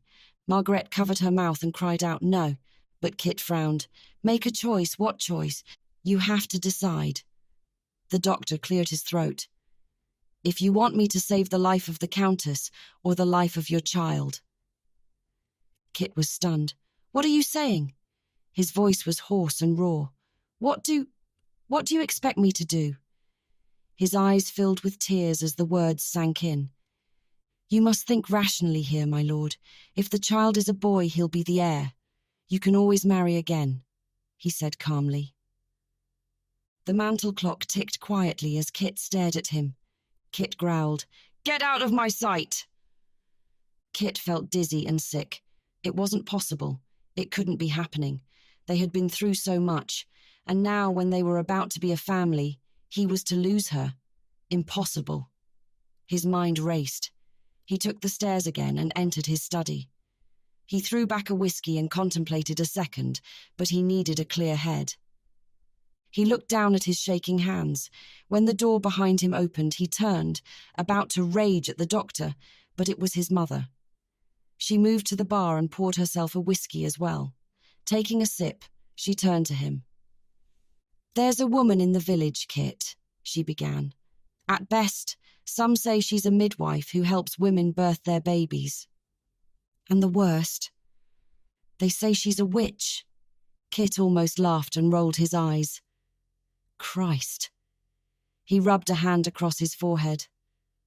"I've had her brought here. She's waiting downstairs with the servants," his mother told him. "Her name is Orla. She's been a midwife for over 40 years.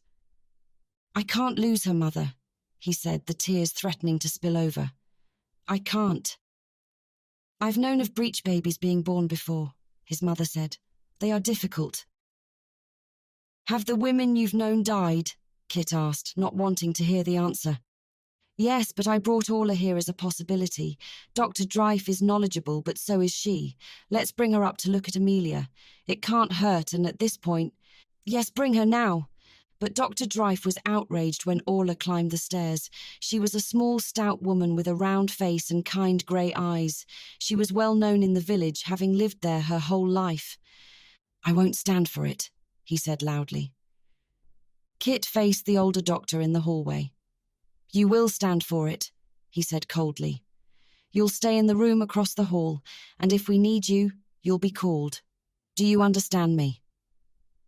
The older man glared at Orla and then moved into the guest room as directed. Come, madam. Kit led the way into Amelia's room. Amelia closed her eyes. She had been so frightened but so excited when the pains had started. Her body was made to give birth, and she was about to bring another human being into the world. But as the hours lagged on and the pain continued, it seemed too much. Waves of pain crashed into her, and though she tried to breathe and steady herself, it was all so much. She heard voices in the room, Margaret trying to soothe her, Ginny telling her stories of when she was younger, and the servants whispering, the authoritarian voice of the doctor, and then Kit. Was Kit back? No, Kit was in London. He wasn't here. She felt so tired. Something wasn't right. She felt the blood between her legs, and the babe in her belly was not moving. She cried out in pain. She was slick with perspiration, and the pain seemed never-ending. She wanted the pain to end, but she was exhausted. If she could go to sleep. The pain gripped her again, and held her so tightly she wanted to faint. She rested her head against the pillow when it subsided. How long had this been now? Surely this would end soon. She let out a whimper when Margaret and a small woman she didn't know entered the room. This is the Countess, Orla, Margaret introduced them simply. Orla lifted up the nightgown and placed her small bony hands on Amelia's belly. Yes, the baby's breech, she confirmed. What can be done? Margaret asked. Kit stood watching from the door.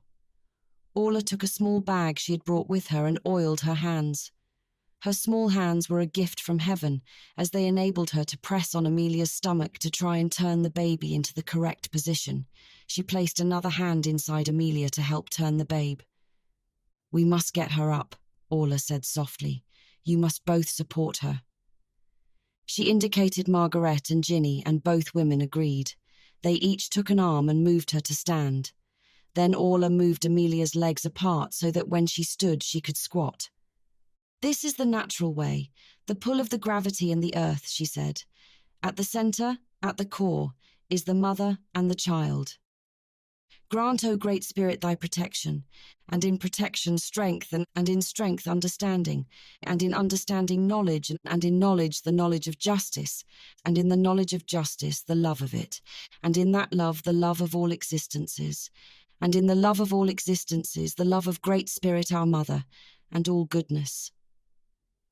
Orla spoke the words quietly, and then to Amelia she said, Bear down, my child, bear down and breathe, bear down and breathe. Amelia heard the words and saw that she was now standing. She felt the pull that the woman had spoken of, and it felt more natural than standing. There was immense pressure in her lower back, but she felt supported by Margaret and Ginny, though her legs were shaking. Bear down and breathe, Orla kept saying in a soothing tone. Amelia focused on the words and the pain and did as instructed. Bear down and breathe, bear down and breathe. When the pain came, she bore down, and when it passed, she breathed, sitting on the side of the bed. You're doing wonderfully, Margaret said encouragingly. The pain was coming faster now, and there was less time to rest. Now is the time for you to begin pushing, Orla instructed. Amelia nodded, shaking. The pain came in waves, and when it did, she pushed when the old woman told her to do so. The two women held her tightly, and she was grateful for their strength. Gritting her teeth and crying out, she pushed with all her might. Orla was crouched before her, holding a large towel between her legs. Yes, that's it. A large push, madam, she told her excitedly. One large push. Amelia gritted her teeth and, squeezing her muscles, she pushed with all her might and cried out. She felt the sensation of pressing the babe through her body as Orla pulled the baby the rest of the way out and cut the umbilical cord. The afterbirth gushed from between her legs, and then the pain slowly lessened. The two women helped settle Amelia onto the bed while Orla handled the newborn. She passed the baby to Margaret, placed cotton between Amelia's legs, and pressed on her belly to check her health. Taking the baby again, Orla took the child to the basin, bathed it clean, and swaddled it for the mother. Amelia was resting against the pillows when Orla came to her. "My dear, you did very well," she said, smiling. "You have a son." Kit, who had been waiting outside anxiously, heard the cries of his wife and then the baby. He came rushing into the room to see Amelia holding the small bundle. "A son, my lord," Orla said with quiet dignity. He caught her up in a large embrace. Tears were on his cheek. Thank you, I am in your debt." He came to sit beside Amelia and looked down at the small pink face. "Our son, Amelia. We have a son." Amelia looked down at the little face and nodded. "I'll leave you then." He kissed her forehead and made a move to leave. "No, don't go. Stay here beside me," she said softly. "It's been such a long day, and I need you here. You give me strength." Shedding his coat, Kit stayed beside her on the bed with the tiny newborn boy between them. Epilogue: The Belle of London. Amelia had not been surprised to learn that soon after the birth, Kit had gifted Orla the midwife a considerable sum, those in the village who had viewed Orla as a necessary evil. Now they looked at her with respect and called her Madame Orla instead of witch. The small boy was christened James William Beaumont, but everyone in the household called him Will. He was precocious, even when small, and the servants said he would have his father's handsome looks and his mother's vivaciousness. Amelia returned to England and performed in the play created for her by Albany. She enjoyed being on stage, especially as many were scandalized by the thought of a countess performing, but she didn't mind. Sitting in his private box was Kit Beaumont, Earl of Hatton, who supported his wife's endeavours. Amelia had been excited to step on stage and perform once more, but even more delighted to return home to the quiet serenity of Hatton House.